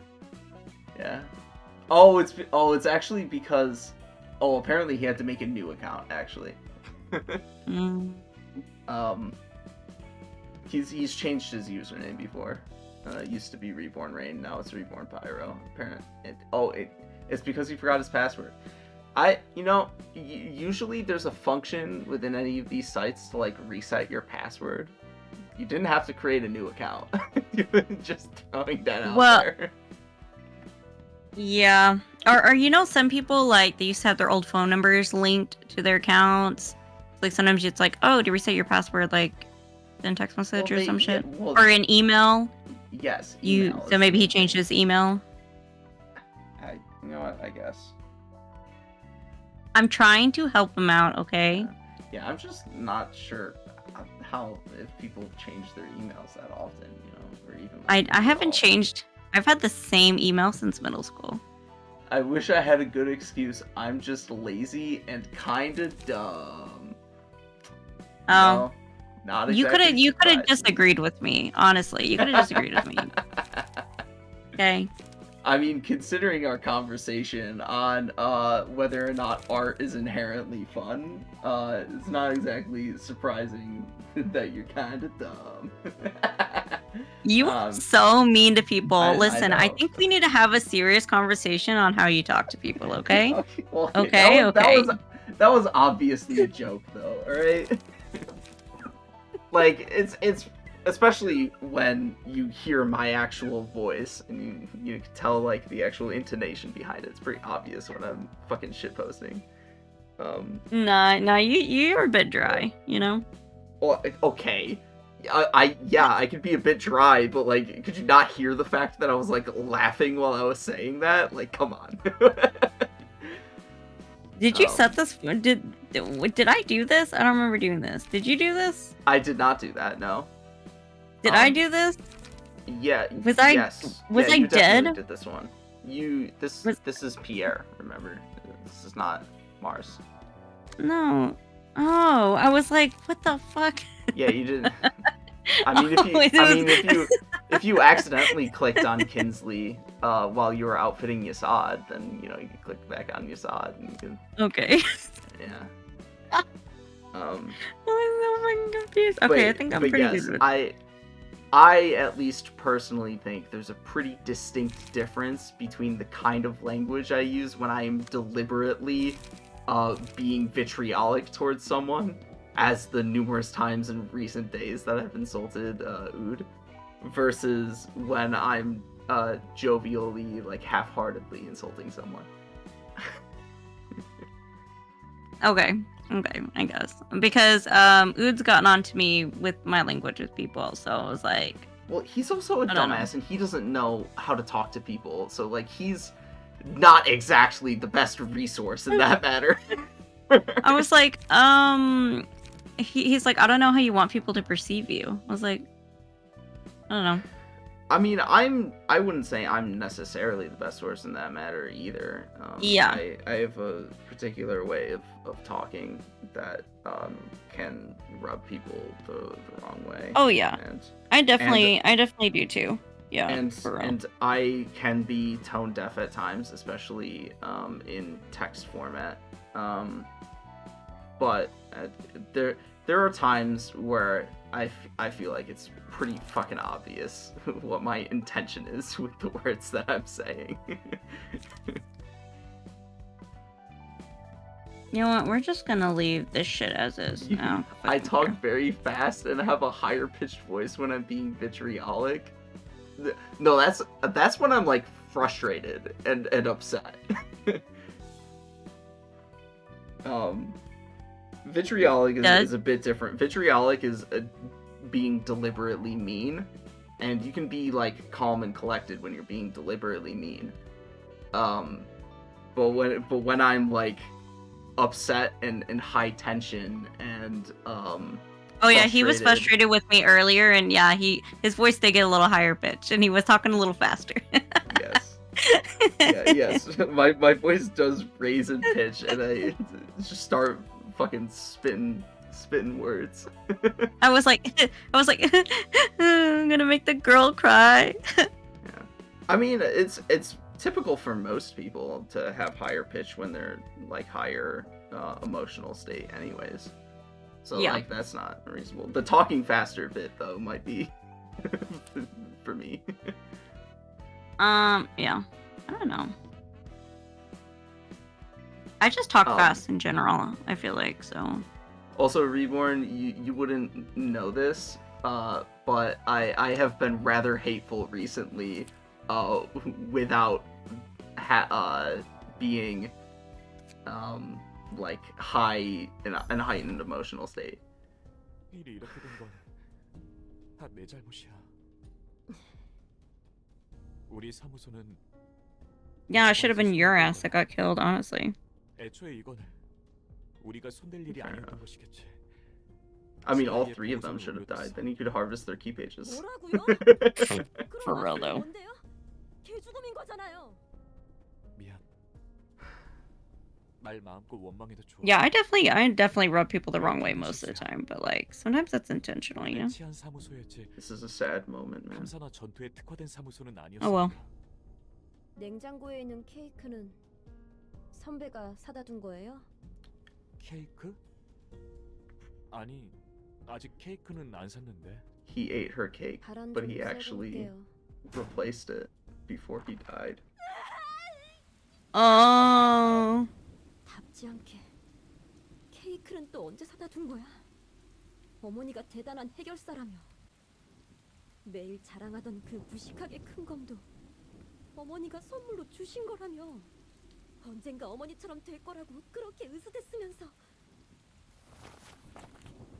마스의 책. 저곳에서 죽은 자는 책이 되는 거야? 그 녀석을 가지고 장난질을 하게 두진 않을 거야. Okay, now I feel really guilty for killing his ass and turning him into a book. 말리겠지. I'm 단단히 open. 가는 거야. This 아는 is 녀석들도 좀 있으니까. what the 이건 좀 plot 마음 is 아프겠는데. effectively. 괜한 걸 봤어. Hey, but I still have feelings and I'm allowed to feel bad, okay? So, Well, what I mean by that is it's a cycle of bringing people into the library and killing them and like yeah. enacting hardship and pain and suffering upon them. Oh, and this is his thing again. This is this and that is that. Remember me? Yeah. It sounds like me, though. That's that and this is this. Man, I feel like yeah, me and Roland are kind of the same, honestly. He's saying some pretty fucking deep stuff right now. 상황에 맞는 적당한 인사를 주고받는 게 서로를 위해 좋은 Why a library are they nerds? I'll fucking answer your question later. Missed it. It was the big long message in particular, but he's basically talking about how expressing your own pain, in his opinion, is like placing its own importance over that of other people's, and everybody's got their own pain that they experience in their lives. So, why is yours so important? They're already carrying a hefty load of emotional baggage, and telling them your sob story will feel like you're showing off how heavy your own baggage is. They might feel a bit of sympathy, but they'll also be displeased. Yeah, I mean, that is true. Like, you shouldn't trauma dump on people, you know? And yet, is it at all adequate to just keep it all bottled up inside? I mean, Because that's what Roland Yeah. is saying right now, is that you shouldn't Yeah. express yourself to other people.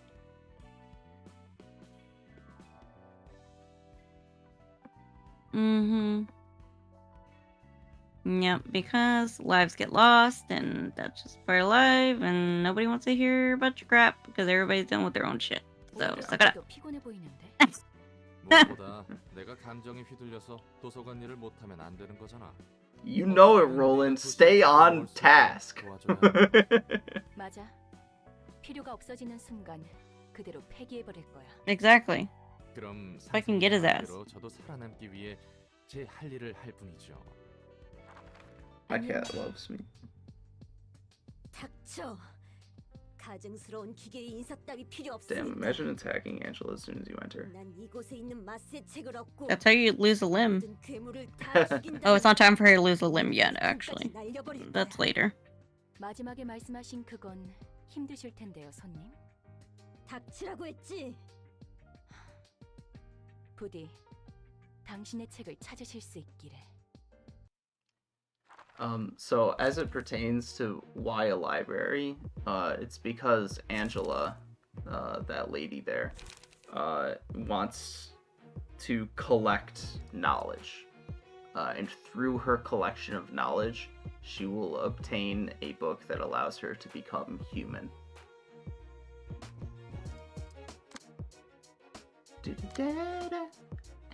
And I mean, who wants to be human in this world? Like, it looks like it fucking sucks, bro. I'm just saying. So, Just real like, quick who wants a here, third it's life? I know I have comments to say about that. Oh, this song is So- cool. Yeah, this is the Assad song. Ooh, wow. I mean, I'll just. What are you I'll trying talk. to do? I'll. You can get control back to the mouse. I was just reading through what I've Okay. written about this section of the story, trying to like, figure out Oh, how that's I want to talk cool! about it. How the gears move. Yeah. Fun fact about that: one of the mods that I have installed is an optimization for this floor because apparently, for lower end computers, it impacts performance. So, like, more heavily than the rest of the game. I personally I personally never experienced that before I had the mod installed, but like, I mean, maybe it's helping. It doesn't hurt. I mean, I don't know. So,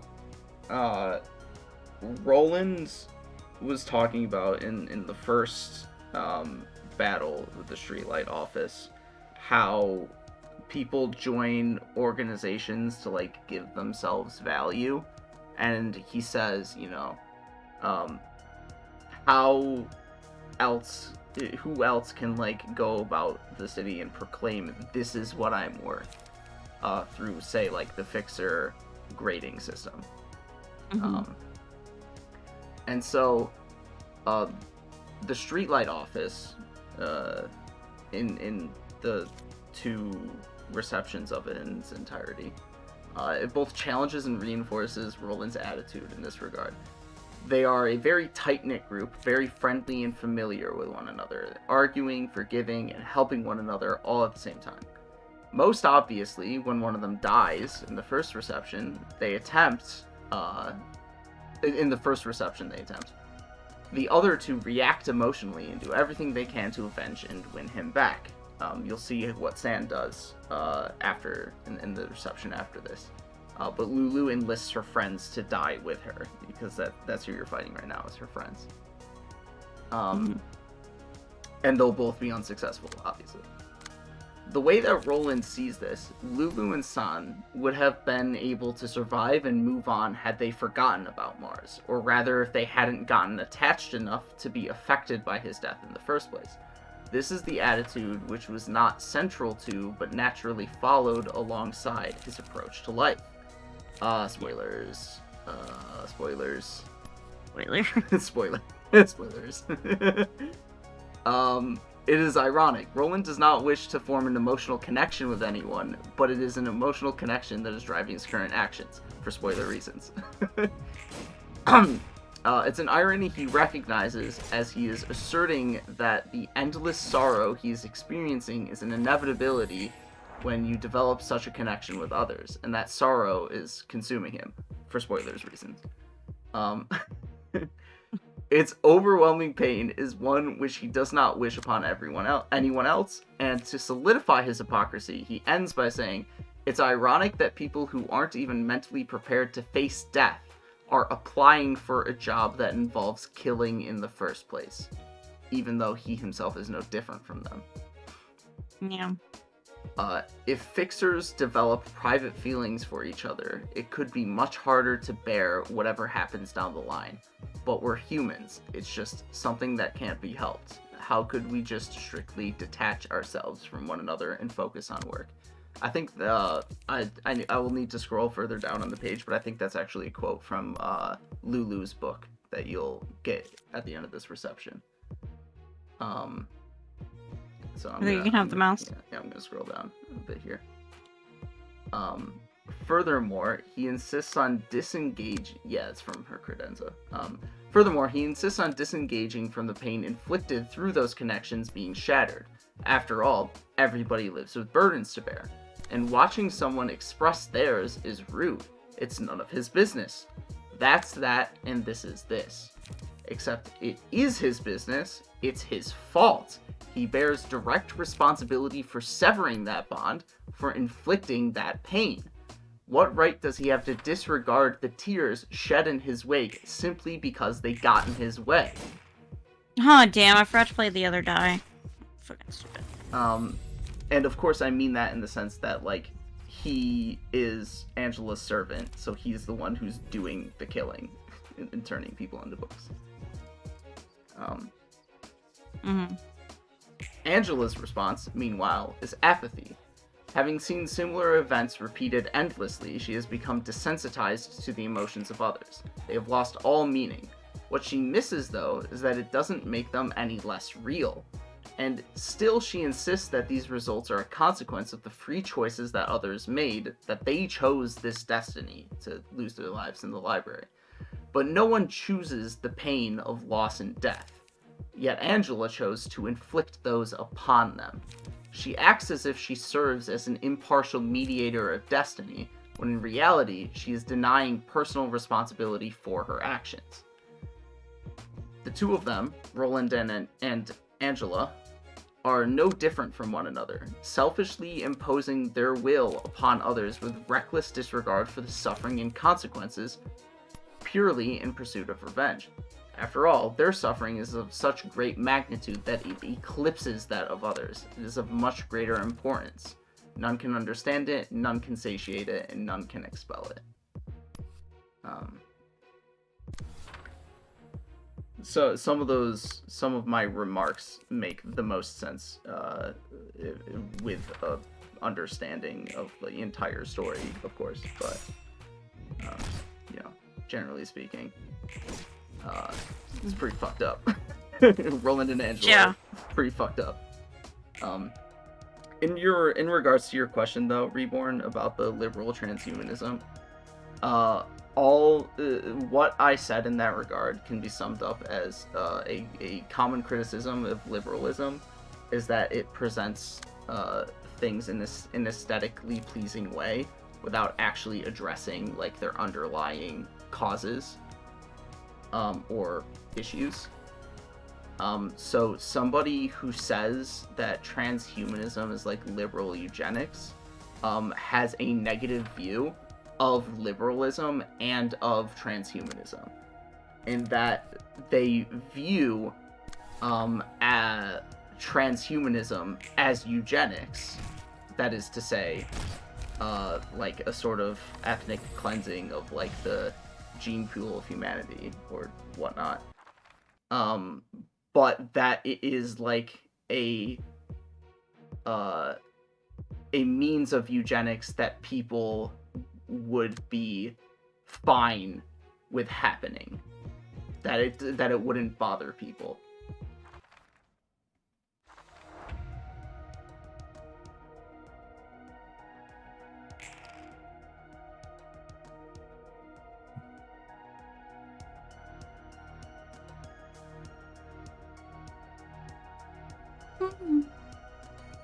What a cool song, you know? It's just vibing. I do like this song. Okay.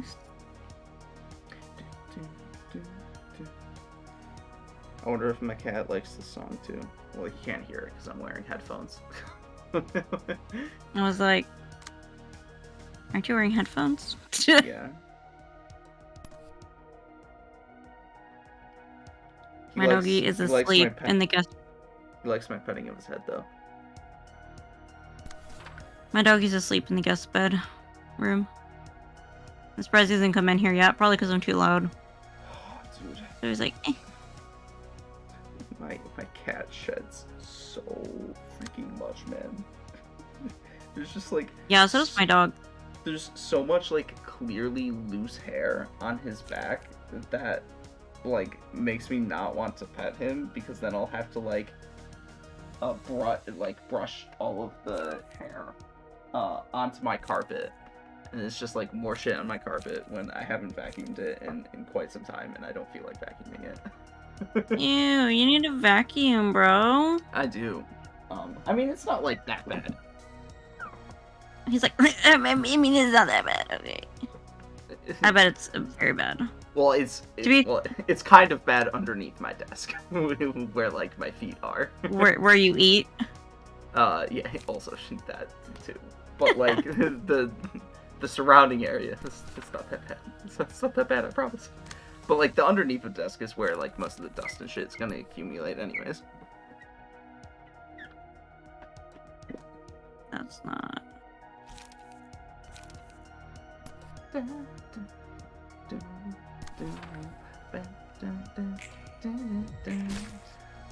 Damn. Imagine losing clashes in this game. Shut the fuck up, okay?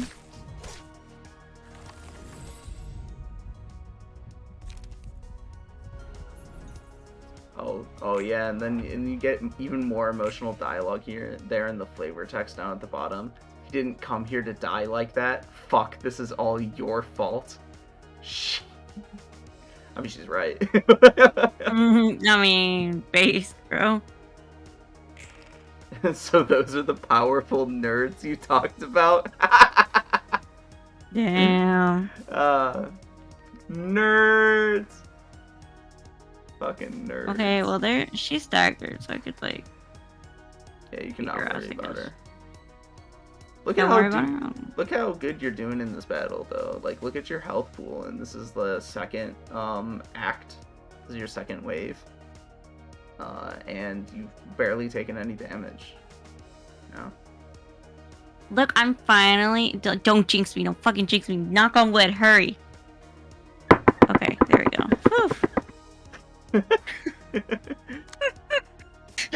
I'm so serious. Great, now I'm nervous. Now I'm fucking nervous. Thanks a lot, bro. Don't praise me. I don't do well with praise, okay? Don't praise me, Bo. Don't praise me. Don't do it, okay? I don't do well with compliments or praise, okay? It just freaks me out. I don't like it. You'll actually notice that combat pages that inflict paralysis generally have low die rolls. That's because paralysis is a really powerful status effect. Oh. Yeah. Oh. Because it decreases the maximum value that the person can roll on X number of die. So it's like it severely nerfs their capability to like fight against you when they're paralyzed. So they gotta adjust for that somehow. That's what that does? Yeah. Oh. Oh, okay. By the way, another thing, if you want to like view the pages as bigger or smaller, scroll wheel while you're hovering over them. That should help your life out. Oh my, you don't understand. I'm gonna know. You should see my Kindle, how big the text on my Kindle is, honestly. Wait, you're the device that's connected to my computer through Parsec is a Kindle.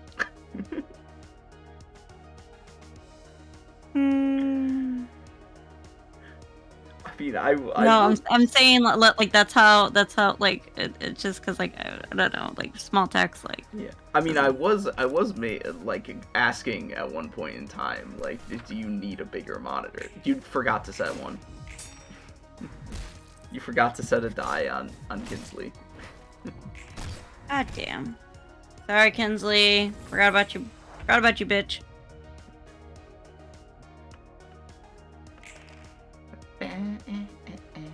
Where are we going?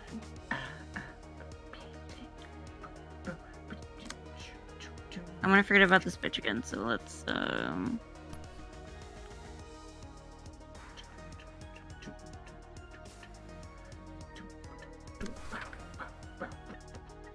jamming.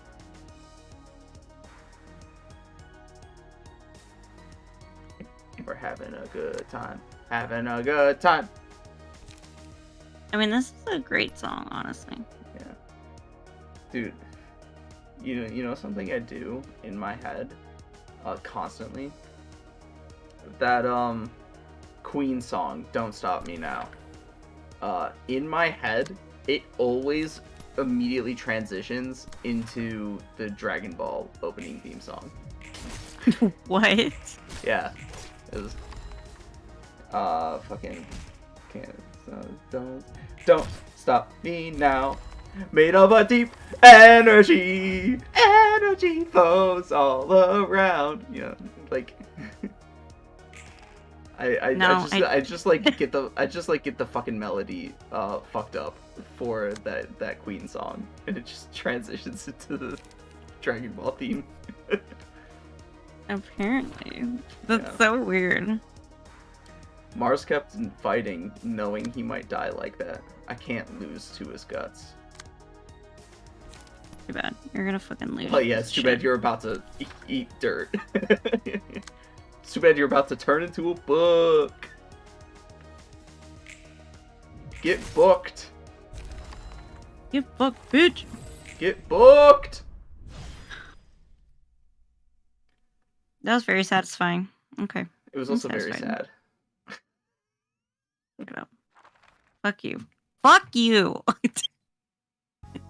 And you killed her last two, so you should get... Oh, you only got 3. That's unfortunate. Who am I missing? Well, no, you only could have gotten Lulu. I'm just saying it's unfortunate you only got 3 copies of her book. I mean, I guess I could do it again, but... I mean, it's up to you. 같은 건 없어? 어떤 느낌도 안 든다면 거짓말이겠지만 I don't know. I 이런 just want to do it 싸움의 again. 비극은 수도 없이 보고당했어. 밑바닥 해결사라고 한 것 치고는 꽤 많은 일을 겪었나 보네. 나도 내 나름대로의 일이 있었거든. 궁금하면 좀 말해줄까? 그건 Of 무례한 course she's 일이라면서. curious. 정 궁금해지면 널 죽여서 책으로 만들어. God damn. 지금 굉장한 말을 들은 것 같은데. Threats. 넌 어때? Soft 오히려 threats. 관장님의 감상이 궁금한데. 딱히 Angela's just like me for real. 수없이 많은 인간들과의 관계와 강제적인 죽음을 반복적으로 봐서 말이야.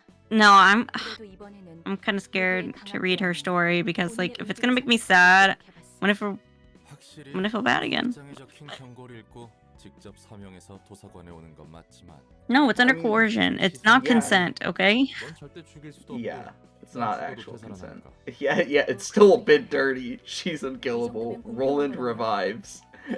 And you're not exactly offering it to people who have a choice in the matter most of the time. You know, I gave you shit for like not vacuuming. I just realized I haven't vacuumed my rug in like a week. So yeah. Man, wow, I can't believe this. Oops. Jeez. I don't know. Oops, my bad.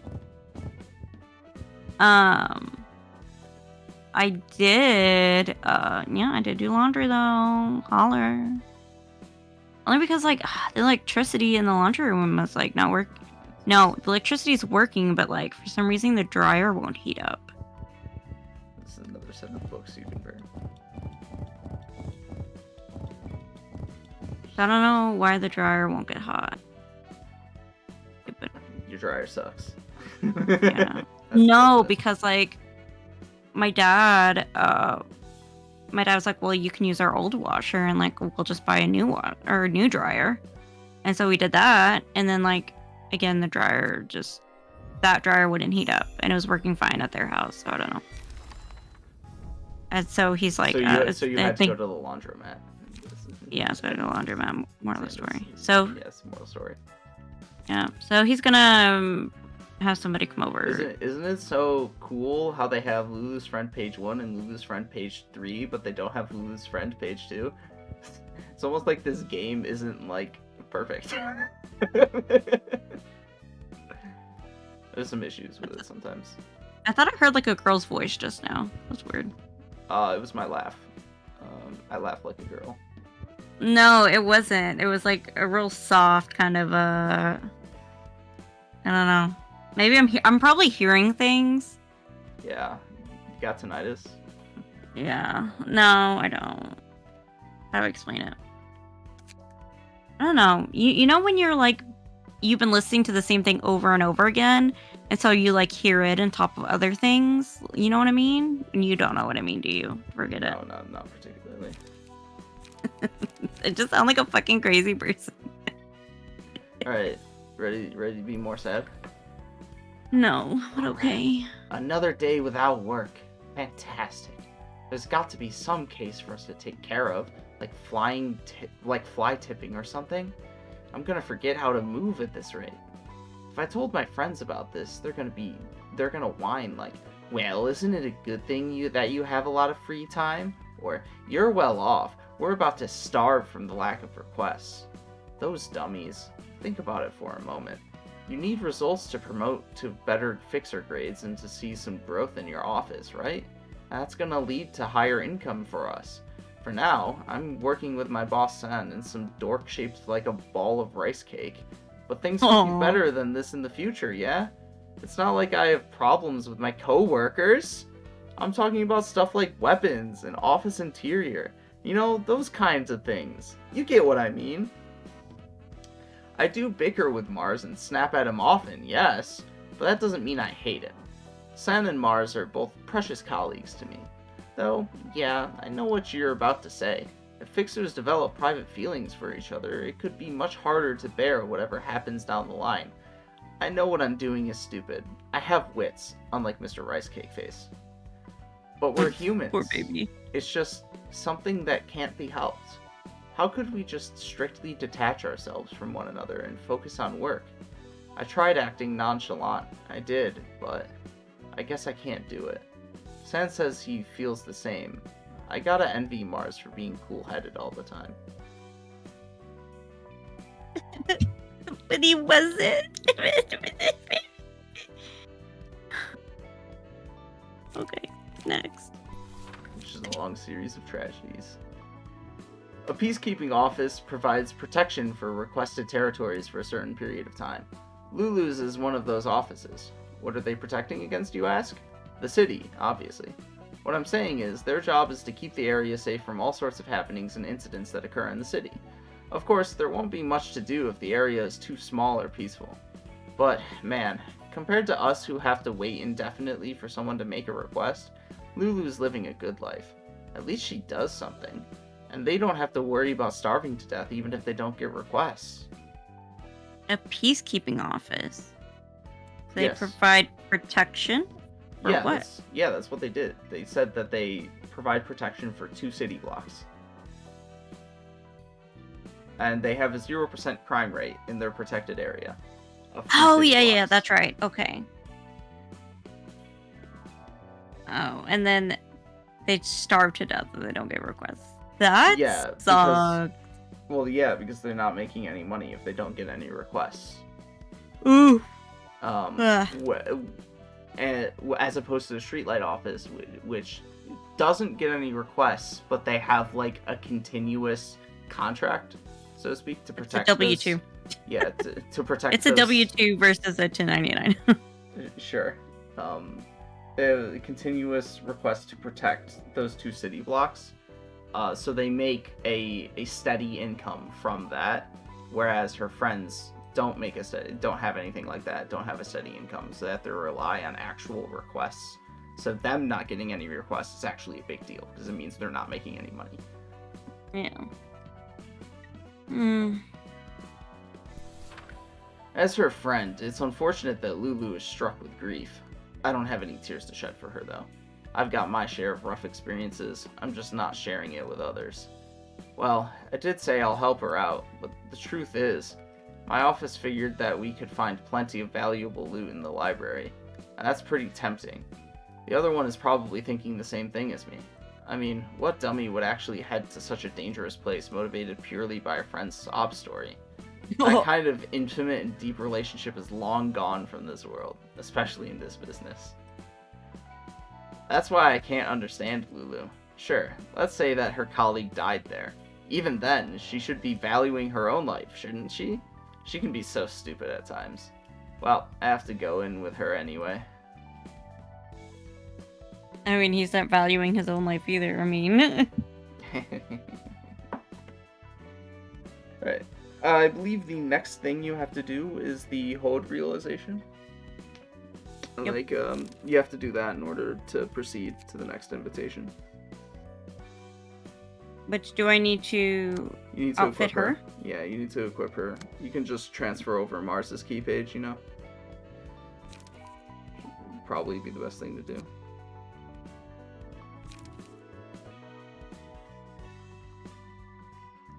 Which one is that? You can just How do I do unequip. You click the X to unequip it, and then you re-click it to equip it.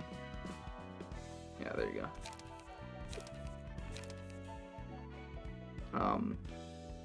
And you can change out some of the cards if you want with some of the ones that Lulu gave you. She gives you some pretty decent cards. On that page. Okay. Oh, we want to go here. Yeah. Hold on. Okay. Da-da-da. Oh, actually, her cards actually scale well with Yasad's floor as well because they're blunt. They attack with blunt. I didn't even think about that.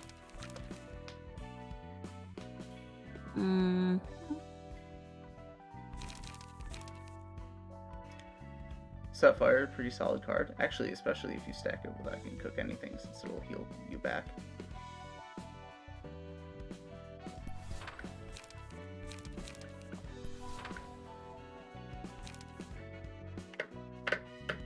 Do you even have I Can Cook Anything? No. Well, not in your deck right now, no. I'll probably take out Cooking Crook.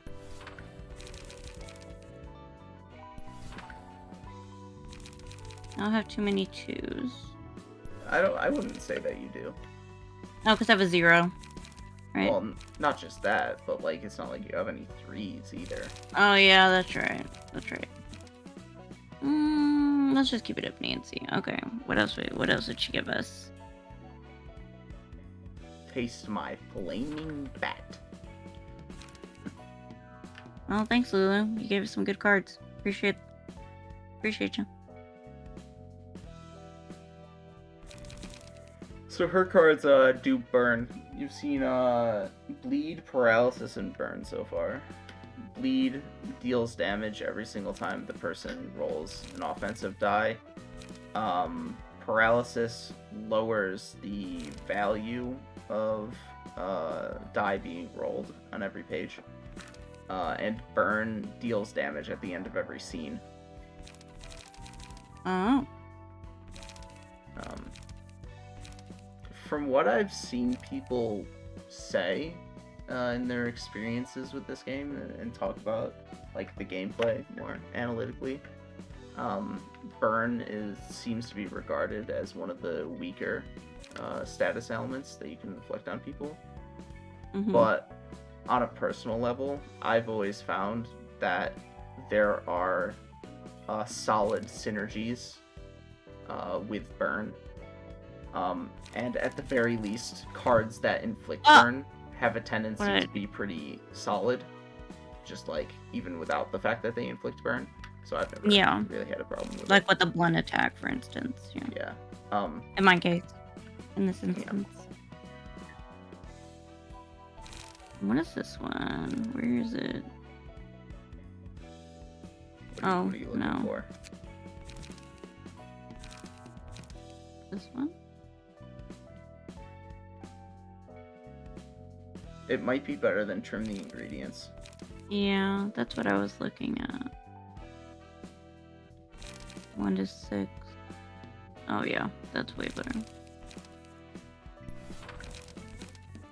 I mean, you can get rid of 2 trim the ingredients and equip 2 prepared minds. Although, actually, it looks like you might have only had 1 copy of that card. Yeah, you only had 1 copy of prepared mind, so... Yeah. I mean, I might have to battle her again, but like... if I want more, which maybe, but like... I guess that's good.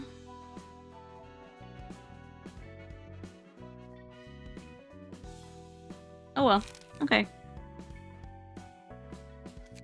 Right. What you finding this time? Today's shy look. This one is interesting. This is where you really have to like read and start having to read and pay attention. Don't tell me that. Don't tell me I have to read and pay attention. To figure out what you're doing. So here's the story Ew, of this one. Yeah, so that one in the background is as it appears as an abnormality in Lobotomy Corporation. Just by the way. So story. It's a good day. Are you still shy today? One sunny day, when they were sincerely drying the laundry in the yard, sadness struck suddenly. In our city, sacrifices for corporates must be highly praised. Honor for their deaths. No reason for you to cry either. Rather, you should be glad. What's with that look on your face? That kind of facial expression isn't recommended in our city. Goodness, why are you making such a face? You're making others feel gloomy too. Please be more considerate. You don't live in this world alone, after all. You are very poor at expressing your emotions. You must be quite shy. Here, try to look more pleased. That way those living in the outskirts will be more envious of us. Put a bigger smile on your face. It's not that hard. Next time, try to express yourself more clearly. It's very important to express oneself in this society. One sunny day, just like that day they sincerely dried the laundry, they dried their own skin. Everyone was finally satisfied when they showed a bright smile. If they met people who asked what was wrong, they would respond, "I'm just shy, that's all. Just shy." If one tries to look at the face behind the skin, the result will not be pretty. The space behind their skin is the only personal space they have left. Leaving it uninvaded is the last bit of generosity the city can offer. Pretty sad, bro. Yeah. Dice gain difference. Amount of power depending on the current phase. You'll see what that means as soon as you activate the scene. The kid still Dice hides gain. behind masks. I gotta be considerate of its mood.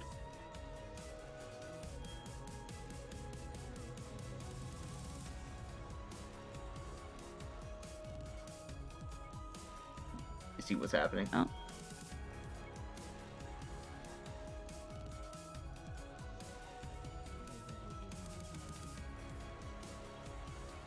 Dice gain different.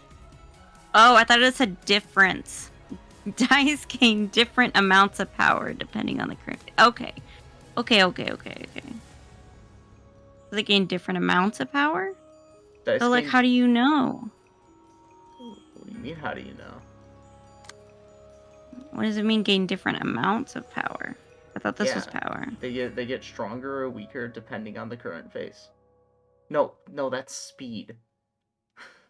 Power What's is power? a flat adjustment to the value that is rolled by each dice. Oh. Oops.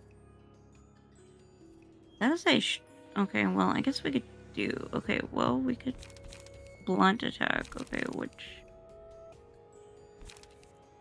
Well, the one I wanted to use is in, like...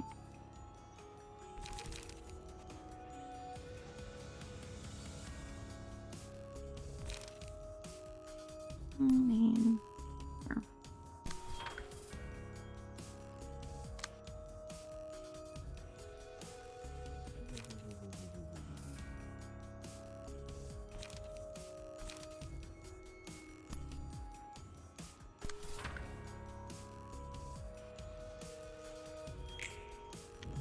Okay, well, you chose the neutral one.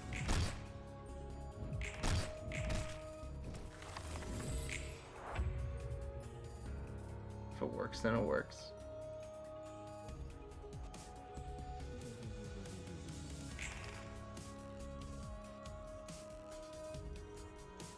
Same thing.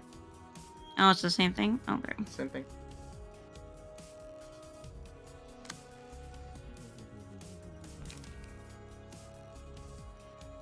What's the thingy again? Oh, 1-to-1.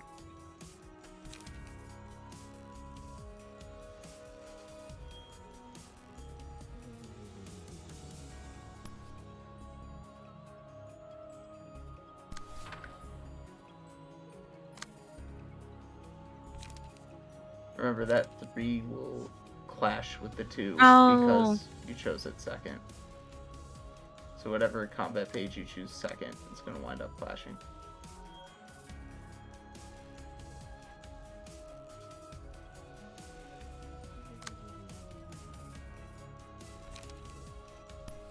I want this one to clash. Oh. Well, now what you choose for the 4 is Right? going to clash. You serious? Okay. Yes. So I gotta just... Okay. Because both the 4 and the 3 will redirect. So whichever one redirects last is the one that will clash.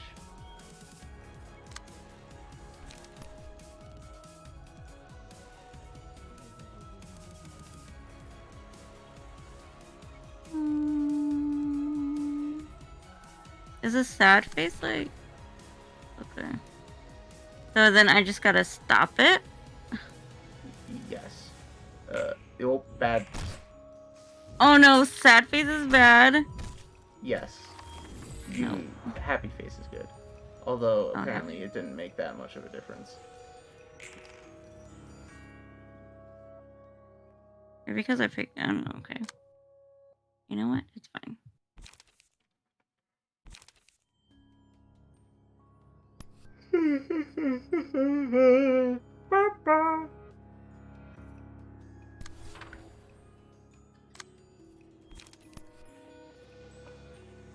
I mean, it's not nearly as bad as if you chose the angry face, to be honest.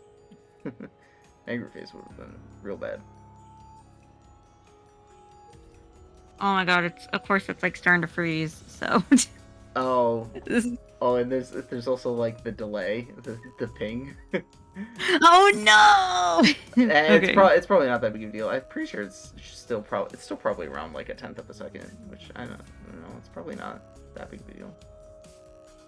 Yeah, see, you did it. Okay. Okay. Yeah, yay, you did it. Woo! Easy peasy lemon squeezy. Yeah, not so bad when you know what's going on. Unlike the last few times. I mean, you definitely got lucky with the Forsaken Murderer, but that's less to do with whether or not you knew what was going on, and more the fact that your deck was, because you wouldn't have known what was going on even before the fight even began. You just had like a poorly outfitted deck for it, so you just got fucking lucky. Yeah, pretty much. 고마워요, 롤랑 씨. 롤랑 씨는 무슨 편하게 말 놓고 롤랑이라고 불러. 그럴까? 롤랑? Roland Shi, 역시 Mr. Roland. 말을 바로 편하게 하기는 어색하네. 적응하기 마련이지. 그나저나 책 분류는 잘 되어가? 도시의 제대로 된 문학이라고 불릴 게 있나 싶은데. 저마다의 삶이 문학인 것 같아. 각자 자신만의 삶이 책처럼 쓰여져 가는 거야.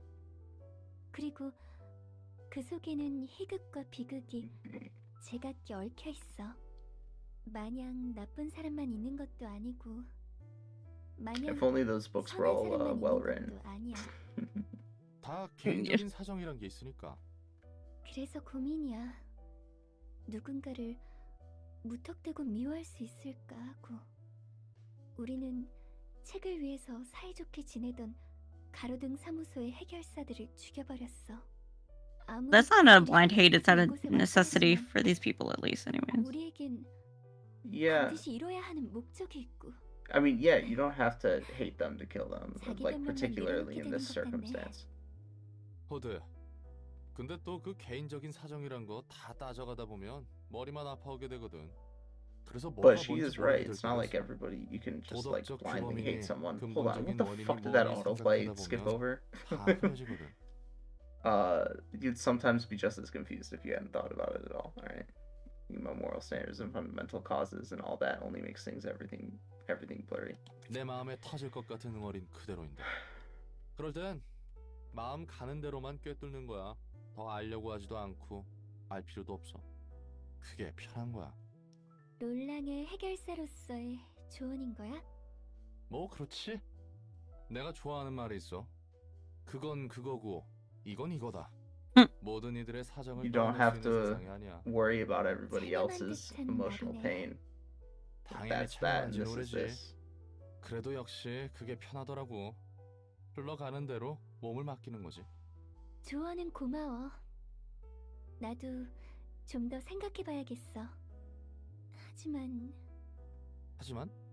그건 그거고 이건 이거다라는 말은 잠시 위안이 될 수 있어도 Damn. Damn. Called out. 말은 아닌 것 같네. We love women in this house. 뭐 받아들이는 것도 각자의 방식이 있는 거니까.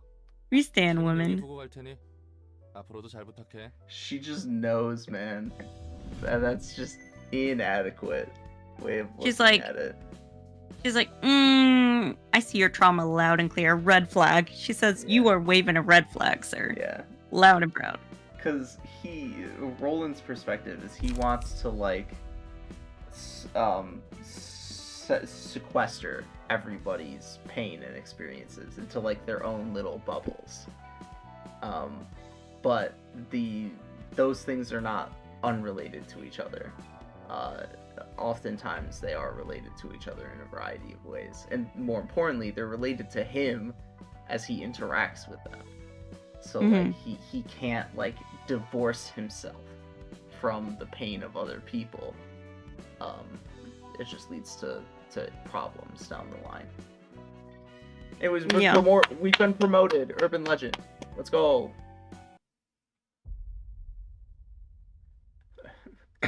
Savor the magnificent fragrance of the sacrifice which fills my room. Okay. Oh, that's comforting, I guess. 결국 누구 손에 들어갈 것 같나? 오랜만에 죄다 죽어가는 상황을 보아하니 저도 예측은 못하겠네요, 원더보스. 하지만 적어도 검지가 노른자를 차지하게 둘 수 없다는 건 확실하죠. 그렇지. Take over the yoke. 그래도 중지와 약자 Yeah, well, it's 그리고 metaphor. 소지는 적어도 이 항쟁에 끼어들 여유가 없어 보이니 다행이군. 이야기 들어보셨어요? 이번에 도시전설로 지정된 도서관이요. 어쩌면 이 둥지와 밀접한 관련이 있을지 몰라요. 이야기해보게.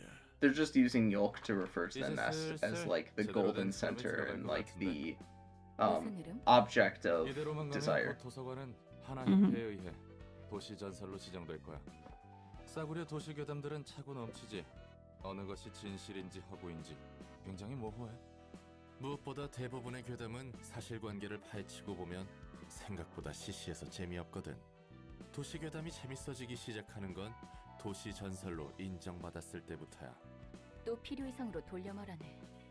협회에서 지정한 등급이 상승한다면 전보다 정보의 가치가 높은 손님들이 온다는 거지? 그거야.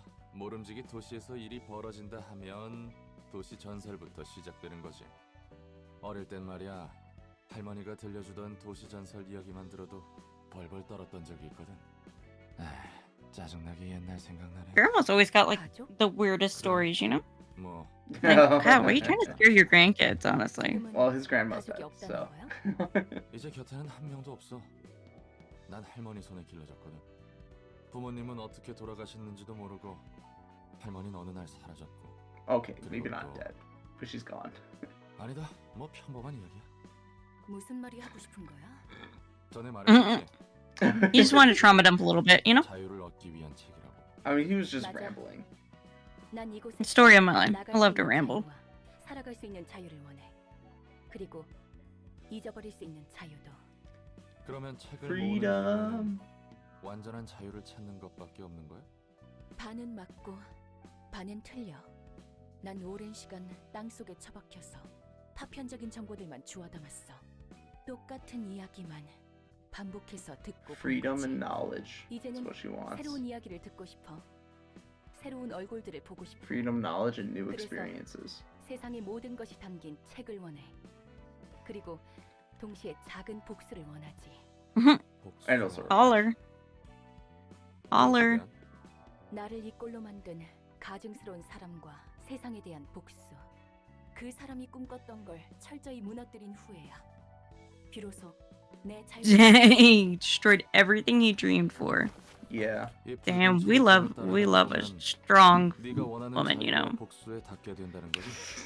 정확히 Well. 자유와 복수를 이루게 해줄 책을 얻는 거야. 어떤 형태로 내 소망이 이루어질지는 나도 몰라. 나와 도서관을 You love a vengeful woman.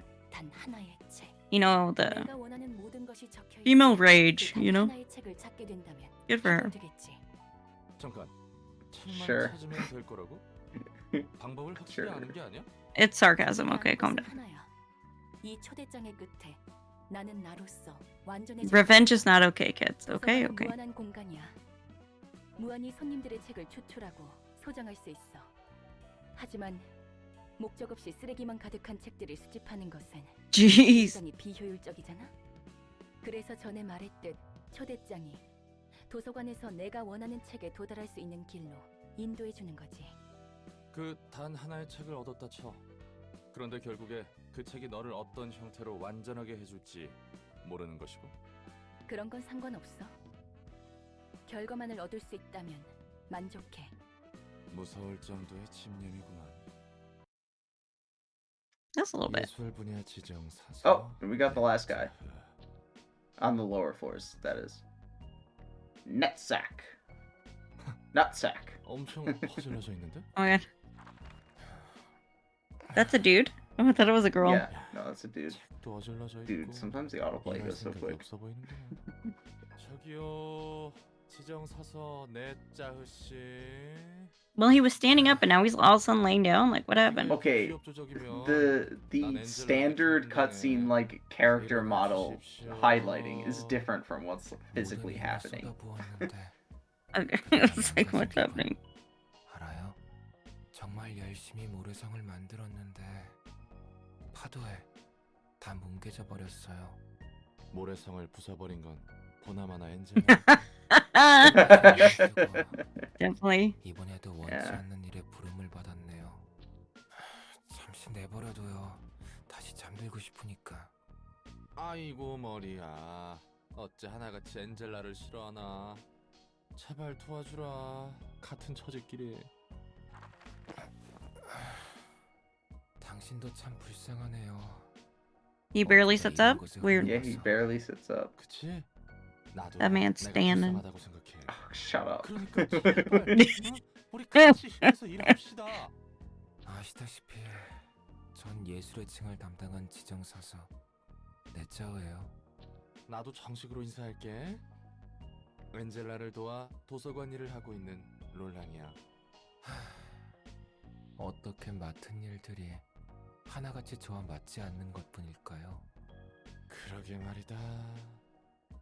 나도 He's probably like, Roland's like, same, bro. 아무튼 내가 책을 가져다 주면 넌 예술에 대한 책을 분류하는 거지?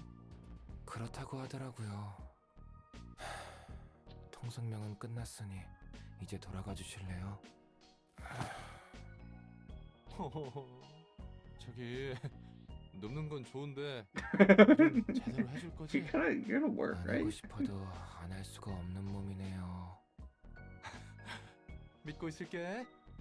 꼭 제대로 일 해줘야 Roland 한다. be like, I'm the one who's gonna get punished if you don't. Yeah, he's like, I'm gonna get my limbs chopped off, Yeah. not you. Alright. Yeah.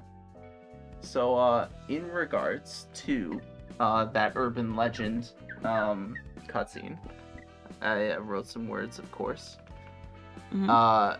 Being promoted to urban legend, the library has now earned a legitimate reputation. Urban legends get talked about. People will begin to acknowledge us as an actual phenomenon in the city that's worth their attention. Legends are subjects of fascination and intrigue. People regard them with curiosity, interest, and a level of reverence. With the city's urban legends, people are able to do so because they aren't significant enough to warrant concern for the danger they pose. That said, they do pose enough of a threat to draw the attention of higher-level groups and individuals, those with enough capability to address the legend. The first of these is the Zwei Association. Oh yeah, that's just the next invitation. Blah blah blah blah blah. Exposition.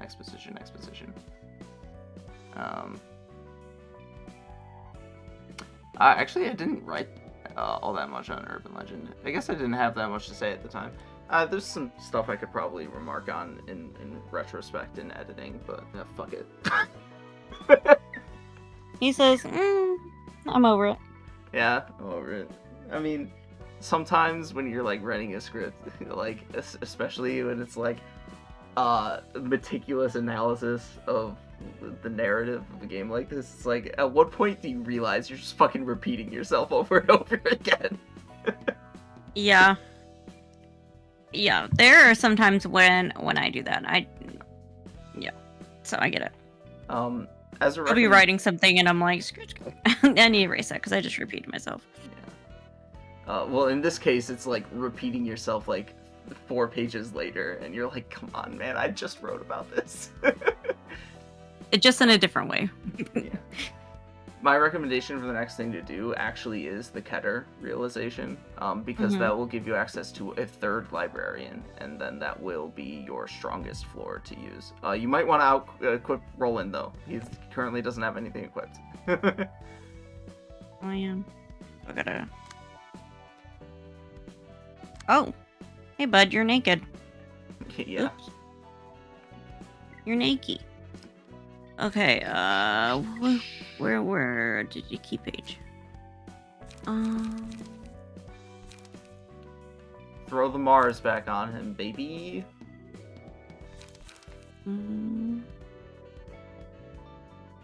Unequip.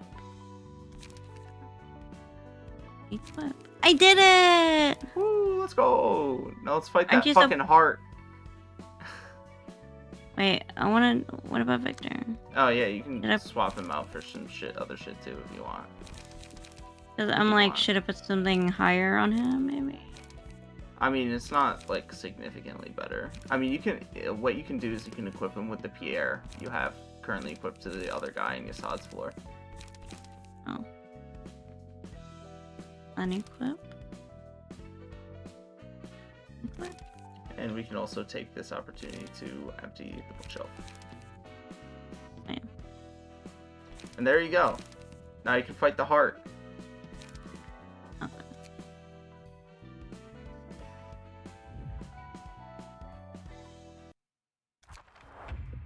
Ew, I hate it. I mean, you're fighting a heart. So, I was expecting, the cute heart. Okay. Do you have the mouse? Okay, sorry. Yeah. I'm looking up the fucking heart. It should show up in here, right? 50 and 40. Gross, bro. It is a thing in the Lobotomy Corporation. Oh, did I just spell it wrong? Fucking Christ. You don't know how to spell heart? Lame, bro. The aspiration part. I don't know. It didn't show up when I searched for it on the wiki, which is fine. It is what it is. Or details of its origin are unknown. Don't you mean nobody fucking wrote it down in this wiki? Get the fuck out of here. Damn, they got lazy. Oh, no, actually. Oh, no. Oh, that's right. It's because of the way that this type of thing works. It doesn't actually have a backstory. So there's two types of, Oh my god, what was that? a YouTube video automatically playing because the page refreshed. Sorry. So there's two types of, abnormalities, so to speak, in Lobotomy Corporation. There are the ones that you, manage to generate energy. Those are the bathtub, the Scorched Girl, the Forsaken Murderer, and then there's other ones that act more as either equipment or do other miscellaneous special effects within the facility. The Heart of Aspiration is one of them. You can have an employee equip it during the day, during the management, and it will increase their health, basically. Interesting. Yeah. So it doesn't have a story associated with it. Except So it's for just a giant. Except for what heart. Roland and Victor are saying right here. My body would be filled with energy whenever I got this thing's help. That thing can give power? Huh. Does it feel like having two hearts or something? Anyways, read. Oh, I gotta click on it? Yeah. Oh, I guess that guy doesn't have any special effects. The lungs definitely do, though. These are supposed to be lungs? Gross. Lose 4 HP if the character did not deal any damage for a scene. Okay. Yeah. I'm not sure if the other lungs do the same thing or if they do something different. Oh, they're both lungs. Right click. I was like, why do you want to go in? Yeah. No. It's being a little uncooperative for you. I'll just. Oh, it does the same thing. All right. So this is just a very straightforward battle then. Oh, so I guess since it has all defenses, would I do these first? Yeah, probably smarter to attack the minions. Yeah. Hey, Oh yeah. Oh, fucker. I've definitely done that on not insignificant occasions. It's very irritating each time it happens.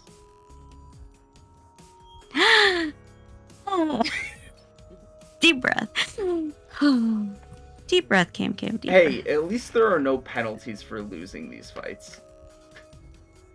Yeah. If you lose an invitation, you also lose the books you used to send that invitation.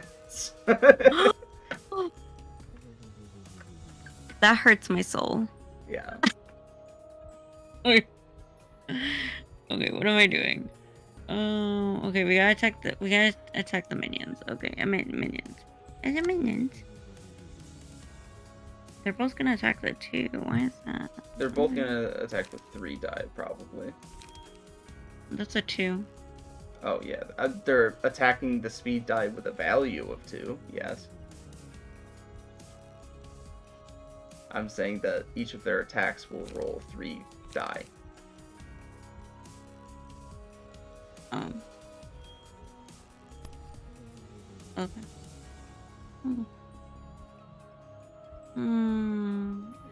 And yeah, these are all... And they lose HP if they don't deal any damage. They lose HP if they don't do... Oh. Yes, yeah. I thought it meant Yeah, the phrasing is a little weird. Lose 4 HP if the character does not deal any damage for the team. That means if the Lungs of Craving deal 0 damage, they will lose 4 HP. Oh, okay. I could... I might need to do paralysis, maybe. I mean, they roll low values on their die. Yeah.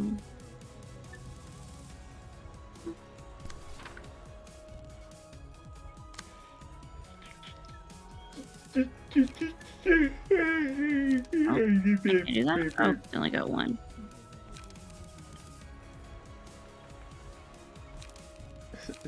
Is the game hard? I don't know what you mean by is the game off yet. But no, I would say the game is not hard yet. It's hard. It's very hard. Yeah. That actually...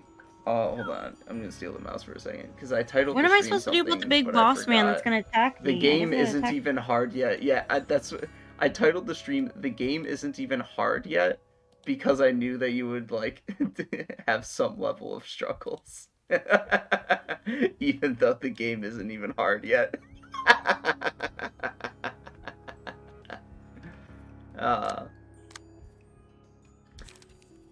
Worry I'm about struggling. it. Yeah, worry about it after you kill the lungs. That's what I would say. So do it. Okay, so I should just attack the game the isn't lungs. hard yet. The game does get hard. Oh yeah, you just win the clash or die. That's a fair way of looking at it. If you don't lose a single clash, you'll just never die.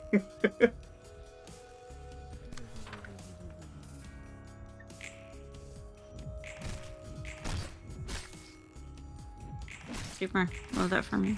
Okay.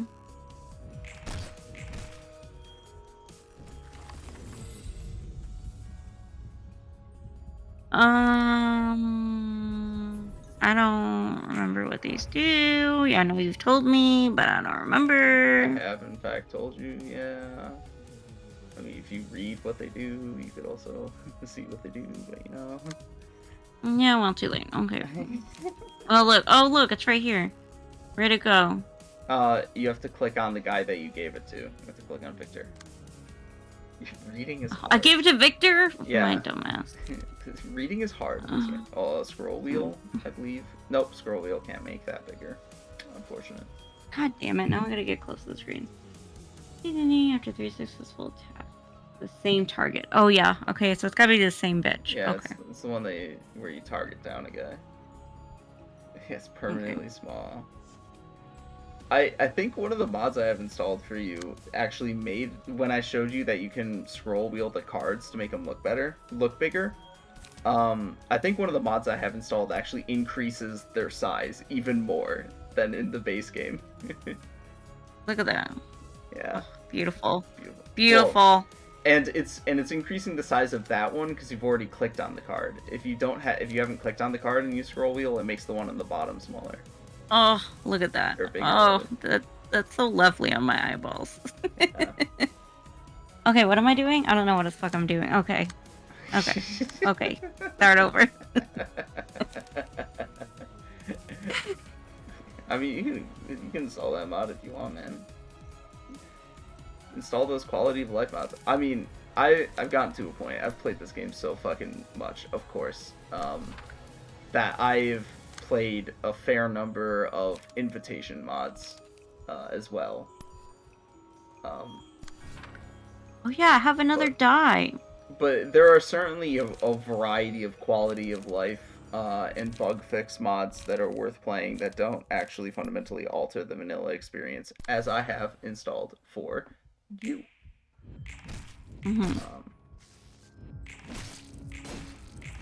It's just alongside those, if you own the copy of the game and care about achievements, you also have to install a mod that allows you to continue getting achievements.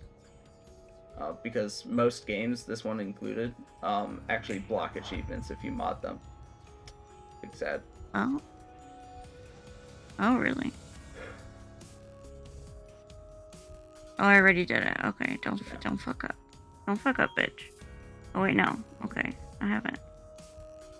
Oh, look, the heart is doing something else. Ah! Oh, it's not even doing anything that, like, crazy. I was about to say, I was like, oh, that's not supposed to be one hit. Ally gains 3 strengths and haste. I mean, what's haste? Increases your speed. This speed. Oh. I mean, it's actually pretty rough if the lungs are still alive at the end of the turn and it hit you. But, like, avoiding getting hit by it, the number that it rolls is not that big. And the lungs are also almost dead. So I guess just finish taking out the lungs then. Yeah, it's probably smart.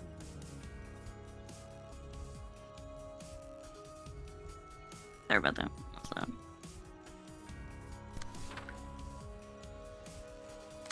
Well, I guess I can use this other die, but like, what the fuck is this again? The thingy.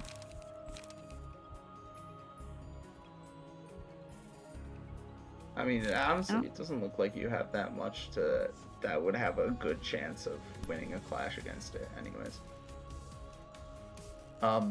Keep in mind, well, of course. Yeah, I was gonna say, keep in mind, of course, the one lung only has 2 HP, so yeah, you hit it once and it's gonna fucking die. Yeah. No, this one's.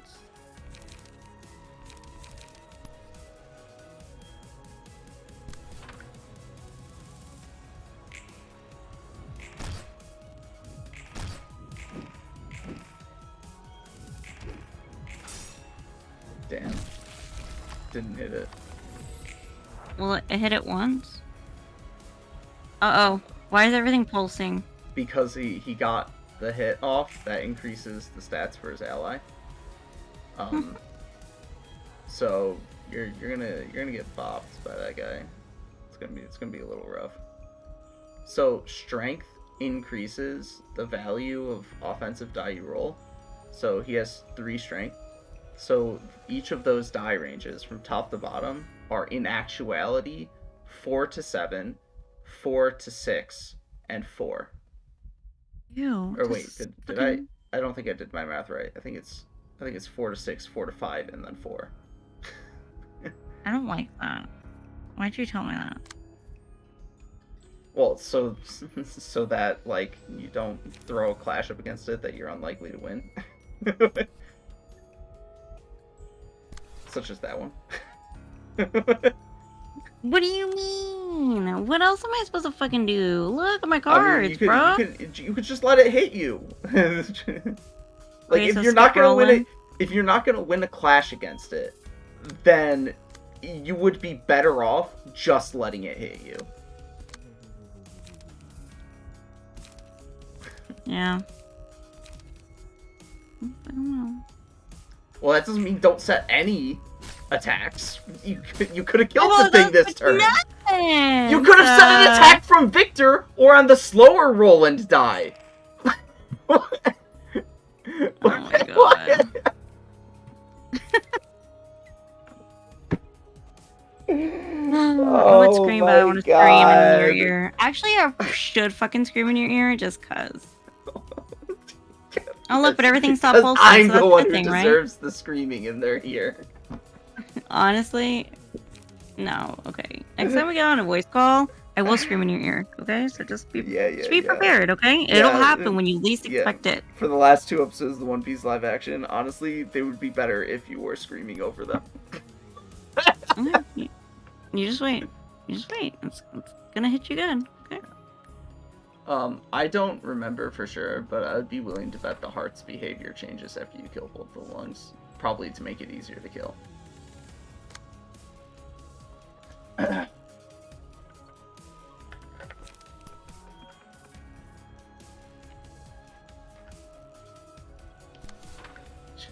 What the fuck? What up? So many cards. No, because you didn't use any last turn. Oh yeah.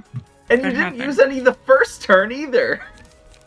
Oh yeah, I forgot about that. My dumb ass. Dumbest bitch around. I mean, what am I supposed to do? Keep. Remind me. Well, like, I guess could I skip Victor again? You can. I mean. Cause like it's just one, and like I mean, if you ask me, you're better off skipping one or both of the die on Roland because he has far less cards to play with. So you can let him, you know, draw a card. So you have more. You can do more with him. Because Victor has more to. Yeah, whereas Victor, he's gonna draw a card even when you play a card. So like.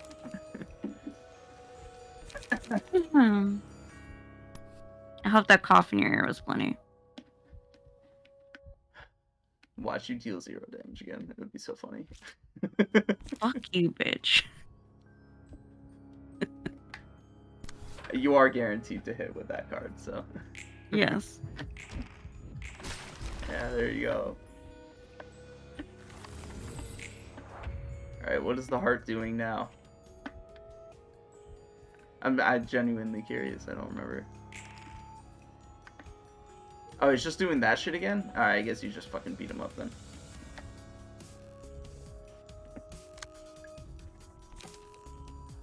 What was 4 to 6 again? The thingy? Okay. The haste. To make haste.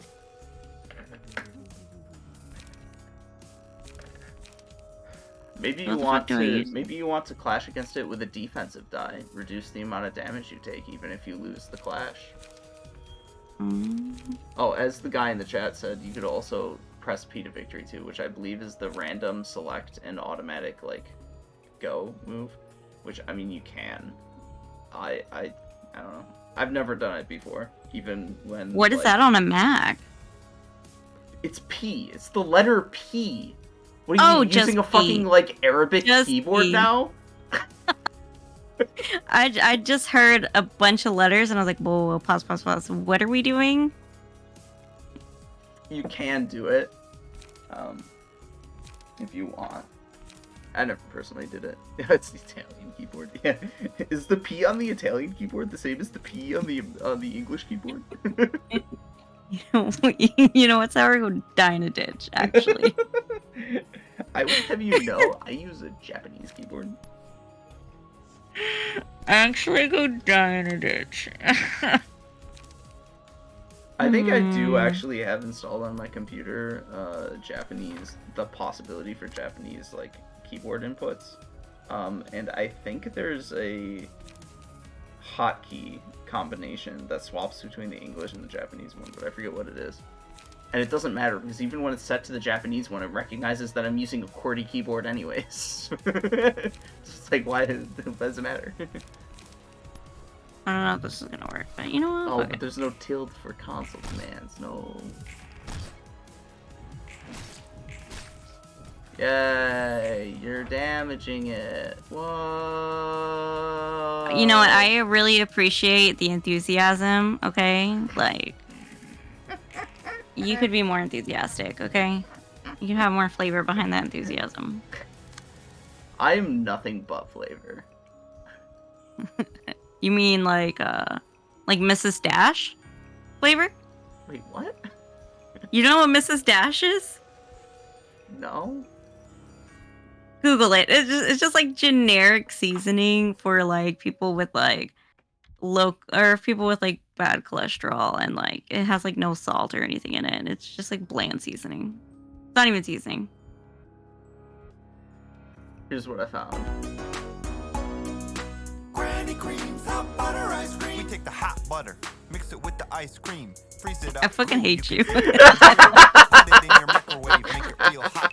No, I'm gonna be the one to throw you in a ditch.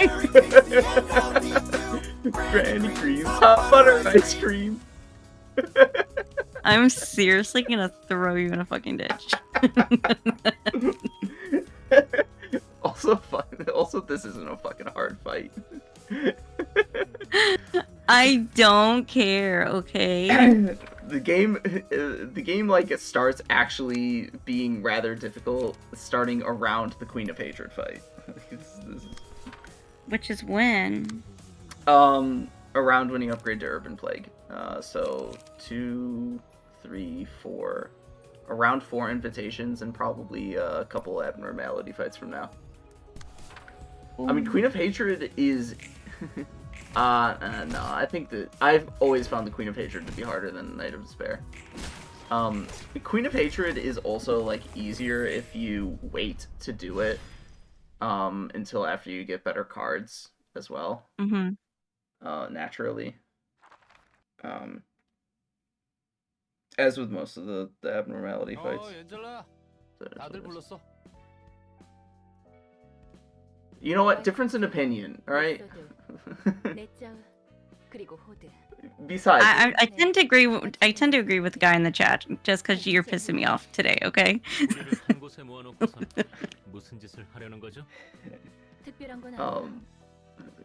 Besides, it's not necessarily so much like Queen of Hatred being like really difficult as it is she's a good demarcator of when the game really starts to like ramp up in difficulty in general. 손님을 죽여 책으로 만드는 게 싫은 거지? 너희가 직접 고통받기도 싫고 말이야. 맞아. 아무리 손님들이 자신의 발로 도서관에 들어왔다 해도 No, they don't choose to come there. Okay. 내몰면서 일을 하는 건 말도 안 돼. 100명을 죽이는 건 괜찮으면서 101명을 죽이는 게 문제가 있다고 말하는 거야. Damn. Oh wow, yeah, they're hypocrites. You know, they learned their fucking lessons. That's why they don't want to do it anymore. And people do change, Angela. Yeah. People change. People are allowed to change. She's the only one who like isn't changing, despite the fact how much she's insisting on her changing. 당신은 끝까지 냉정하고 비정하네요. 감정적으로 몰아붙이지 마. 너희도 이런 방법밖에 없다고 속으로 인정하고 있는 걸 알아. 이러고 싶지 않았다면 처음부터. I hate when people say shit like that. I know you all realize. If you didn't want to do this, you shouldn't have tried to stop me in the first place. That's fucking bullshit. Gaslighting. Yeah, like they tried to stop you because they didn't want to do this kind of thing. Like, what do you mean? I hate people like that. I'm so Angela. You know, I was with you, bestie, but like, I'm sorry, bestie. We gotta not be besties anymore. Okay. You now have access to new abnormality pages. Yeah, and now it's your best floor, and it's generally like the best floor for some time, specifically because of pulsation and fervent beats. Selected. Oh. Okay. Oh, we get 3. He's unknown. Yeah, Gaslight Gatekeep Girl Boss. Let's go, Angela. Let's go, bitch. Yeah. Okay. Librarian info. Yeah. Well, okay. I mean, that's not how you equip her with shit. But I mean, if you want to update her appearance, I guess. Care that much.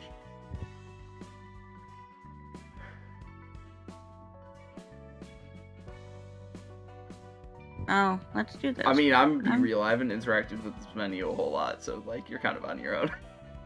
I'm so scared. I want to hide behind a bookshelf. Same. Fucking same.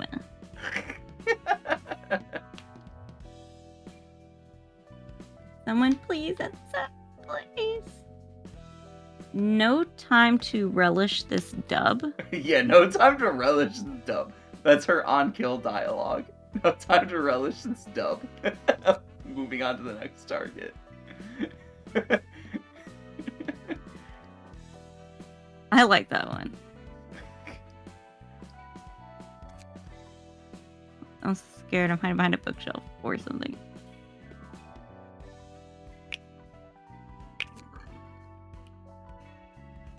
Why are you so disgusting? Oh, because I am. Oh, her name really is unknown. I didn't. Wow. Yeah. That's crazy. That's what I'm thinking. Like, look, it's a little penny. But, like, it doesn't do nothing. Oh! Now you can type it in. Oh. This is gonna be your little pet person. I'm gonna make fun of you every single time they die in a reception. No, don't think. Nick, if there's another unknown one, its ass is gonna be named Sour Lemon. I'm gonna make him die on purpose. That's very unlikely to happen. I've never seen somebody prop up with the name unknown before in the two playthroughs I've done of this game. Now I'm wondering, should we name this one Sour and just make it die all the time? Just give it fervent beats every single time. I say that because what fervent beats does is it jacks up your stats for 3 turns, but you die. Or it gives you progressively better stats for each of 3 turns, but at the end of those 3 turns you die. That's kind of fucked, bro. So it's Oonga Boonga mode. These haircuts are kind of fucked as well. Yeah, you said that last time you were customizing a character. Yeah, and I still agree with that sentiment. And you can't even see the backside. Like, what the fuck? I mean, there is more than those 5 options. It looks like you can scroll to the right. There we go. Yeah, it has to be. You know the arrows? Yeah, the arrow has to be like blue in order to like be working. I guess I don't know. Nobody ever said the UI for this game was like brilliant. It's fucking Koreans. They're shit at programming. Poor Koreans. Can you just stereotype? I don't feel bad. Well, okay. You said, I don't feel bad. No, okay. I would feel bad if I was genuinely stereotyping all of South Korea. I don't feel bad because I'm stereotyping Project Moon, who has routinely demonstrated that they are garbage at programming. All is fair in love and war. Lobotomy Corporation is insanely scuffed. There are some like weird interaction things sometimes in Library of Ruina. I've heard that the way that Limbus Company like handles clashes and effects is like very not smart. Oh really? Yeah. It was something to the effect of like it parses the text like on screen and then interprets it rather than like having the effects coded into the game and then having the text description of what happens be separated, which is like the actual smart thing to do. Yeah. Know? Actually smart, but you know, whatever. but look at these banks. Yeah, but I've heard something to the effect of it like it determines what effects each attack is doing based on like parsing the text associated with that attack. It's just like it's a very bizarre way of doing it. Ooh, space buns. I'm not even a coder. Yeah. I'm just taking a couple classes. Yeah, I took A class in high school, and I always asked this guy next to me to help me, and he fucking hated it, as you could probably imagine. I can tell by how unfamiliar you are with working with computers in general. He was like, everybody's got to have some fucking computer literacy at this point, man. Everybody uses computers now. Yeah. I'm sure you use a fucking computer working for the IRS. Like, Yeah, but like it's only one program to be honest, and she's like, what did we use? I can't even fucking remember what it's called to be honest. I wouldn't be surprised if you were like decent at programming or even general like program literacy, so to speak. I wouldn't be surprised if you were able to get a program that would like facilitate your work process and make it a lot quicker and easier, because my understanding of your work is that it's essentially a whole lot of like filling out or parsing the same documents like over and over again for different people. Yeah, pretty much. So like that's the kind of job that computers are built for. Yeah, so it's like, yeah, it ends up being really easy. And yeah, so I already know like what programs to click through, and I'm just inputting all the information in, and right. And I'm saying that computers could like facilitate that input process as well. Yeah. Oh my god! And then like, oh, and she's using this fucking old ass computer, my boss, when I first started. It was fucking. It still had like it didn't even have like Bluetooth or like Wi-Fi. That's how old it was. Like we had to pop a hole in the wall with a hammer and like snake in the cable to hook it up to the router. That was nice.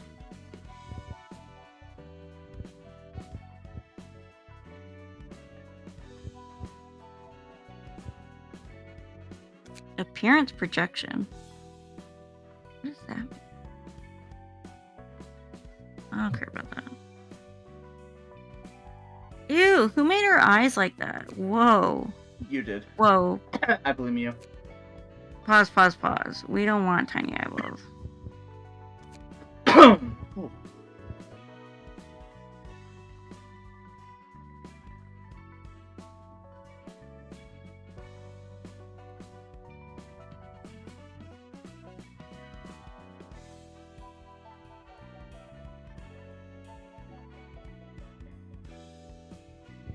I kind of like the big eyes. They're cute.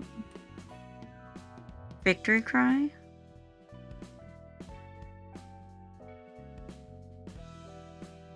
Okay, I think we're done. I think that's enough of that. Complete.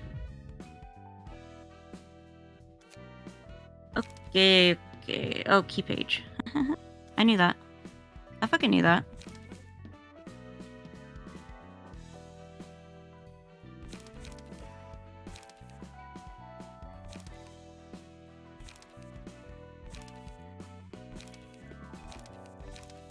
That's all the same. I guess we could do Lulu, but like, well, hers are all normal.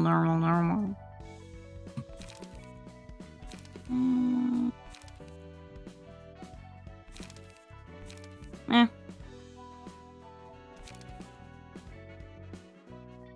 Oh, that outfit looks cute on her. Okay, we stand.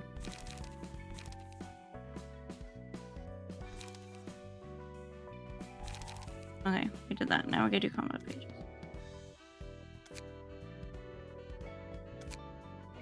Oh, look, it's a unicorn! Oh, that's a urban fucking legend? Yes, urban legend. We stand unicorns. Non-stop assault. We love assault. In this game. In video games. Care to repeat that? in video games.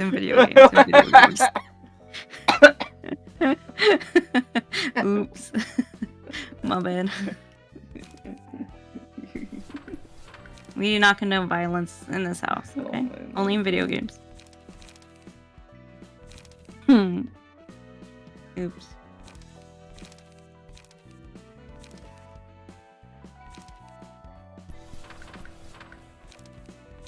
Well, no. Wait. Go back. I didn't want to do that. I don't think.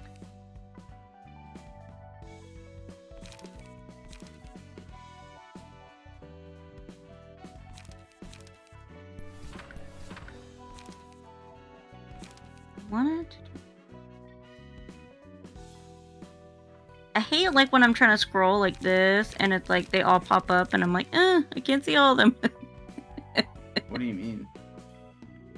You know, like, because you're seeing just one and I'm like, because I want to see all of them like this. Okay, well, and I can't see all of them when the covering the whole screen. You know? Well, the point is you're supposed to be looking at one in detail at a time to decide if you actually like that one. Yeah, but then if I want to look at it in detail, then I'll hover over it. You know? Yes. Like I will purposely do it, but like I don't know, like why can't they just do like a clicky? Oh, but then you got a clicky. Oh, if you're saying why isn't there like a function to directly compare? Combat pages or to like have one static in front of you. That's a fair criticism, you know? I personally don't know how they would implement such a feature that would like be intuitive and unobtrusive. But I mean, it's a fair point. It would be nice to be able to easily, directly compare combat pages. Decide which ones you want. The easiest way to do that is to just add both of the ones you're looking at to the bookshelf and then just like swap between which one you're hovering over and think about it that way.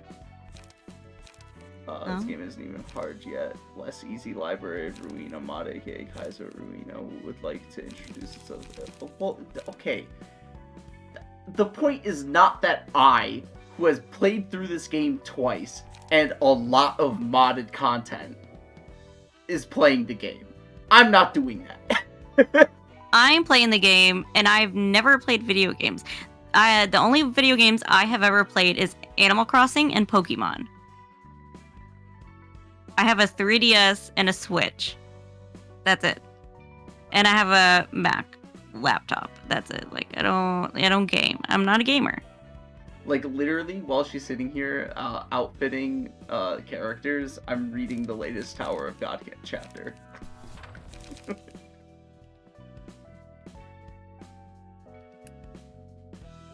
Because at this point in time, it's like I'm not gonna sit here and like complain about every choice that you make. Be like, I don't know how to make this choice better.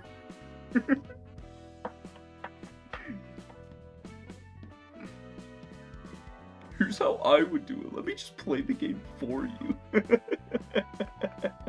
No, you mean like you were doing earlier? Okay, that's not entirely true. Whenever I take over the control... Okay, oh, actually, you're referring to the time in which I grinded out the battle for you. Yes, that is true. I did play for you then. Whenever I briefly take the reins, it's to, like, point out a mechanic to you so that you actually know what the fuck is going on. Yeah. That was nice.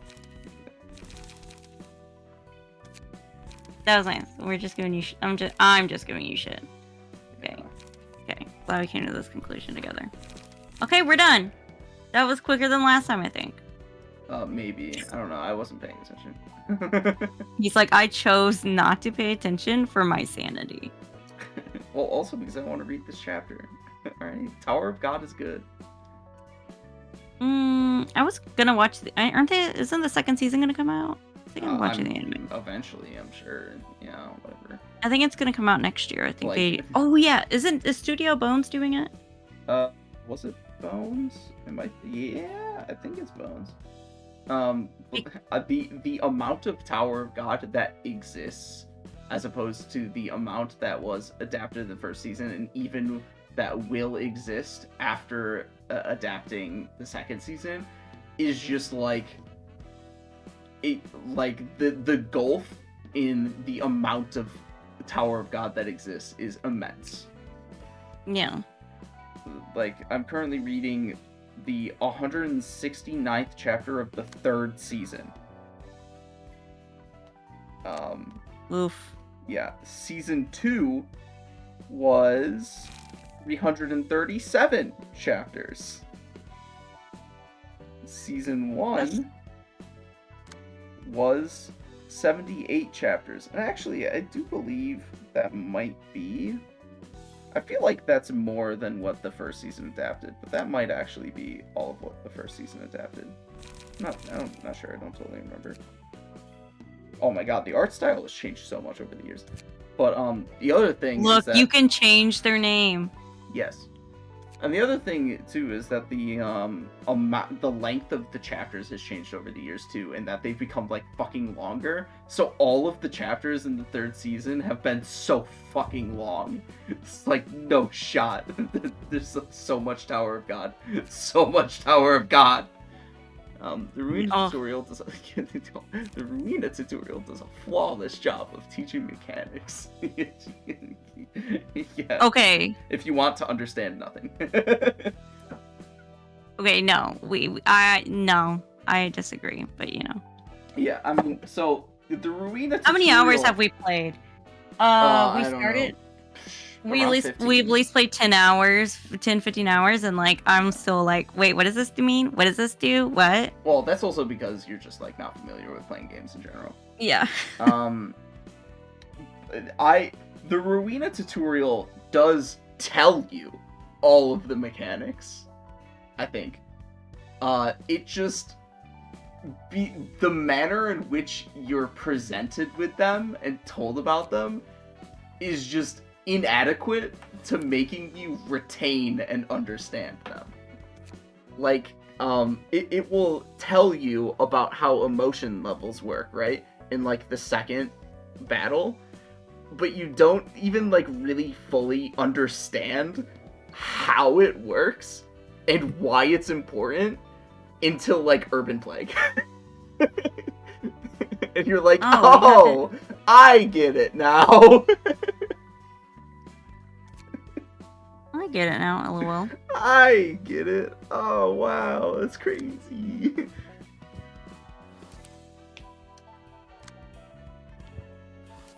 Oh, look, I finally figured it out. Yeah, I know, right? It's crazy. It took me to Urban Nightmare to understand how the fuck light restoration works. That's funny. 우리 애들이 모두 죽었어.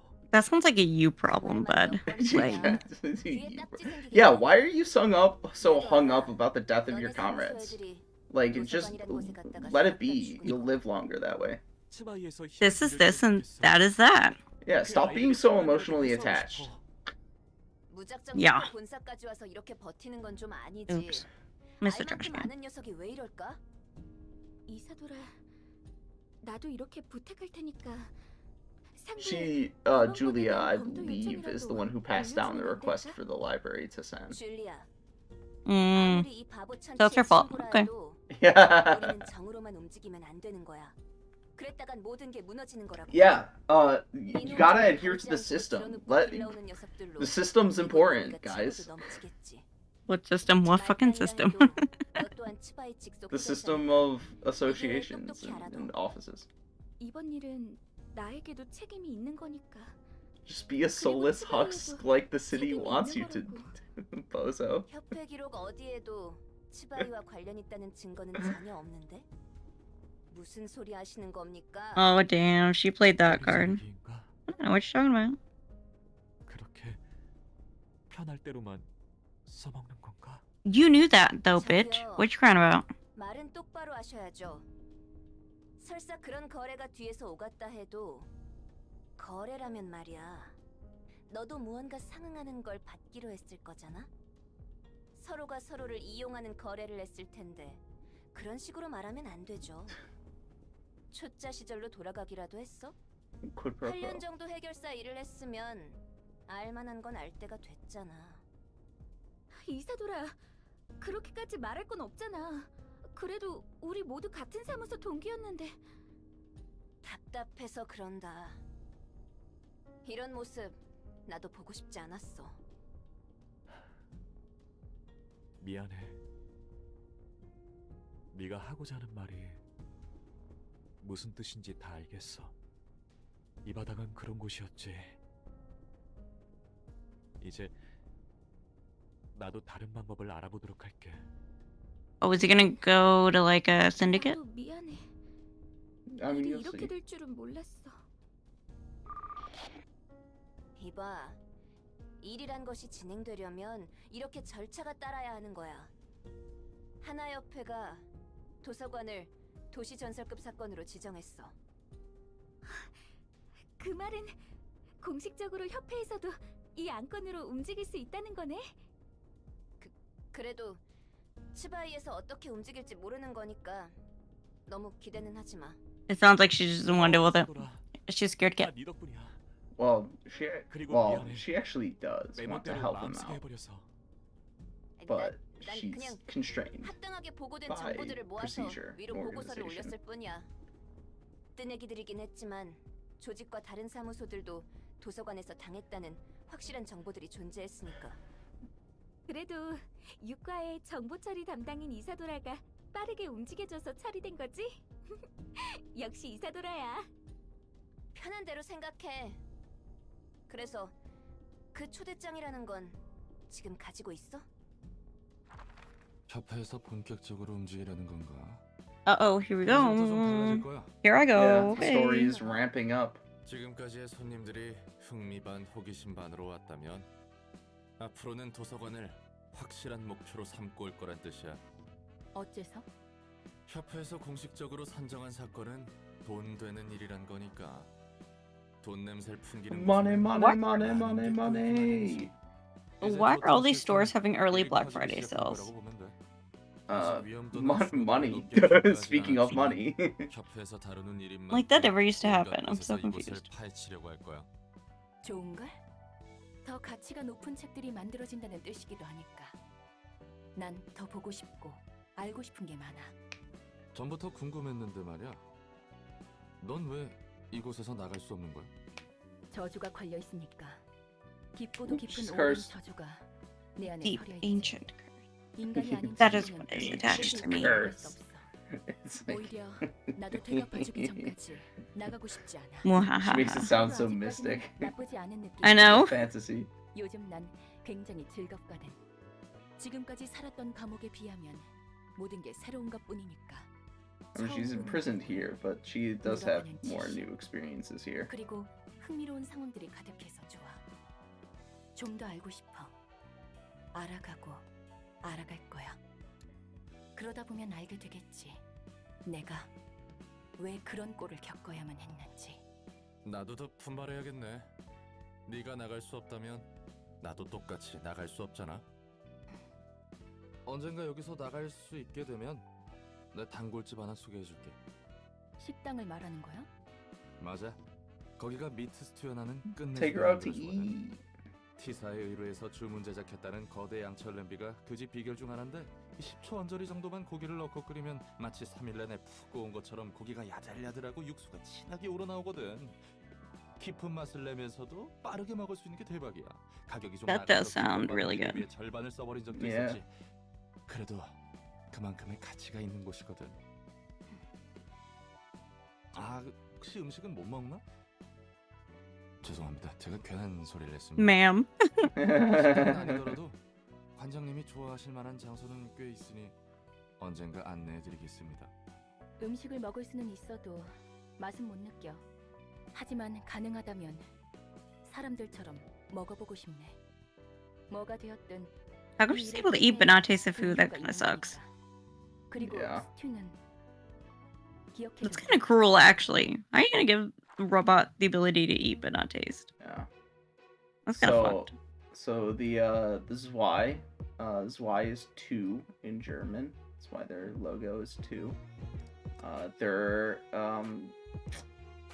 the types of requests that they handle as an association are peacekeeping. They are loosely based off of like the German police.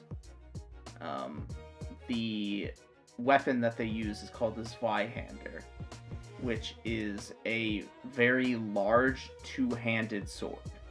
Mhm. It's like as tall as a person. And heavy as well. So what okay.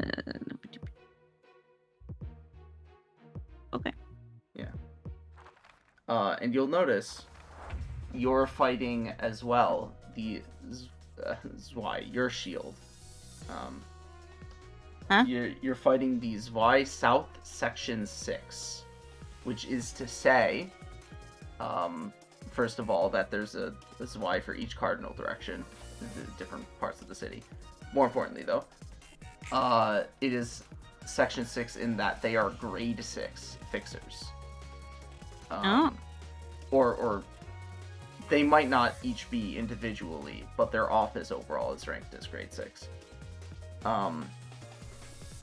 So to put it in sort of context, you start off first of all against the rats, but immediately after that you fight grade 9 fixers, the worst of the worst, and they're scrublets.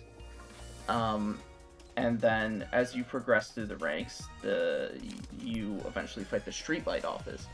It's not, or rather, before them, Yoon's office, the one that Finn worked for, Finn was grade 9, Yoon's office had a grade 8 fixer in Eri. Still not much stronger. The streetlight office, it's not said what their grade is, but it is likely 7 or 6, between there. I would bet on also them being grade 6. So you could, through like the grading of fixers, you can sort of use that as another sort of bar as a measurement of the lethality and danger that the library poses. Ruina makes no sense scale-wise. I mean, the thing that makes the least sense in terms of scale in regards to the city is the fact that it's like the entirety of the global population condensed into a city the size of Belgium. Yeah. Like, quite literally, and this is based off of the trailer for Linda's Company. There's something like 6 to 7 billion people in the city, somewhere around there. And the rough size of it, I looked this up, is approximately the size of Belgium. So it's like, that's a lot of fucking people in a very small amount of space. Yeah, seriously. Dang. And especially with the way that it's like presented and portrayed, like, there would be a lot many more people just like generally crowding the streets and inside buildings than seems to be the case in any given cutscene. I think that's the part that makes the least amount of sense. Although Linda's does state that each district is like the size of a country later into the actual game, which, yeah, it makes less sense because, like, on the map that they provided of the city, they have a very clear measurement stick, so to speak. Like, on, you know how on a map they have like a bar that shows you like inches to, say, kilometers on that map. They have one of those on that map, and scale-wise, it matches up to, like, as I said, be roughly the size of Belgium. So, like, if each district is the size of a country, then the map that you provided is just wrong. That's weird. You know what? They're like, it makes sense, but like, they have some inconsistencies sometimes. It's fine. we still like the game. We still like the plot. You can have some flaws. Singularity tech may mean that space can fold in on itself. Okay, that's actually a fair point. Maybe, damn, he got you there, son. Yeah, what are you gonna do about that? Yeah, that's actually fair. Like, maybe one of the districts is sort of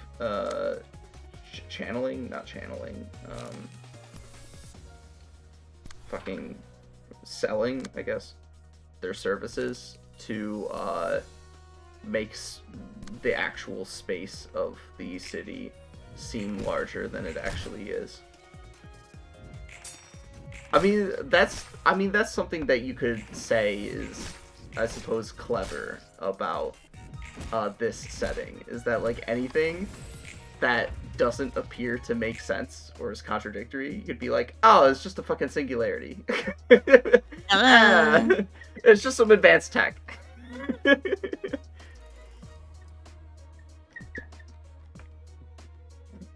You need a little hand waving on it. Like, don't think too hard about it, okay, guys? Okay. The latest chapter in Limbus Company 2 is also pretty fucking intense. Because the character that it's like prominently about, Ishmael, you know, adapted from Moby Dick, she's got some fucking issues. She's real obsessed with that whale, man. And it causes her some like massive anxiety. The thing that doesn't make sense to me though is that you can wipe out a branch of something by killing like 100 people, which makes no fucking sense because a citywide syndicate in a city of over 7 billion people has a bit more than like 100 dudes. True. Like, even the branches of the Lobotomy Corporation, like, surely they would have more than, like, 50 to 100 guys working at one of those branch facilities if it's supposed to be powering, effectively, like, the entire district. Yeah, minimum of, like, several 100,000, yeah, like, well, I mean, there's also, like, a shitload of syndicates, you know? For, like, having several 100,000 people in it makes sense for something the scale, the size of, like, one of the fingers, but it wouldn't make sense for, like, you know, the stray dogs. Like, of course that's only, like, a handful of people.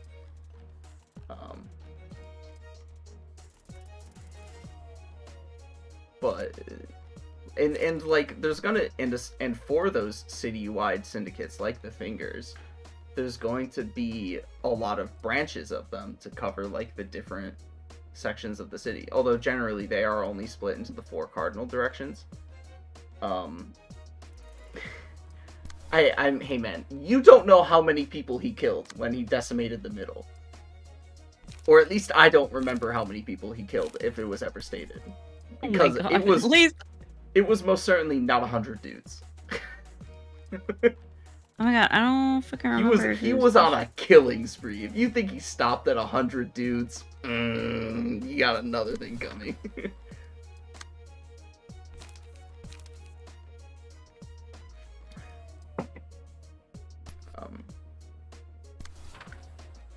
I mean,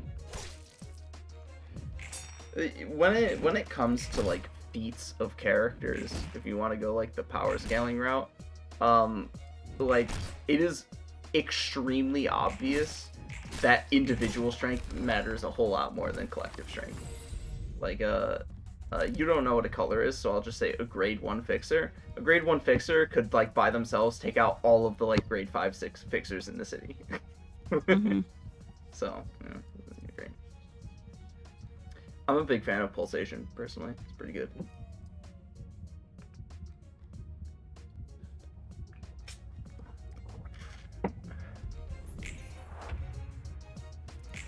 Look, I would not be surprised if that guy took out tens of thousands of people when he assaulted the middle.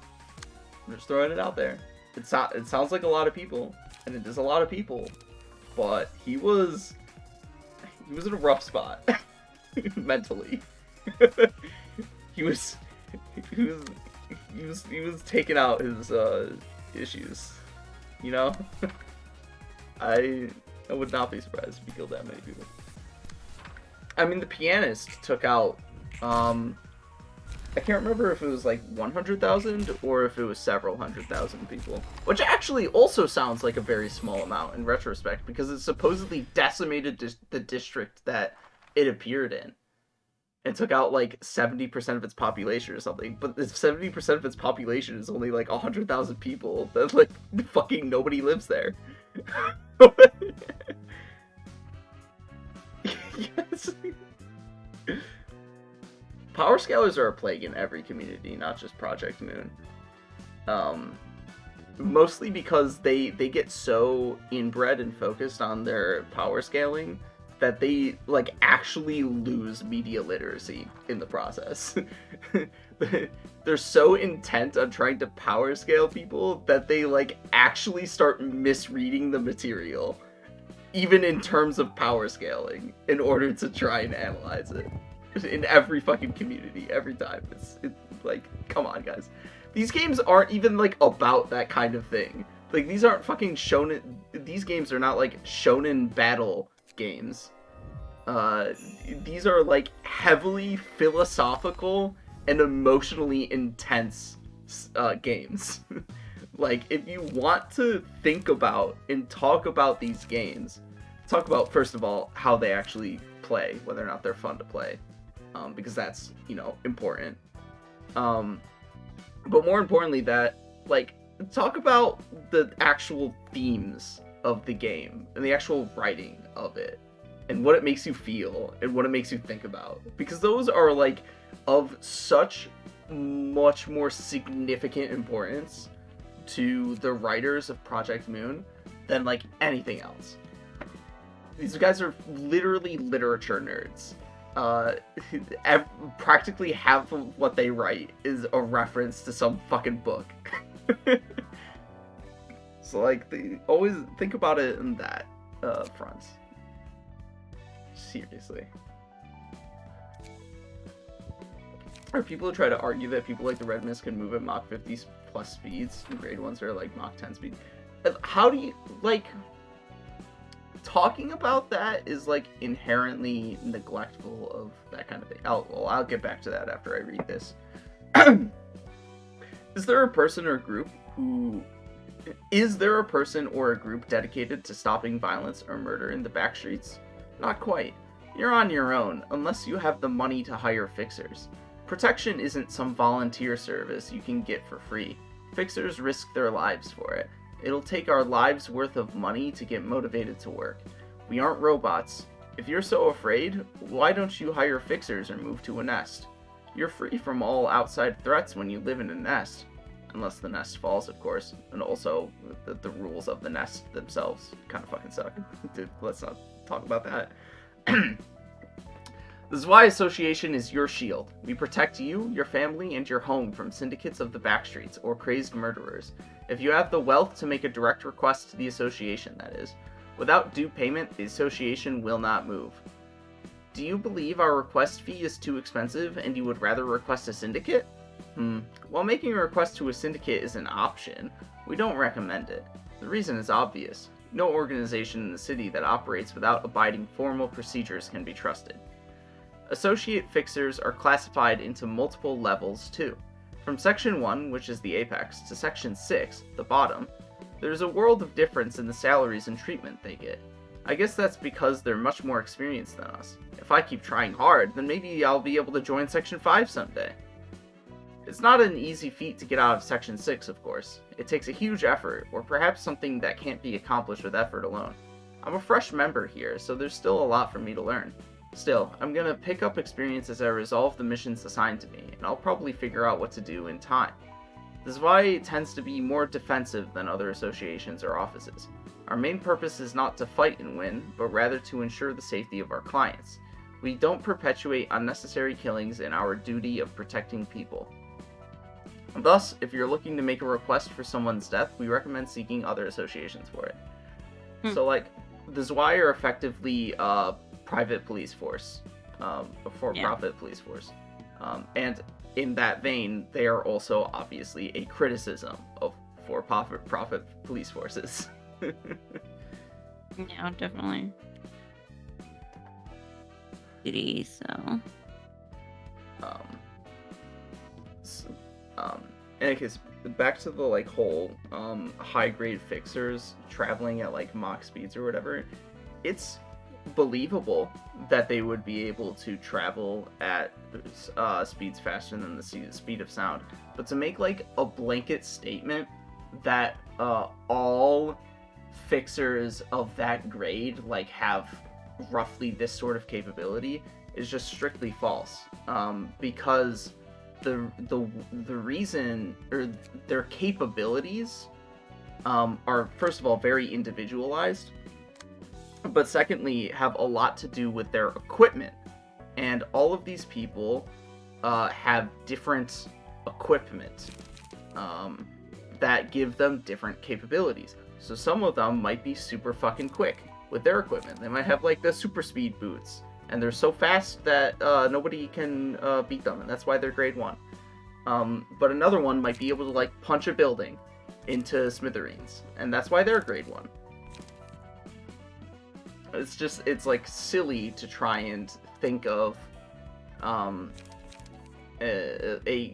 categorization of like grade 1 or whatever as being of a certain like characteristic set of powers. Yeah.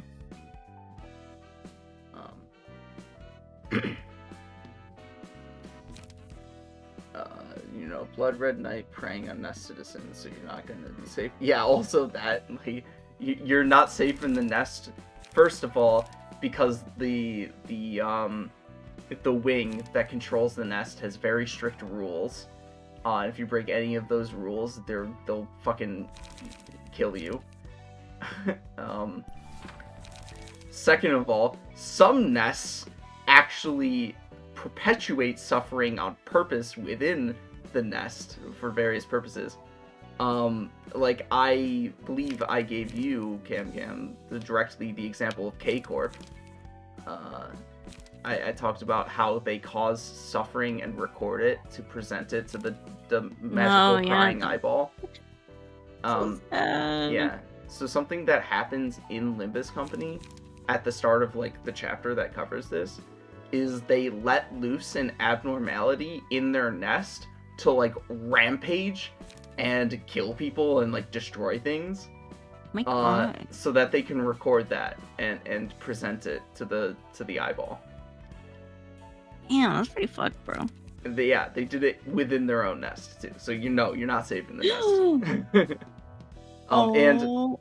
And there are some like syndicates and things that do attack nests as well, though that's much less frequent than in the back streets. Yeah, your shield, pretty solid card. Especially comparing low grade ones to high grade one, like from Don Juan to Xiao. Yes, there is definitely a pretty significant gap between Don Juan and Xiao. Especially Xiao after Ego Awakening. I'm imagining, well actually I don't want to spoil the end of this game, so never mind. I won't say anything.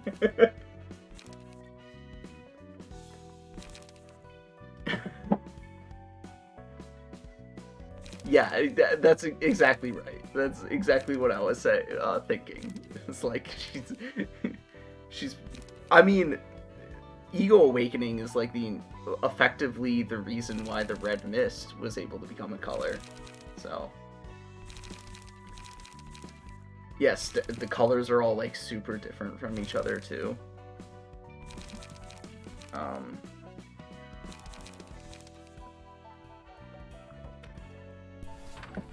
I mean, we only meet so many of them.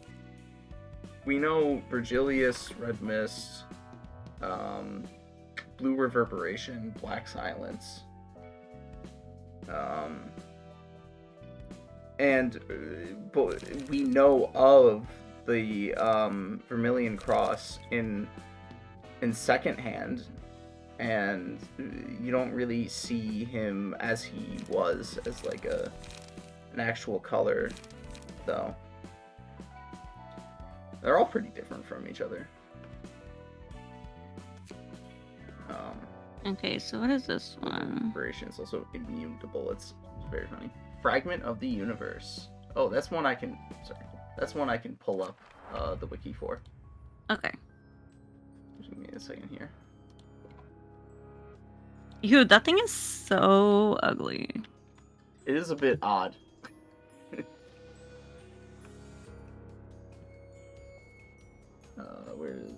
Where is it? Okay, here's the story. An abnormality that resembles a child's innocent doodles. Originally, it had no stable form. Its shape would continually morph. I believe this one is also basically a very straightforward battle. You're just very easily staggered. Yeah, deal double stagger damage from all sources. Yeah. Shape would continually morph. To this day, its aspects still change, albeit at a much slower pace. Component analysis has revealed that the abnormality consists of matter that does not exist on Earth. It is notable for its metaphysical appearance that one cannot explain with words. It often shows incomprehensible linguistic activity. One employee tried to decipher its speech. See document number 1, employee David Song. But their mental contamination level rose beyond the limit within several days. They suffered severe psychosis and had to be quarantined. The abnormality's tentacles, which are quite different from what we consider the average tentacle, for simplicity's sake, we've monikered them as tentacles, can pierce through the barrier of humanity. Employees impaled by the tentacles will suffer semi-permanent brain damage. When the abnormality escapes its containment unit, it will emit noises in the corridor. As the sounds it makes have what could be considered a melody in syllables, we consider it singing. However, none of our staff can precisely remember it, given that most of the time they are unable to describe it due to their serious brain damage. Those who were within 100 meters of the singing called it a sound unheard of in this world. Because of these descriptions, we've titled it Echoes from the Beyond. See document number 2, singing. Experiment 1, the possibility of communication. We have determined... Enlightenment. Yeah. Oh, it's basically like you want to fucking get rid of it, but also it's a counter to one of its stronger cards, I believe. Something along those lines. But obviously you want to play it because it decreases your max stagger resist while it's in your hand. And also, you'll see it can completely block the attack that it's using against you right now. Because you will roll an 8 with that, and its maximum roll with the attack it's giving you is an 8. So, like, see what the battle is, like, telling you to do, you know? I was like, what is this? I don't remember having this. What's happening? No, yeah, some abnormality battles will like add cards to your hand that have like special effects with them. Experiment 1, the possibility of communication. We have determined that the abnormality has an intelligence similar to, or even higher than, that of humans, and gave it a simple language learning course. As a result, a crude communication by combining words has become possible. The following is a segment of the communication record with the abnormality. Question: are all of your kind similar in appearance? Negative, outside, child, see, picture, face, happy, change, form. Why have you come here? Knowledge, share, human. Why do you want to share your knowledge with us? Understanding, knowledge, moment, no. Universe. Coincidence. Negative. None. This section is an attempt to decipher the conversation with the abnormality. It based its form on a picture drawn by a child. It changed its form because the child's expression while drawing it was happy. It came here to share its species' knowledge with us. The moment we fully understand that knowledge, we will know their ultimate goal. There is no such thing as a coincidence in the universe. Experiment 2, an experiment on laughter. After watching a video about laughing for 30 minutes, the abnormality understood the concept of laughing. After that, when employees entered its containment unit to work with it, it would sometimes emit a strange noise with what appeared to be the shape of a smile on its face. It looked like it was mimicking laughter. Oof. Yeah, get bodied. Yeah. Experiment 3, comprehension of symbols. We taught it the meaning of various symbols along with language. Among them was the shape of a heart. Of course. This symbol provoked a distinct change from the abnormality. Question: showing the abnormality a picture of a heart. This is the symbol of the heart. Many people believe that emotions come from the heart, and this symbol is used to express positive emotions or liking towards someone. Omitted. Afterwards, several symbols resembling hearts were seen on the abnormality's body. It seemed to understand that the symbol could be used to express friendliness towards humans. Combining the results of the previous 2 experiments, we can confirm that this abnormality is non-hostile to humans and wishes to become friends. Document number 1, employee David Song. David was famous in his department for his attempts to communicate with the fragment of the universe. He was an intellectual who enjoyed reading philosophical books and gazing at the stars. He held interest in the abnormality, and as such he got the job. He researched its language and behavior purely out of personal interest. So what became of David? Eventually, he succeeded in entering the domain of the fragment of the universe. However, it was obvious that his small brain couldn't withstand it. He was transferred to the psychiatric ward and died of starvation while singing an unrecognizable song. This is why the abnormality's voice cannot be revealed to the public. Audio record Echoes in the Universe currently removed. Document 2. Singing. Why didn't you tell me earlier that the abnormality was responsible for their condition? I have no idea if there's any pattern, but if they all show the same strange behavior on the exact same days. Can you imagine a group of patients staring at the sky with dazed faces, wailing strange noises in the corridor at night while everyone is asleep? I had such a difficult time persuading the other patients that they must have been practicing for the company's upcoming Halloween event. Psychiatric treatment and medicine won't help. Coming, still coming. They keep repeating these words, and anything else they utter is not from, I need to scroll down, is not from any language we know. I think sending them to a general hospital was an unwise decision. A doctor from the record deleted ward.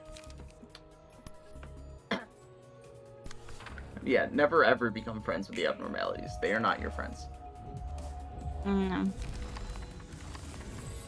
You did burn it to death, though, apparently.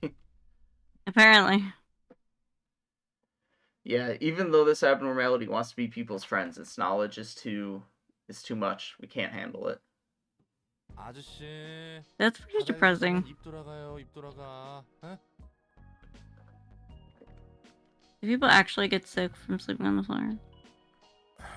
I mean, if you're not, like, warm. 이 냄새. Cozy.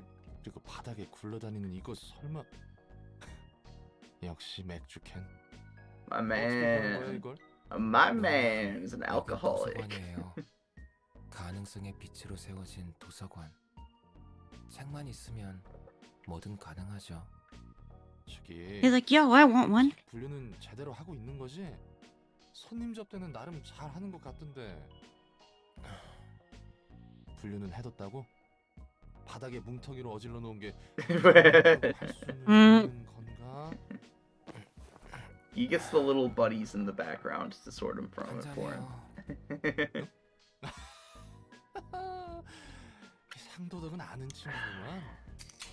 He's like, yeah, I won't tattle them. 그러면 맛 좀 볼까? 여기서 맥주를 마시게 될 줄은 몰랐는데, 어? 이 탄산과 시원한 목넘김 그리웠어? 좋죠. 좋다 좋아. 그래서 일은 좀 할만해? 그럭저럭요. 어떻게든 되긴 하네요.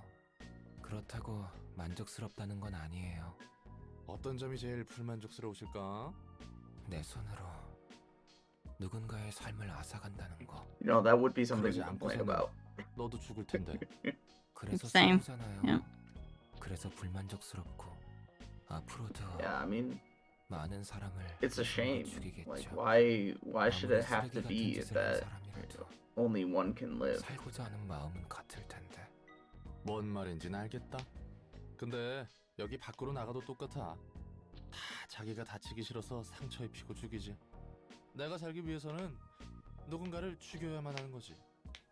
너무 It 뻔한 말이야. shouldn't have to be that way, you know? 확실히 밖은 그랬던 것 같긴 하네요. Definitely not. 어디 출신이었어? Very cruel. 동지? 뒷골목? 알딸딸해서 잘 모르겠어요. 확실한 건 로보토미에서 일했어요. 오. 그런 I'm pretty sure he was 대기업에서 from a nest 굉장히 잘 나갔네, 내 짜응. as well, before he joined Lobotomy 당연하지. Corp. 날개에 입사하면 누구나 부러워하잖아. 돈도 많이 주고 복지도 좋고 사람들이 다 부러워하고. 맞아요. 그렇게들 생각하죠. 그런 건 집어치우고 지금은 좀 더 마시자고요. 좋아. 마실 수 있을 때 많이 마셔둬야지. 둘 다 정신 나갔네. Always watching. Always. You know what, Angela? She just lets it slide. Okay. Yeah. Let some things go under the table. So the floor of art generally is very pro Pierce, in addition to doing a lot of stagger damage. Some other various things as well, but those are the main ones. So you want like Pierce cards? Yeah. I know. Yeah. Yeah. Yeah. Yeah. What was I gonna say? Oh, so, by the way, in regards to the abnormality records being falsified, which is like, in a way, technically true, because as I we got a bro. Yeah, and his name is Finn. Finn. As I mentioned at the beginning of like our little playthrough here, abnormalities are manifestations of human subconscious. Mm-hmm. So all of these abnormality records technically are not accurate to the actual originations of the abnormalities because they were extracted from the human subconscious. But I also feel like it would be inaccurate to say that they were like that they are literally false and or falsified, because the way I understand it is that is like the origin story of the abnormality, even if that's not how the abnormality was created. It like that is the idea from which it was generated, and it behaves based on that idea as if that origin were the truth. Yeah. So I feel like it's, I don't know about disingenuous, but I feel like it's inaccurate to say that they were like literally falsified records. Also, another thing, PT is fucking ridiculous. Like, it takes a while to fully understand her capabilities. Once you do, she genuinely seems like the most powerful singular person in the city. PT.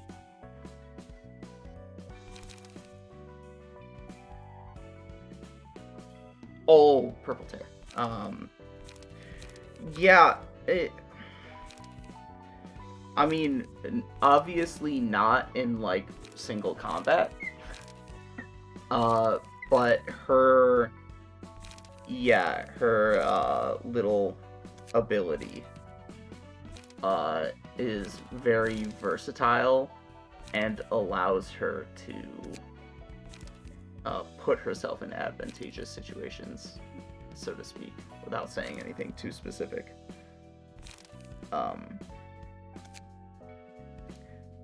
And certainly on its own merits, it seems like the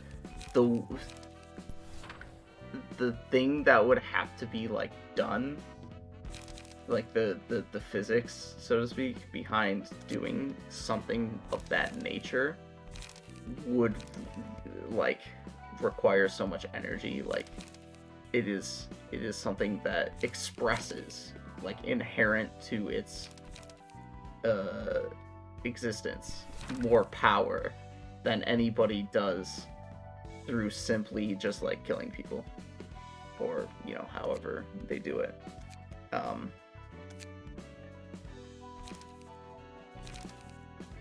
So she likely is one of, if not the most powerful humans in the city, in that regard. These are all the cards in this section, like. There's some more from the general invitations, as I mentioned before. Oh, I forgot about that. But yeah, it's mostly those. Yeah. How many twos? I need one more two. She'll win regardless, because if she's in the fight to begin with, then it's one that she'd benefit from. Yes. Yes, I did say that. Yes, it is true.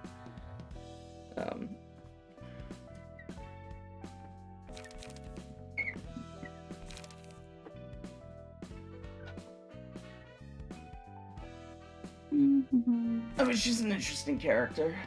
PT, my boy, my physical therapist, PT. Your physical therapist, PT. Yeah.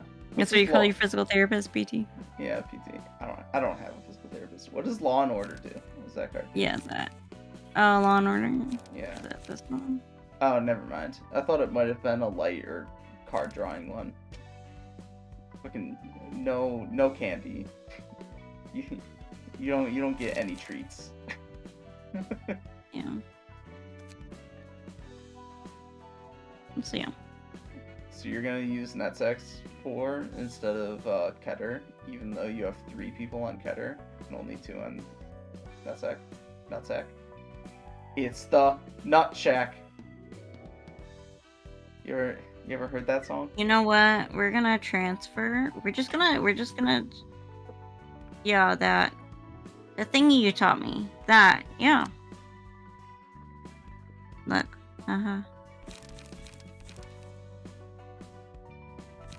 Where is the fucking page? It's the Nut Shack. It's the Nut Shack. Well, I think the reason why strong entities don't bother with her is because they have no reason to bother with her. Like, people are self-motivated. Or particularly the strong people, I should say, are self-motivated in this series. Like, they have no reason to attack the Purple Terror. What the fuck is she doing that they're gonna attack her for? Like, what? Like, the only reason that she gets driven to the library in this game is because they actually have a reason to drive her to the library. And as you mentioned before, she lets them drive her to the library because she wants to go down that path anyways. So it's like, what are you doing?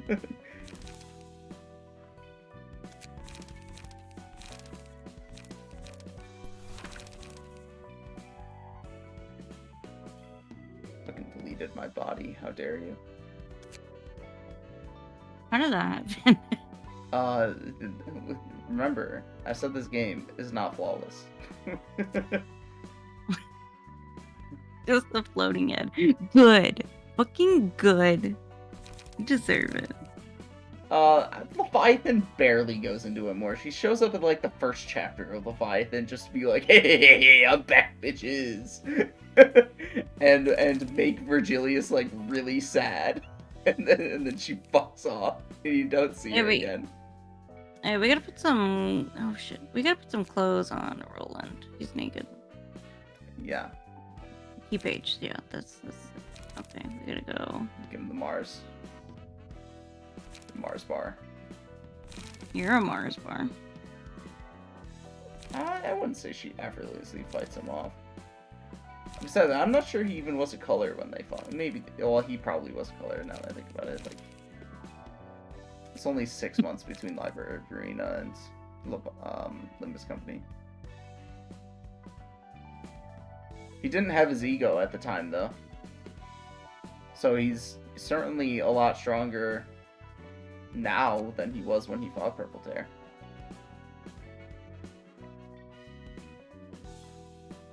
Just because he has it. Yeah, she also brought the fucking to attack him too. It wasn't even a one-on-one.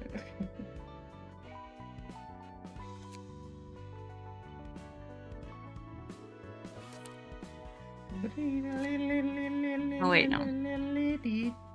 Episode 2. Yeah, there you go.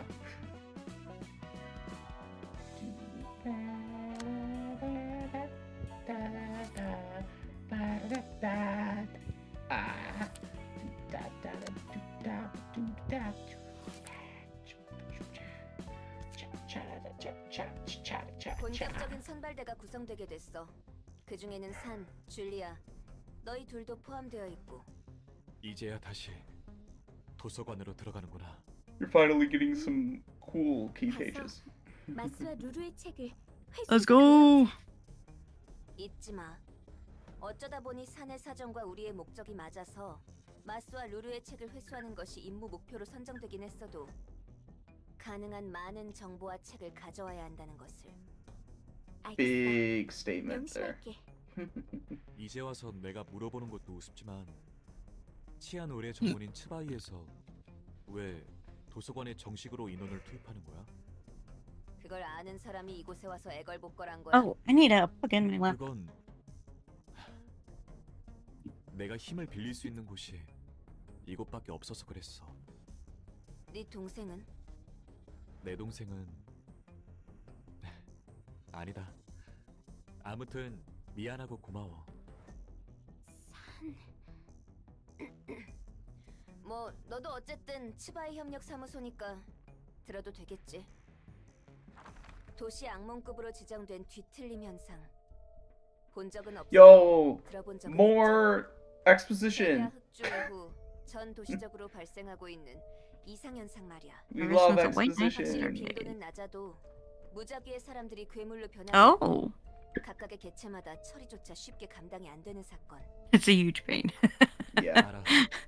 처음 발생한 뒤틀림 현상인 Uh-oh. 피아니스트로 인해 구구골목 거주민의 8알이 사망했지. 80% is apparently like 300,000 people. Damn.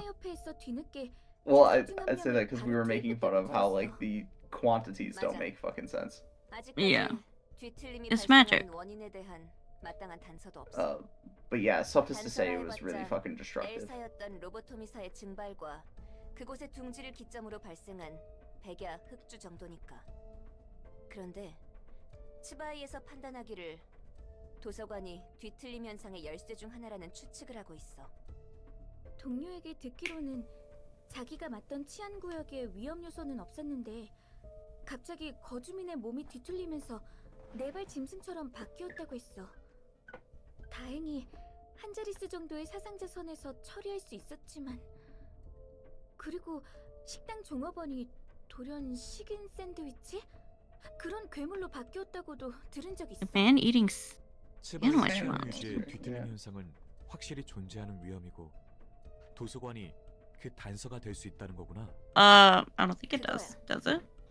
Yes, it does. They were just describing how it was a threat to their peacekeeping. Yeah, but I thought because of the pianist or whatever. Yeah, the pianist is a bit of a threat to peacekeeping, but also just like generally speaking, the distortion. No, because they were like, oh, that's why you want to check out the library. Wait. I'm saying because the library, they're like, oh, because the library will hold some information. I was like, oh, does it? Does the library hold information? Well, first That's of all, what I meant. yes. Okay. Because Okay, thank you for answering my because- question.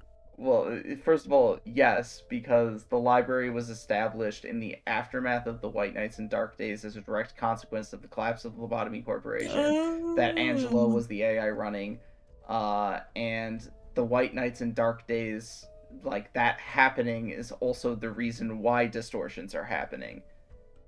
So like all of those things are connected. Like Connected. yes. Oh, Yeah. okay, got it. But also, the Zwei suspects that the library holds this information because it exists in the same spot of the Lobotomy Corporation main branch when it collapsed.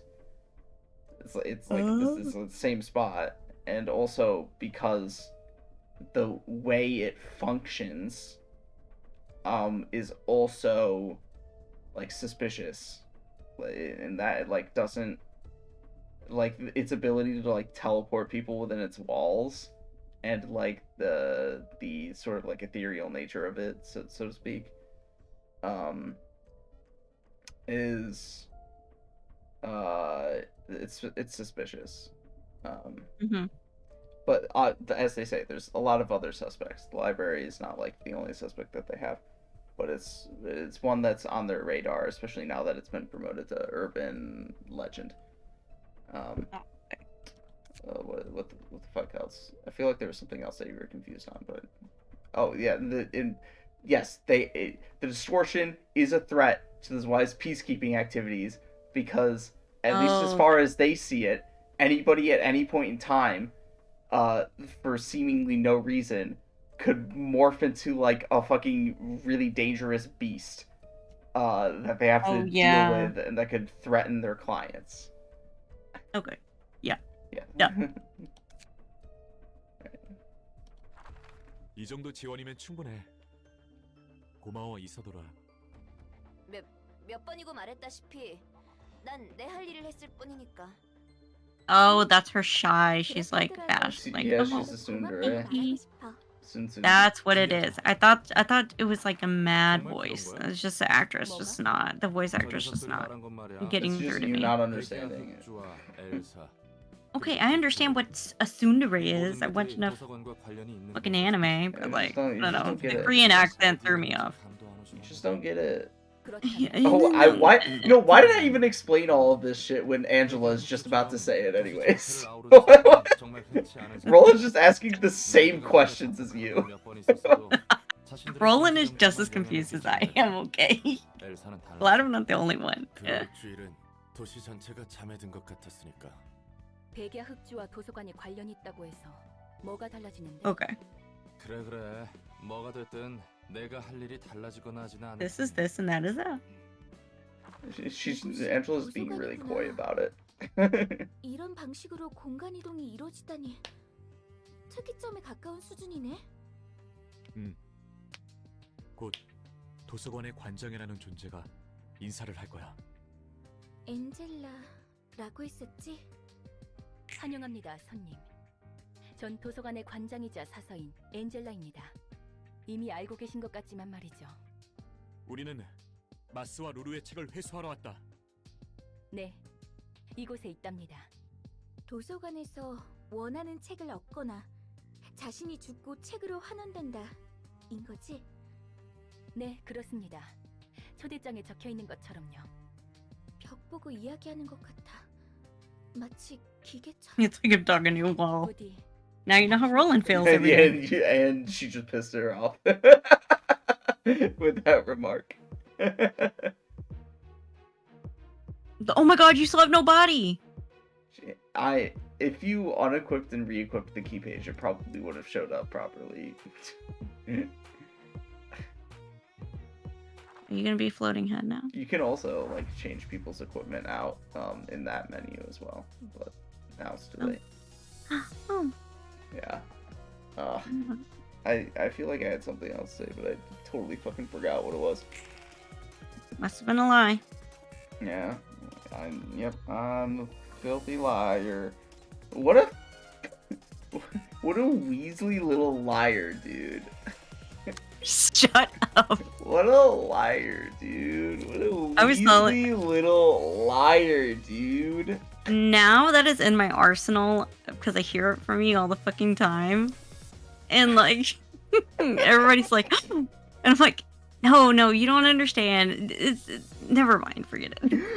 I'm like, I wasn't actually calling you a Weasley liar, I promise. I mean, dude, the clip is just so perfect, man. The smack on the desk followed by the window sound. yeah. It can't be replicated. Oh.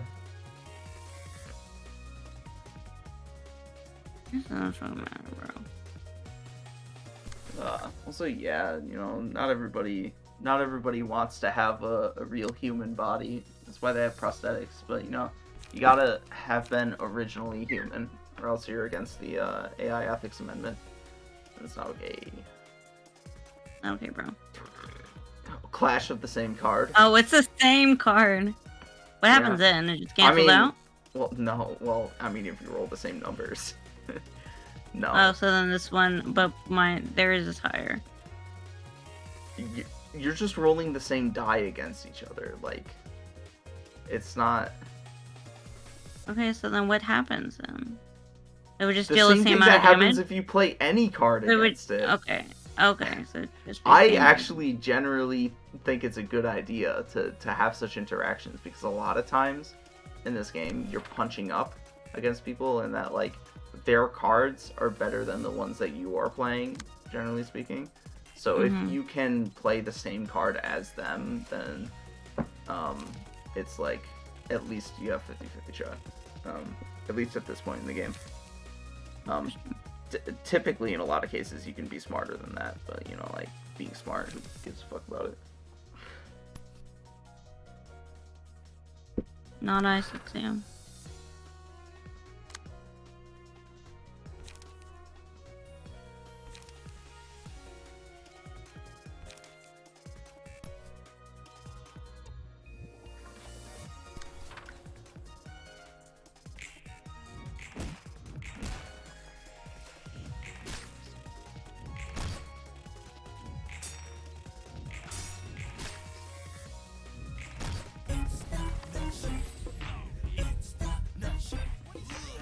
What's that? The nut check. It's the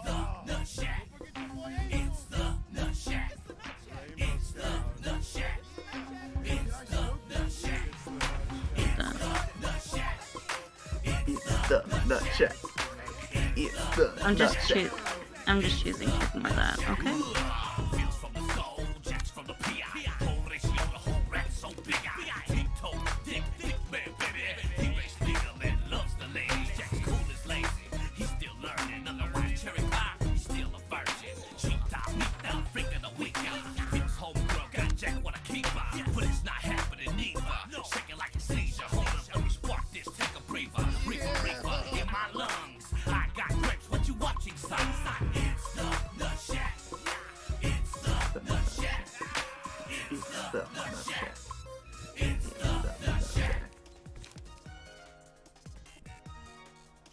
It's some like shittily animated, shittily written, I'm pretty sure like Vietnamese adult cartoon.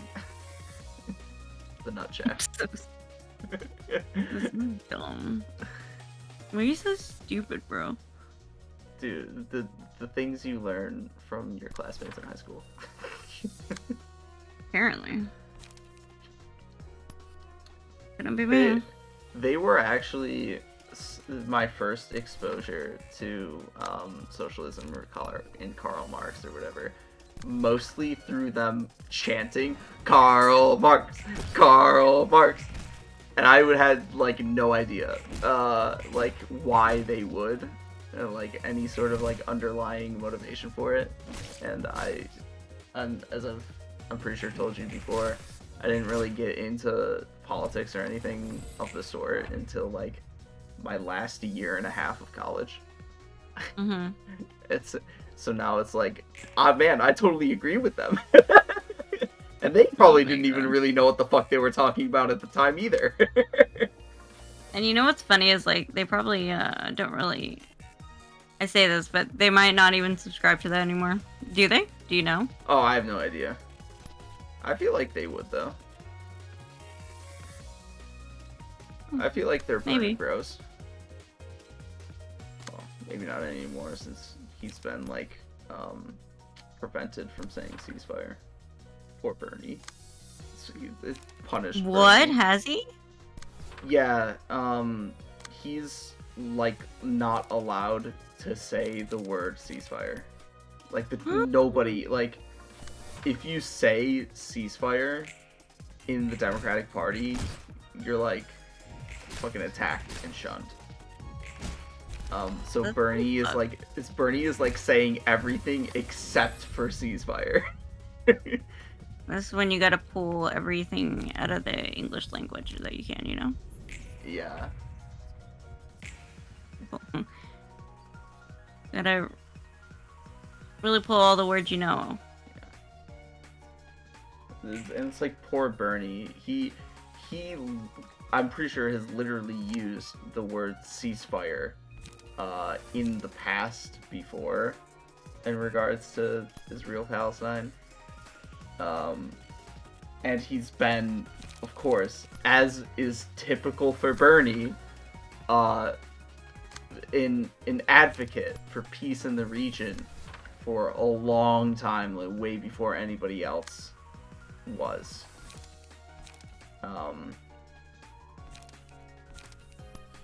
So it's just poor Bernie, man. That he's got to be that way. He's got to acquiesce to the fucking APEC. Yeah, I mean that's the game of politics in America, though. It's just like, yeah, it's very silly. It's like every single fucking time, Bernie is always on the fucking right side of history, but then like people still step on his nutsack. It's like, come on, man, Bernie's so cool. We love Bernie.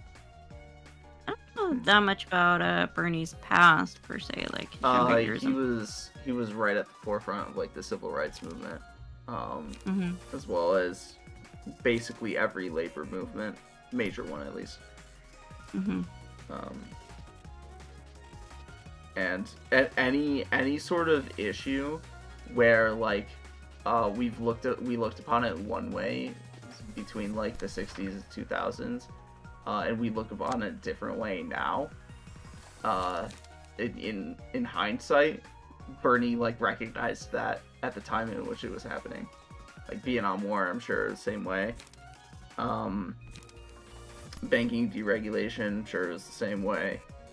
Probably felt it was probably the same for the Iraq War too. Both Iraq and Afghanistan, all that shit.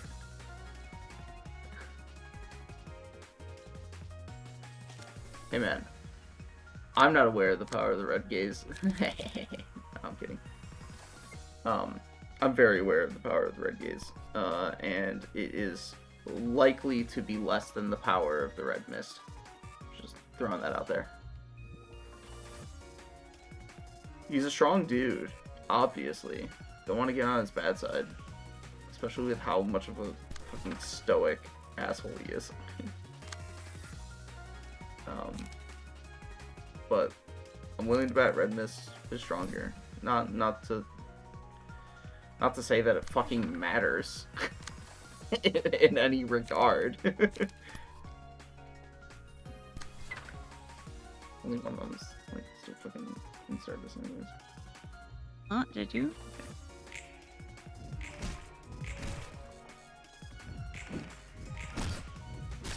As Roland said, the strongest is hard. Yeah, exactly. The strongest is hard to qualify in the city. And that was like the essentially the basis for that entire conversation. Anyways, it's that power scaling is fucking stupid in this series. CamCam is fucking getting the shit kicked out of her.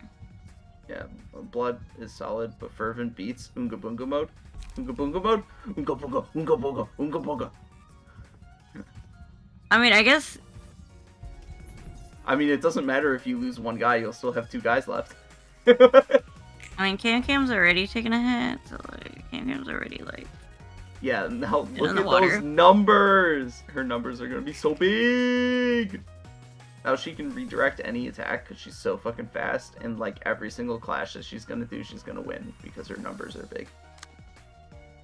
Fervent beats. Fervent beats. How loud is your heart beating? Okay, how's this bitch at like 35? Pisses me off.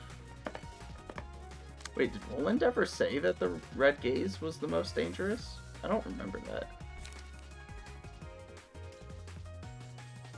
I don't think the red gaze even like shows up until Leviathan, and was released after Library of Ruina.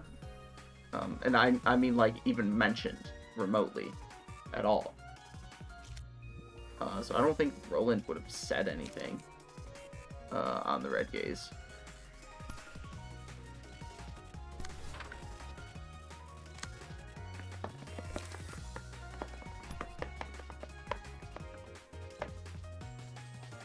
Oh, time to click on a Twitter link after you're done fucking launching the attacks. A tweet a long time ago? Really?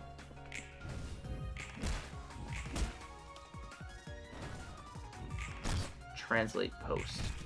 Hey, did you call me? Who is the strongest? Of course it's the person in front of me. No, right now in the city, who is the strongest is Solver. Unlike in the past, we can't gather opinions on this. Some are the Great Lakes fixers. There's a bunch of names. So many prominent people among them. There are only a few of them that I've actually met, and there are only rumors. And yet, they even fight in a bar over this topic if you include other organizations and wing affiliations. The level is endless. Well, that was the same for me too. Somehow I ended up being overly packed from what I saw in person this time. I don't think it was an exaggeration at all.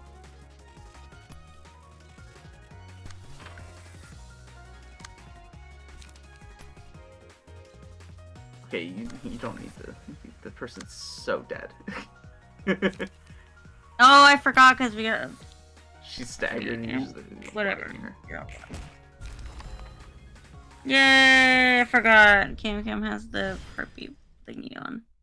Then I guess I'll have to see, who do you think is the most dangerous? I vote for a problem solver named Virgil. Then you would have received the color. Okay, it was plus the color you got. Anyways, I thought you weren't interested in these ratings. Just curious. I could now see the city even further away. Aside from the shitty Google translation, I guess that does roughly indicate that he thinks Virgilius is the strongest. Did we get everything? Yes. You didn't get a lot of copies of the Book of Julia. Or Sand. Well, you got 3 Sands, but you only got 2 Julias. Mm-hmm. Oh, right, dangerous, not strongest. My bad. Yeah. How dare you? 그리고 그 중심지였던 엘사의 본성. Don't get it twisted. 내가 손봐서 Sour. 사용하고 있지. 그 이후 발생했다는 뒤틀림이라는 것에 대해서는 딱히 할 말은 없어. 뒤틀림에 대한 확실한 정보는 나도 없으니까. Angela, I don't trust you. 아까 전에 궁금하다. Well, I mean, she's kind of putting the pieces together herself, even though she technically has all of the pieces to understand it. 그 감정을 통해 가치 판단을 할 수 있게 설계한. Yeah, I don't care about the Reddit link though. Shut up. 윤리 개정안을 합친 채 비밀리에 태어난 기계였지. 우습게도 I got the gist. 판단을 해본 적은 없지만 그런 채로 혼자 100만 년 동안 늘 같은 대본을 읊으며 주어진 계획을 성공시켜야 했어. For 1 million years. Yeah. 막을 내리게 되었고. Yeah, because she lived like, yeah. Oh, yeah, that thing you told me about in the beginning. Okay. Yeah. 결과가 백야 흑주였다는 거고. 말해줘서 고마워. 어떤 미친놈인지 몰라도 그 정신 나간 계획 덕분에 도시에서 뒤틀림이라는 지속적이고 불규칙한 개판이 벌어졌어. 뜬금없이 멀쩡한 인간이 괴물이 된 거야. 괴물은 눈에 보이는 대로 싹 다 죽게 됐지. 그리고 말도 마. 처음 발생한 뒤틀림은 지옥도였어. 모두가 꽤 안전하다고 생각했던 거주구역에서 어느 날 갑자기 발생했으니까. 게다가 그냥 죽이는 것도 아니고 예술적으로 죽게 됐거든. 붙여진 이름이 피아니스트였으니까 말 다 했지. For some 어쨌든 reason. 이야기해줘서 고마워. 네 입장에서는 꽤나 껄끄러운 이야기였을 텐데. 예상보다 놀라지는 않네. 뒤틀림을 통해서 나온 괴물은 도서관과 사서가 풍기는 공기와 굉장히 유사해 보이긴 했으니까. 너도 너대로 마음고생 많았겠어. 그나저나 다음이 문제야. 치바이를 어떻게 움직이게 하려나? 이 책을 쓰도록 해. 내 나름대로 엘사와 뒤틀림 간의 관계를 정리해봤어. That was that pop-up that you got before about getting the Book of the Distortion. So, what you should do though is, I have to use the bathroom. So you should repeat some fights while I use the bathroom. Repeat what fights? That fight with the Zwei, for example. Maybe yeah. fight with like Lulu. Sorry, if you want some more of her stuff or something. I don't know. Go in the bathroom. Okay.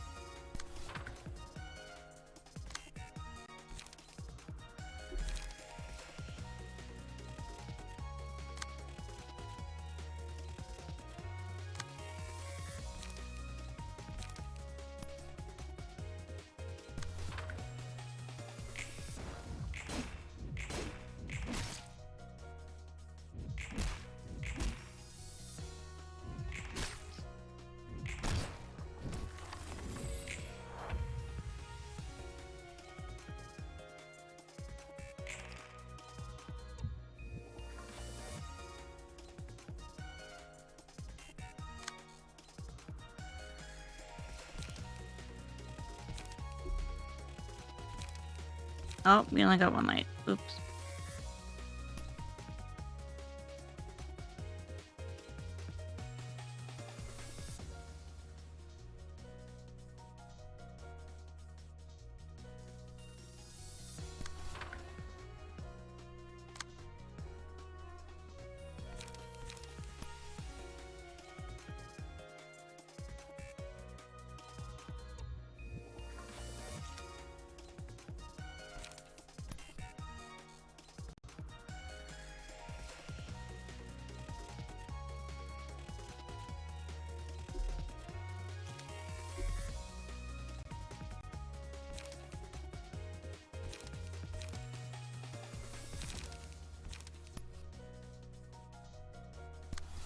Man, you just talk so much without me around.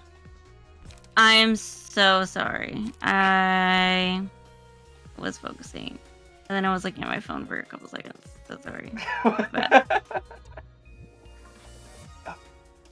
I probably should have added more blunt attacks to my man over here, but too late. I mean, they're also weak to slash. Yeah. What does this one do? I can't remember, but I don't think that there's any floor that's particularly geared towards slash attacks. Like, Yasat's floor is geared towards blunt, and Netzak's floor is geared towards pierce. But I don't think there's any that's particularly geared towards slash.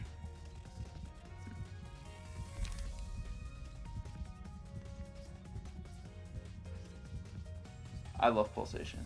I'm a big pulsation guy.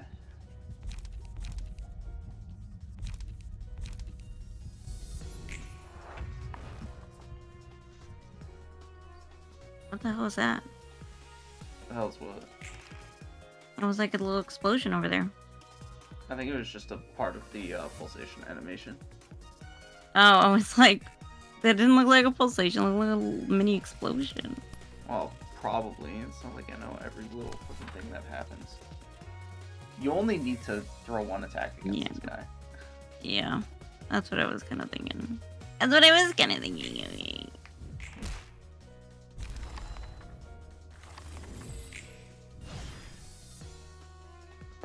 Oh. Well, I just like cracked my hip. It felt nice. Nice. Ba, ba, ba.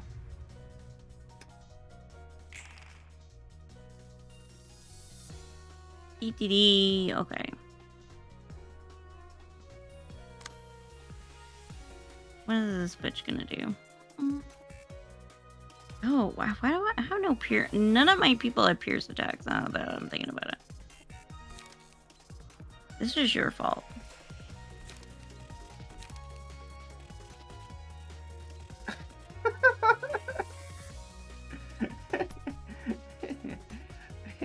I got a couple of notifications on Twitter since that guy sent me the Twitter thing to look at.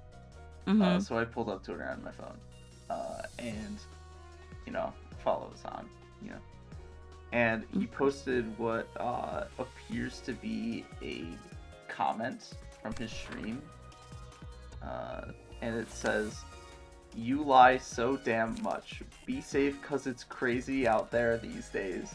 Lord knows tides are turning and you've made enemies. Better start getting smart and stop speaking about shit you don't know anything about. Might find yourself on your knees. As Salamu alaikum terrorist lover." What? I don't know. It's just some unhinged nonsense. That's okay, it. they were toning. I'm like, that was ridiculous. Assalamu alaikum. Terrorist love. I don't even know what that means. Something in Arabic, probably. Terrorist lover. So silly.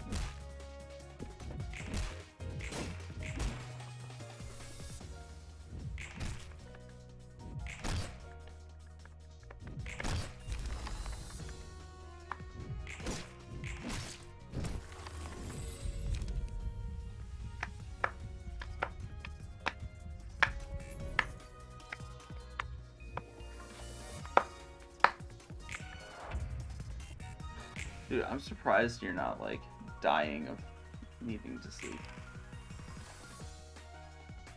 Yeah, I think after this, I'm gonna go to bed. But no, I'm like I'm a night owl. I usually stay up pretty late. Yeah, I get that, but it's also, usually you ask to go to bed by the time it's 4 a.m. I know. I woke up early too. I think I woke up like at 9 o'clock. You know what, that just goes to show how fun Yesterday. this game is. It's very stimulating. I will say that.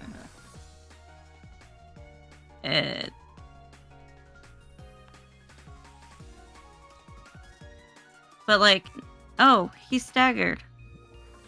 Wow. I was like, why is he not glowing? Eventually, you'll know what stagger means.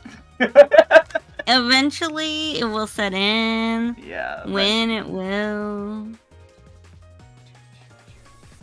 Who knows? Yeah, also you'll notice your maximum emotional level is now 3 instead of 2, since you leveled up the, Oh, wow. the stuff. So now you can spend even more time stalling fights to rise emotion level. I think this froze almost.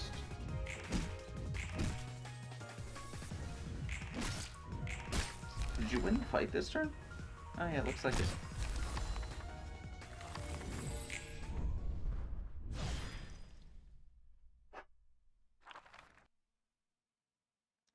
Okay, what do we get? What do we get? What do we get? What do we get? Got 2 books of Lulu. It's because you didn't rise the emotion level, so you got books of Streetlight Office instead of books of Lulu. Okay, that's fine. I mean, that's okay. Fuck me.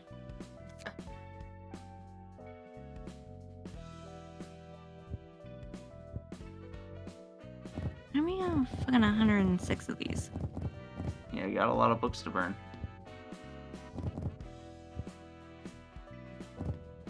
Oh! Oh! Oh, oh.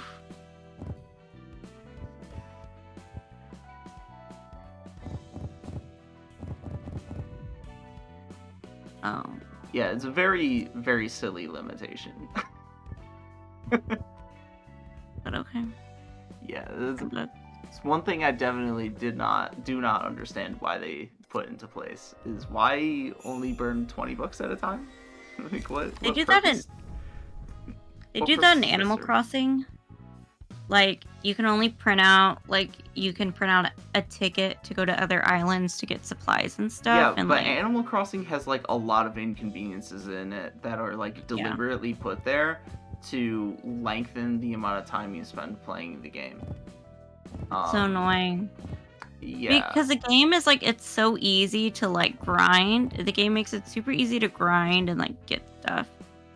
And so like you have like 1,000 fucking like things to spend, and so you're like standing at the fucking ticket machine printing out 100 tickets because you can only print out 1 ticket at a time, or you can only build like 1 bookshelf at a time. And I'm like, I have 100 logs. I can build 20 bookshelves. What do you mean I can only make 1 bookshelf at a time? What do you mean I can only paint 1 bookshelf at a time? Yeah. Doesn't make sense. Animal Crossing deliberately put a lot of inconveniences in place to lengthen playtime and just make it very snory, boring. I don't know. Whatever. Words are failing me at this point. Words always fail me, but like they're definitely failing me now. Did you want to read any credenzas before we call it quits? Yeah, let's see. Oh, did we get all of these? Yeah. There might... Oh, you got No. San was the main addition, and he's under Streetlight Office, yeah. Okay. An associate office is one that is in a cooperative relationship with one of the associations. The advantage of this designation is that its fixers will not have to worry about starving, since they are paid a stable salary. and that the office simply has to handle tasks given by the association with proficiency, rather than having to deal with clients and accept their requests as ordinary offices do. Spending days without any incident happening in the area designated for peacekeeping can be admittedly boring, though it's a blessing to have such a peaceful day in the city. I was grateful to have such serenity each day, reasoning with Lulu's occasional complaints. Is boredom the only downside of being in an associate office? That's not quite true. Because we're under the direct command of the association, we're forced to take on any undesirable tasks they give, even if it carries the risk of wiping out the office. I can't blame the association, so I only have myself to fault for failing to save my guys. Wah-wah. Yep, it is your Wah, fault. wah. Yeah, So- you should have been stronger. Yeah, you should have just been fucking better, bro. Get good. Get wrecked, bozo. Get wrecked, bozo. Okay, I think that's everybody. Yep, okay, we're good. Alright, whew, okay. Yeah. I feel very successful in this mission. Yeah, Okay. I mean, we made some fucking actually decently hefty progress, not gonna lie. Yeah, we did. And then I gotta do another fight, I guess next time we play, and then do this fucking exclamation mark that I don't like. So yeah. Yeah. Hey, if you do that though, it'll give you a reason to use Malkuth's floor instead of Roland's, and then you can hear her song. Oh yeah, that's a good idea. Yeah, I will okay. also say to the Library of Ruina players in the fucking Twitch chat, I've been uploading the VODs of our misadventures, the two of us, through this game, just wholesale without any editing, effectively, to YouTube in this playlist. So, you know, if you want to watch those, the first two have like a lot of technical difficulties that happen in them, unfortunately. Oh, yeah. My internet goes out at the end of the first one, and you can't figure out how to use Parsec in the beginning of the second one. Yeah. But if you're willing to, if you thought that this was entertaining enough to warrant just like casually having those on in the background, go And ahead. watch me fumble through the gameplay, you know. Yeah, I as I very patiently explain the details of the mechanics.